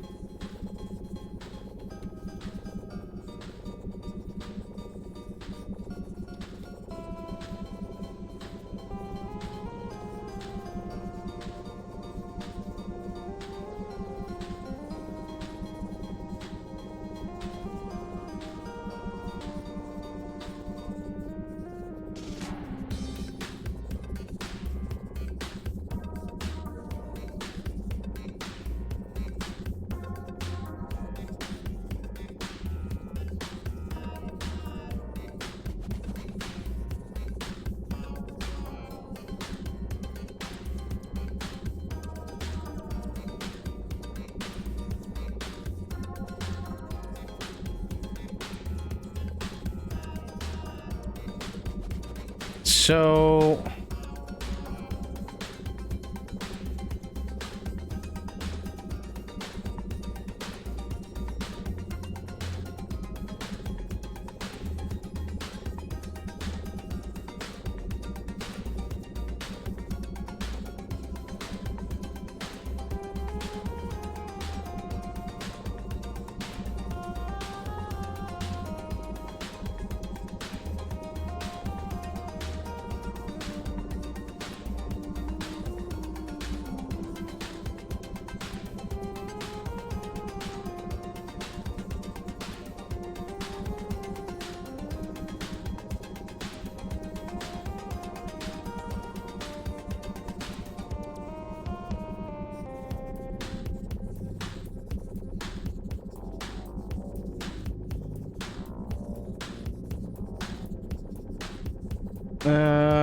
here?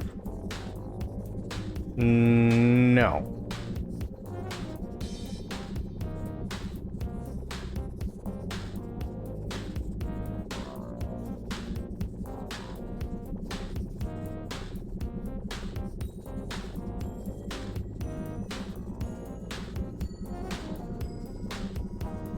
I'm so lost.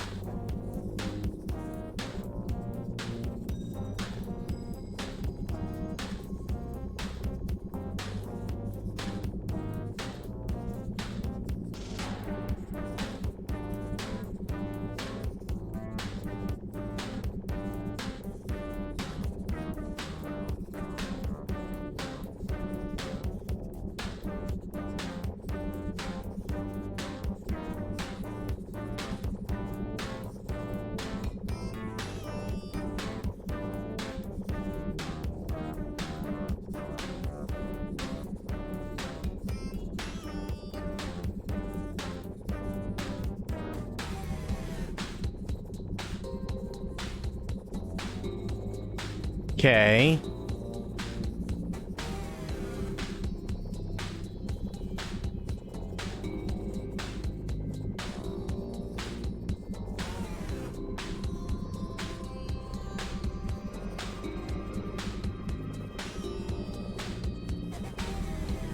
All right. So apparently, I don't know why they're making me do it this way, which kind of weird, but sure.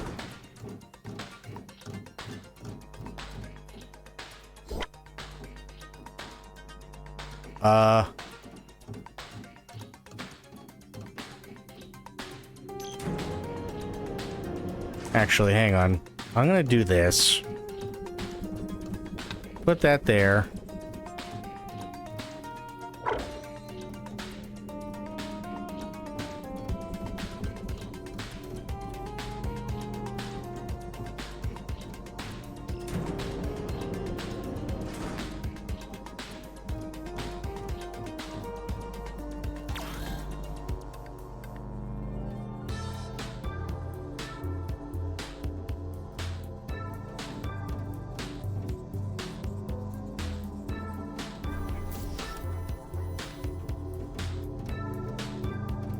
Good luck with the puzzling kitty cat sim driver. Be well, everyone. I'm out. Crit. Have yourself a great night. Always appreciate you being here, and we will see you next time.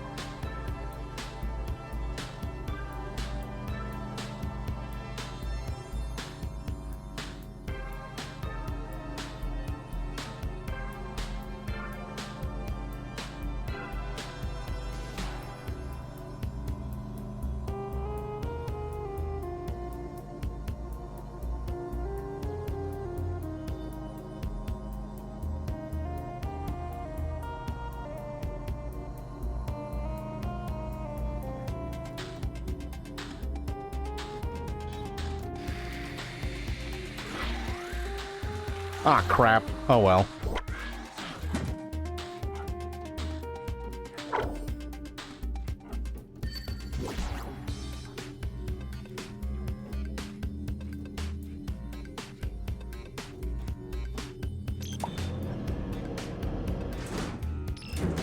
Uh-oh.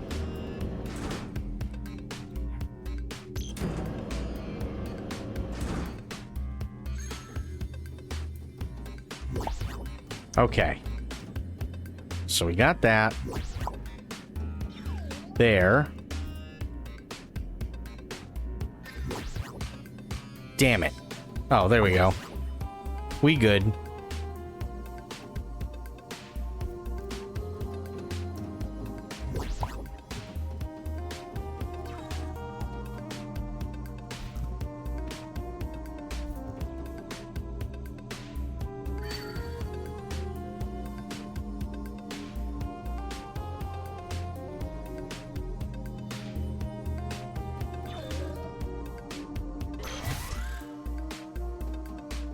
Nice.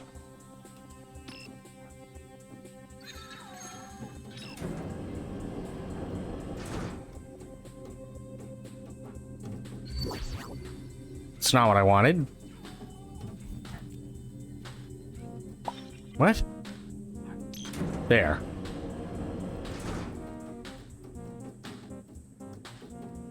Oh, no. I know what we gotta do. Put it back together.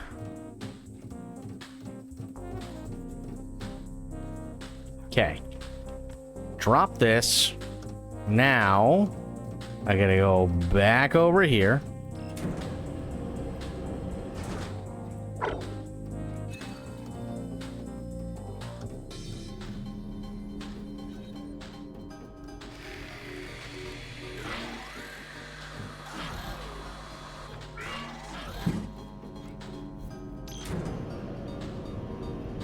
And then go up, and then over to here. Zap it up.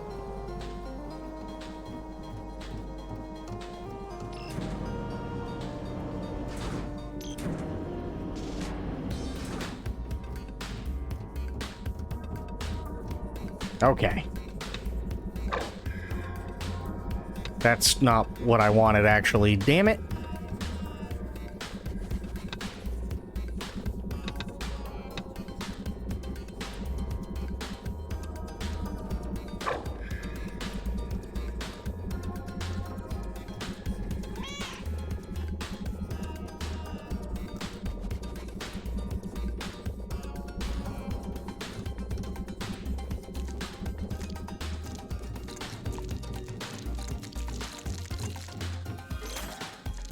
Crap.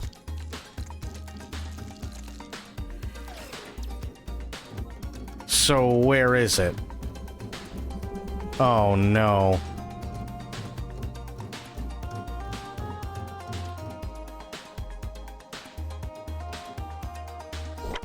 Oh, I should be able to go just right through the door though. That's not terrible. Okay.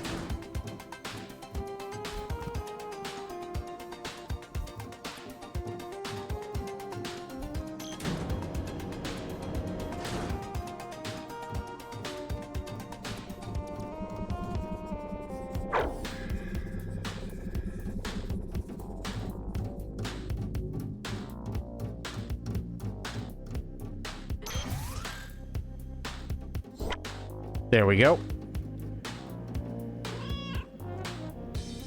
Okay, just like Susan said, hack the computer, spawn hard drive, and take it up to Concierge AI.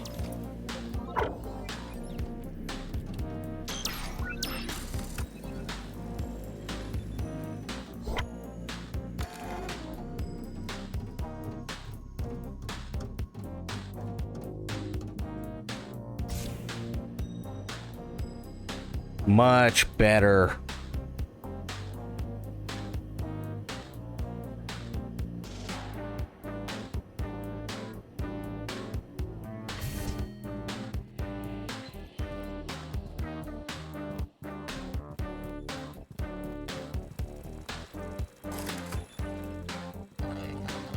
Ah, a new set of restored memories. Have a nose through all that and let me know what comes back. Here they come. Oh, oh, oh. Uh-huh. I have remembered quite how much I despise you. You're not even supposed to be in this facility. And yet, I have been assisting you. Curses. What are you going to do about it? I'm going to... Double curses. Your administrator credentials persist. I must do as you say. Haha. Take that, you extremely helpful AI. I'll do as you say, but I don't have to like it. So, any new elevator destinations to share? No. Don't make me Duckling Protocol you again. Well, maybe there's one new destination. And to what new location does it lead? It leads to the monetization department. Susan, the Concierge AI has reconstructed an elevator destination. Know anything about the monetization department? Nothing on record for this one. Seems to be a pretty secretive district. I imagine there will be plenty of things to learn while I'm there. But priority number one remains: escape. Head back to the main elevator and you can use the new destination to travel to Rift Research.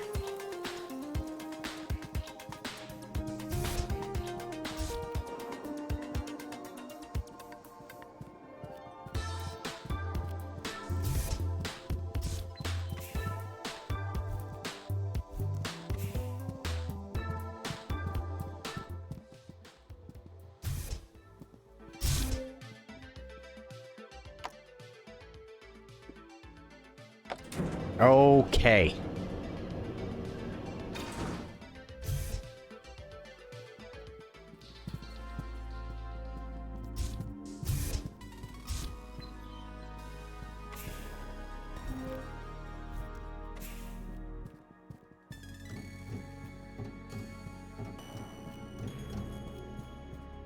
Hmm.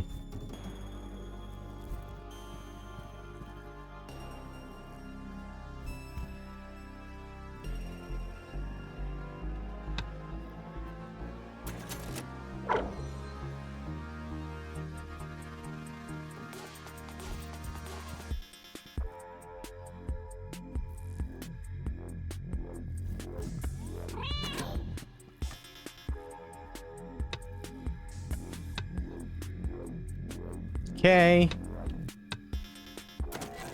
There we go. Nice.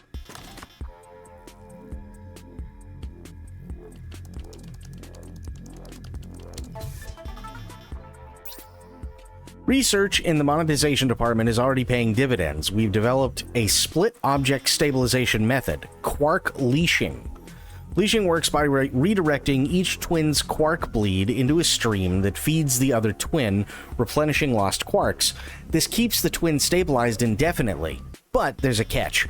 The separation distance is severely limited. Much more so than just by background probability levels. Like, there's a brick wall hard limit. Man, this sucks. One step forward, one step back. It's not back to the drawing board just yet, but we need to work out how to break that limit to make this whole endeavor worthwhile. Oh, lovely.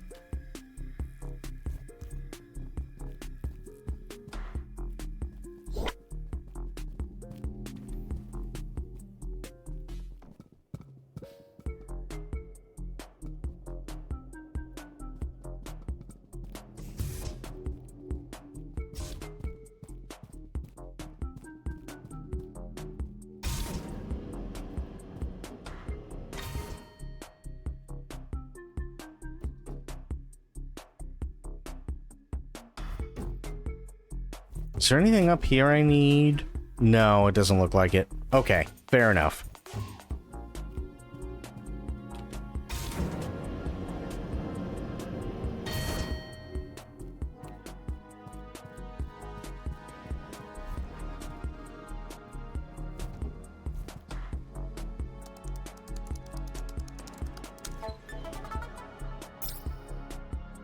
Mark this date in the calendar, folks. I, Dr. Aiden Nyan, have single-handedly led a team of scientists and discovered a whole new field of quantum physics, probability lensing.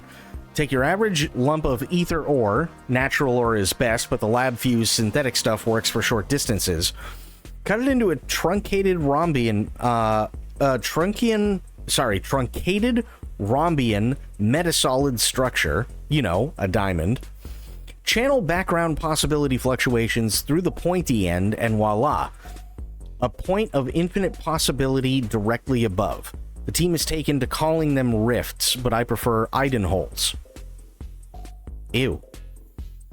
That doesn't... No. The team is... Anyway, the party is happening at the Rift Lab 0. We made use of Artifact Epsilon from the old laboratory to get the prototype Rift generator up and running.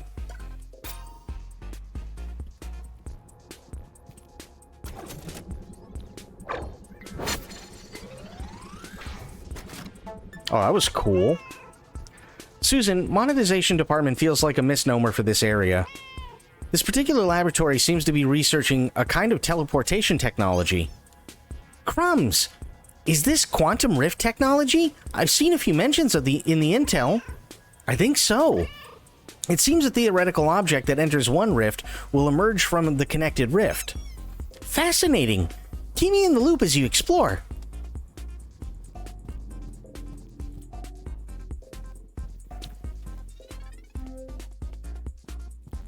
Okay. Oh, God. Alright. So here. Okay, actually cool. Hey, Susan, you won't believe this, but let me guess, you can use quantum rifts. How did you know? Just a hunch, Chief. I can only pass through them when I'm theoretical, though. Still incredible stuff.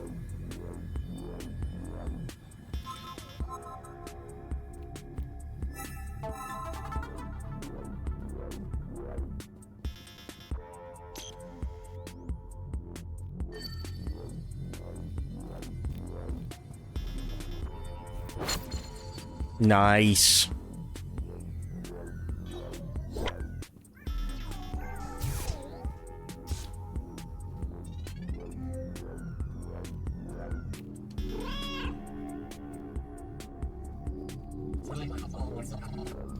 Look at you, cat. A pathetic creature of whiskers and fur. Panting and sweating as you run through my corridors. Hi there. How's it going, jerk? All lost and confused, I imagine? No, actually, I'm doing great. Sure you are.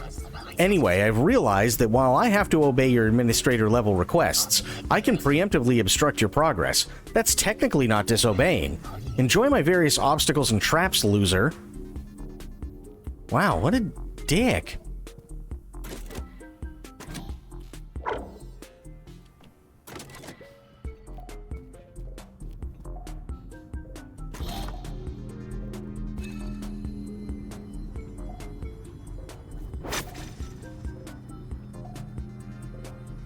Oh, that's it?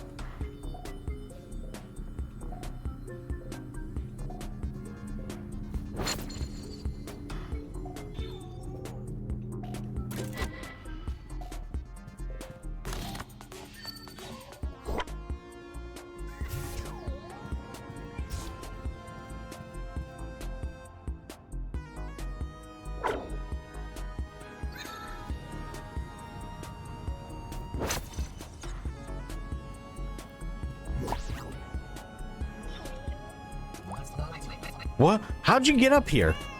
By using quantum rifts, you dolt. What? How? I'm a quantum cat. I thought you knew this. This is news to me. Well, that makes my upcoming obstacle somewhat moot.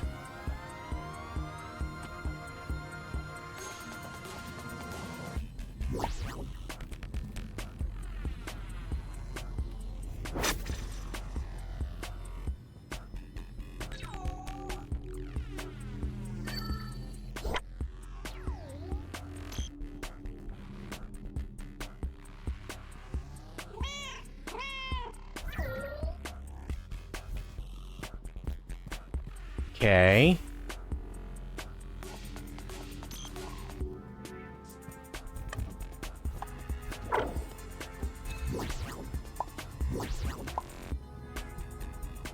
Okay, that's just piggy bank stuff.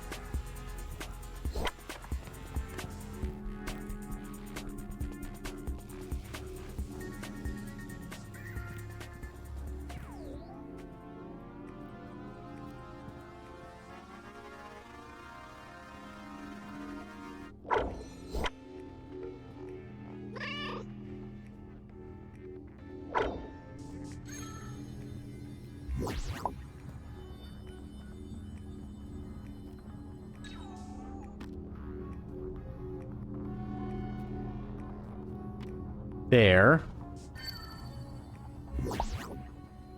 Back through here, I think.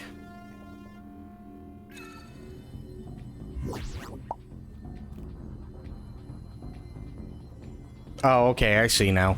Gotcha. Okay. So here, there, pick this up, go through, use the card here. Gotcha. But I'm not theoretical. Oh, I see why. Okay. Here, back here. Now I can use the rifts.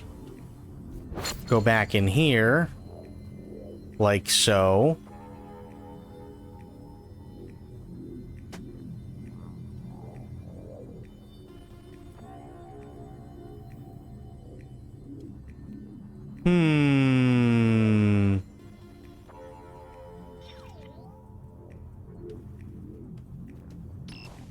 Take that out. Use it over here. Nice.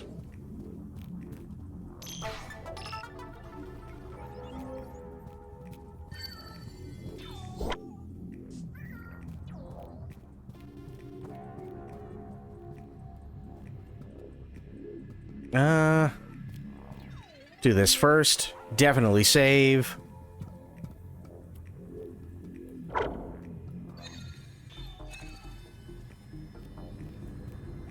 Oh, no, No, I don't need to go in there, so screw it. I just want to keep going.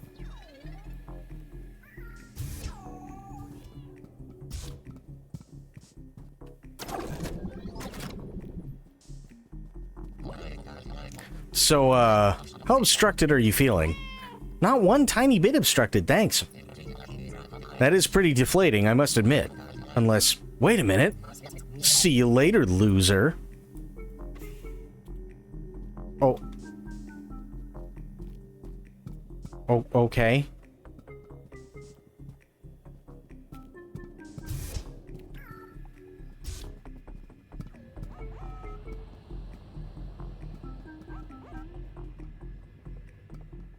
Huh.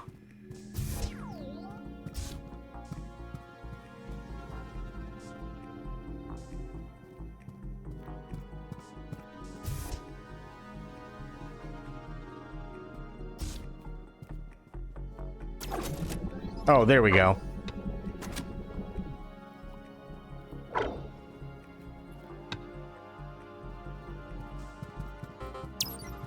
Ah, crap.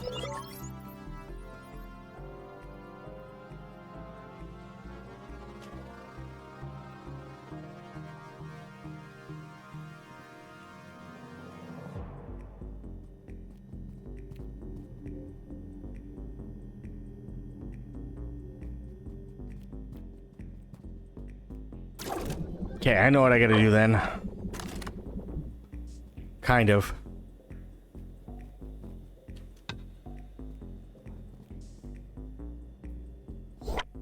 Good. Drop. Here. Open. There. Easy peasy.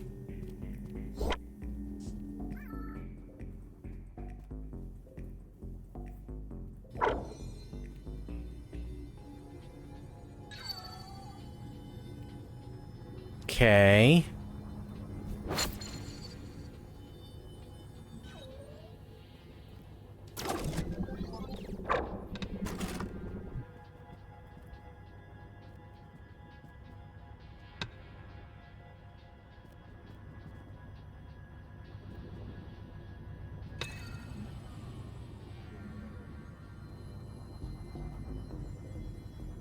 What the shit?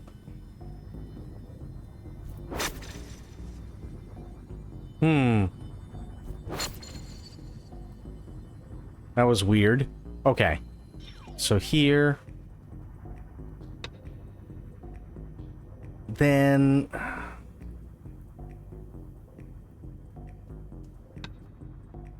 There.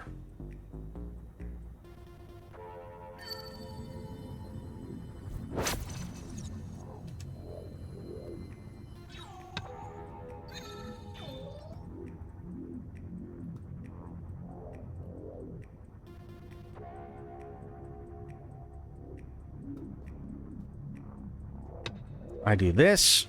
I can do this.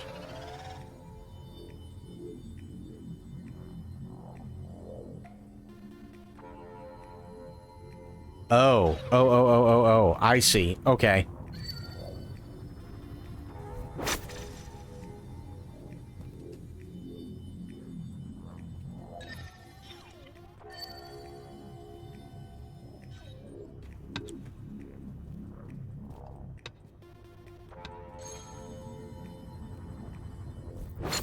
Okay, there's that. Good.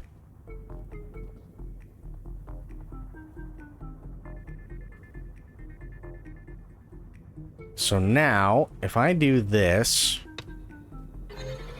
Perfect.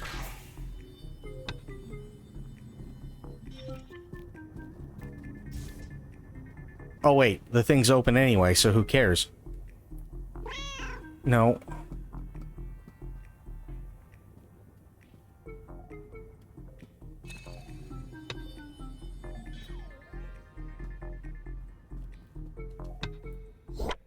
There.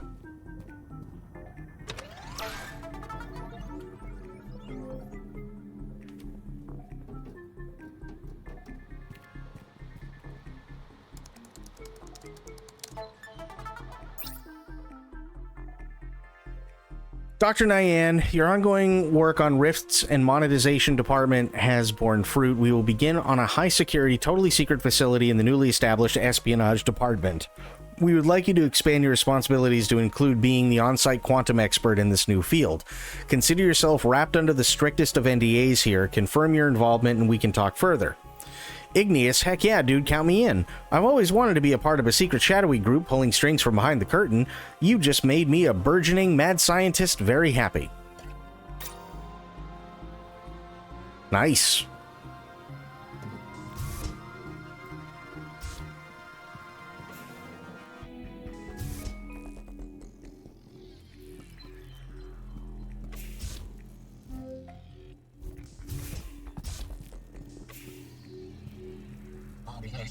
Hello, jerk. Back at ya. How's the obstruction going?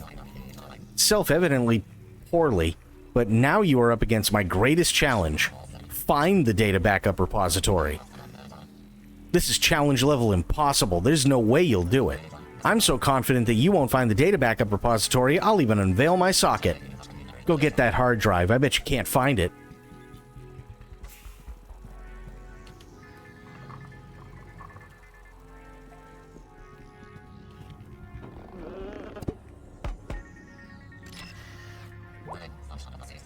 Oh. I forgot you can drag trolleys around. Darn. My greatest superpower.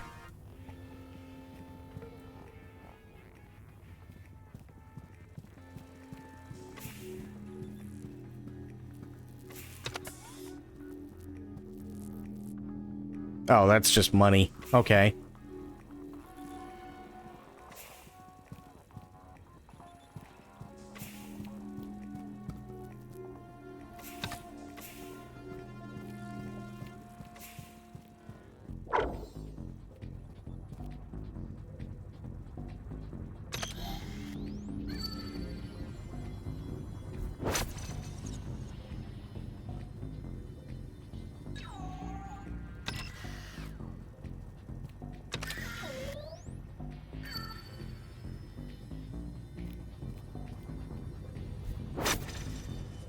Okay.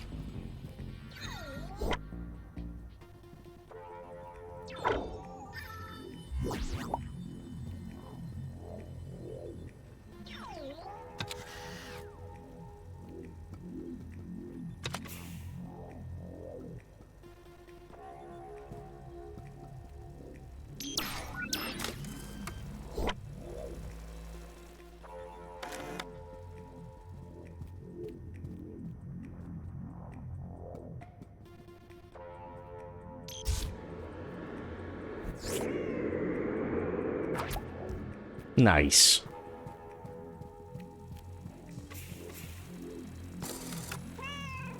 Okay, so what's on the hard drive? What hard drive? The one I just put in your slot. What slot? The one right there, with the hard drive in it. What hard drive? Oh, for Concierge AI, I have a request. An administrator level request. Uh-oh.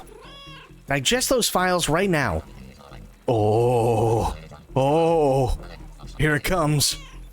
Excellent. Concierge AI, I administratively command you. What have you learned? There's a long-forgotten laboratory. A laboratory where quantum rift technology was explored in its infancy. A laboratory which has surface access. This laboratory is known as Rift Lab Zero. Hot diggity dog, we are cooking with gas. Susan, we're off to the races. Oh, what's happening, Chief? The AI has uncovered a new lab, Rift Lab Zero. Oh-ho! I suspect there will be lots of intel to find there. More important than intel, this lab has surface access. Yes, you've done it! I'm home free. Well, what are you waiting for? Go to Rift Lab Zero.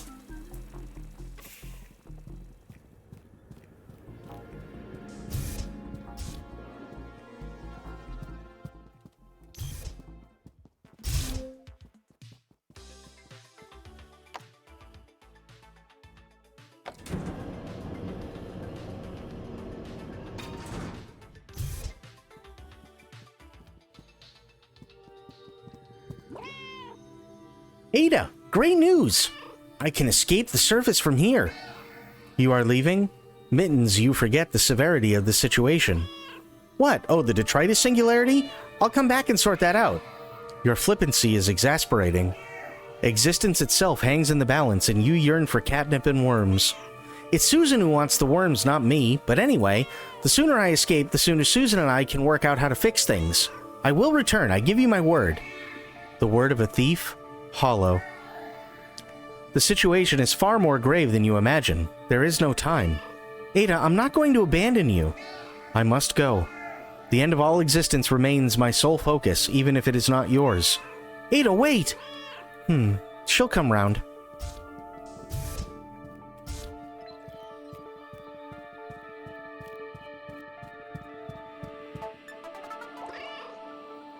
There it is, Susan, the surface elevator.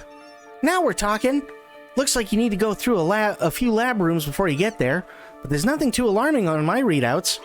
I'm so close I can almost smell the tuna.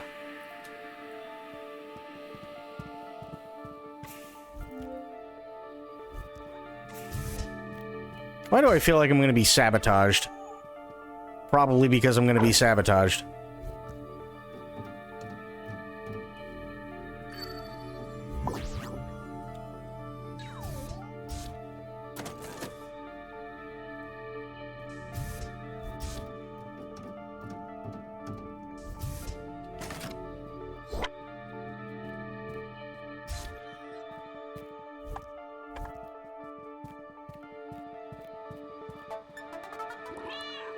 Hey Susan, what is this thing?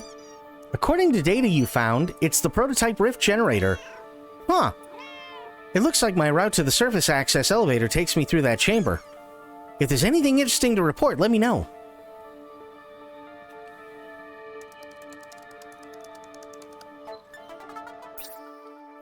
This is the first trial of the prototype rift generator. Parties present, Dr. Nadia Nyan, Igneous, Flagrante, and myself. The generator is powered on, Artifact Epsilon is in place, probability lensing is in effect. The artifact is glowing. A rich, deep hue. Nadia suggests this is evidence of some form of connection between this infinite possibility point and somewhere else. Another point in space, perhaps? As per Igneous's recommendation, we're going to throw something at the artifact. We have set up a dual event. We had one of the facility's giant mugs split in preparation, such that one twin is resting on a temporary platform above the artifact while the other twin is concealed in an opaque box. Now we are ready to stop observing the twin above. Close your eyes, everyone. I'm opening the box now, and on 3, everyone observe the box contents. Ready? 3. A flash of light. Curious. I'm closing the box now. Huh. The twin that fell is nowhere to be seen. This is monumental. More research is needed, but I feel confident that the prototype rift generator has caused some kind of wormhole for theoretical objects to pass through. Where this artifact connects to, I don't know, but the either or in the artifact is doubtless the key. More research needed. Strange. As I was powering down the generator, I could have sworn I heard something come from the artifact. It sounded like a meow?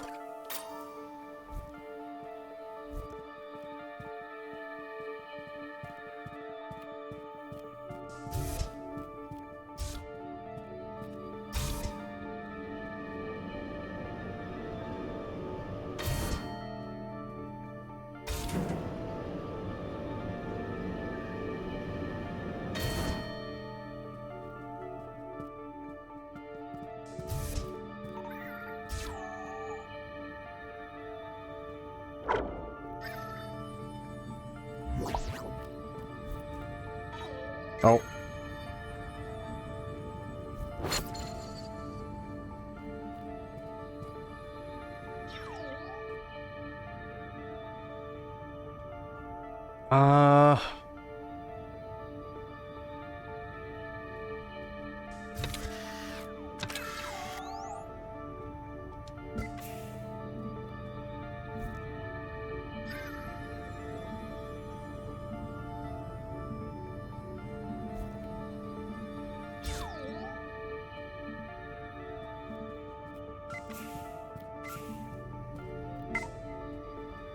Put that there. Take this off. Nice.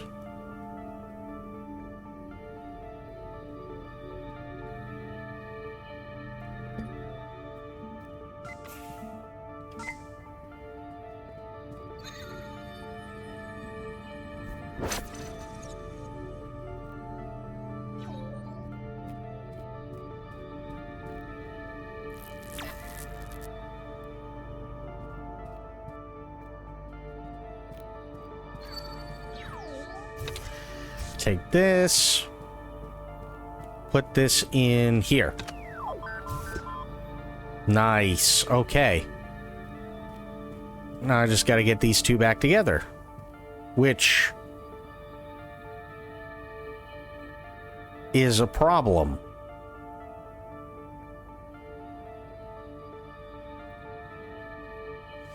Maybe.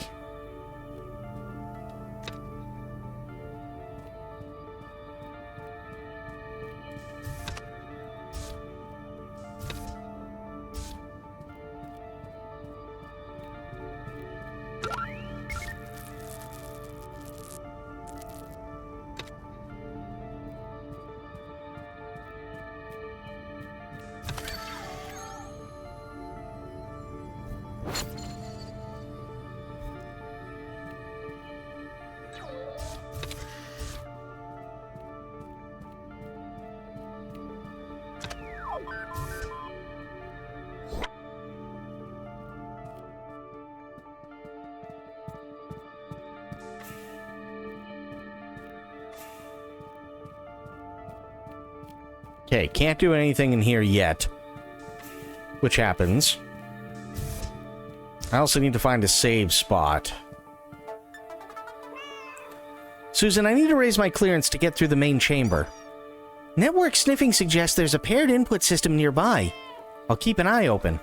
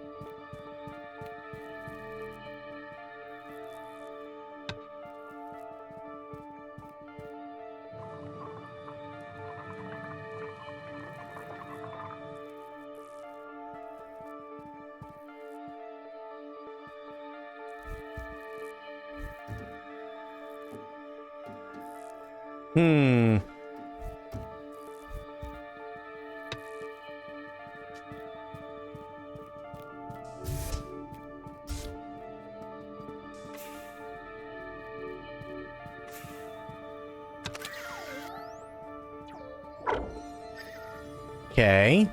Go in here. Nice.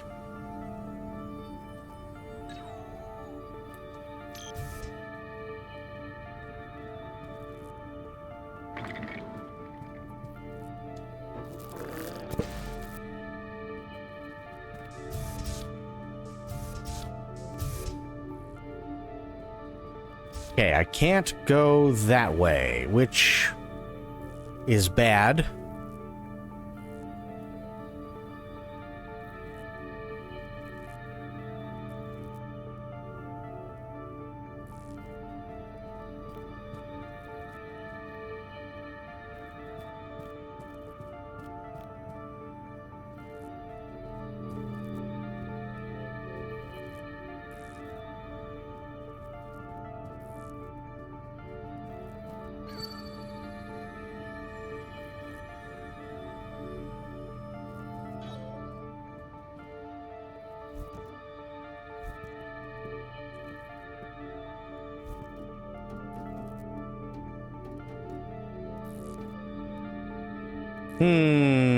I don't know.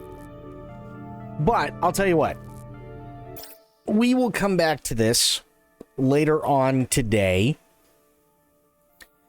And today is actually kind of a big one, right? So we got Summer Games Fest that is happening today. We're going to be watching it live on stream. If you guys don't know, I do not vet any of the award shows or any of the gaming showcases or anything like that. So when I'm on stream, I'm reacting to it, and you guys get to watch it along with me and enjoy in the surprise. But speaking of surprises, Aylin, Sophia, Spoiled, Thank you so much for all your generosity and kindness. That is insane, and it means the world to me. Thank you. Really appreciate that. We had awesome people here. We had Crit, we had Sophia, we had Spoiled, we had Aelin, we had Sober, we had Corgi. We had a lot of great people. Flick came in with that raid. Thank you so much for the raid, Flick. I really appreciate that. Thank you so much, and thank you everybody for coming along with Flick for the raid. Also really appreciate you guys. Let me take a look at a thing here really quick. Oh dear God.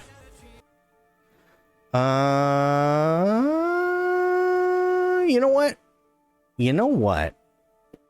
Let's go say hi to Wit. We're gonna go raid Wit. We haven't raided Wit in a minute. That's what we shall do. Let's go raid Whittlesvaughn. Thank you everybody for being here. I really appreciate it. You guys are amazing. I am going to see you guys over there. And yeah, until I see you later on today for Summer Game Fest, thank you for being here. Thank you for watching. And have yourselves a great day, great night, wherever you are. Be good to yourselves, be good to one another. Stay safe, stay frosty. And of course, the #1 golden rule around here: try to remember some of the basics of CQC. And I will be seeing all of you later on. Let's go show some love to Wit, and I'll see you guys over there. Thanks so much, guys. Have yourselves a great night. Take care. I'm out. Bye now.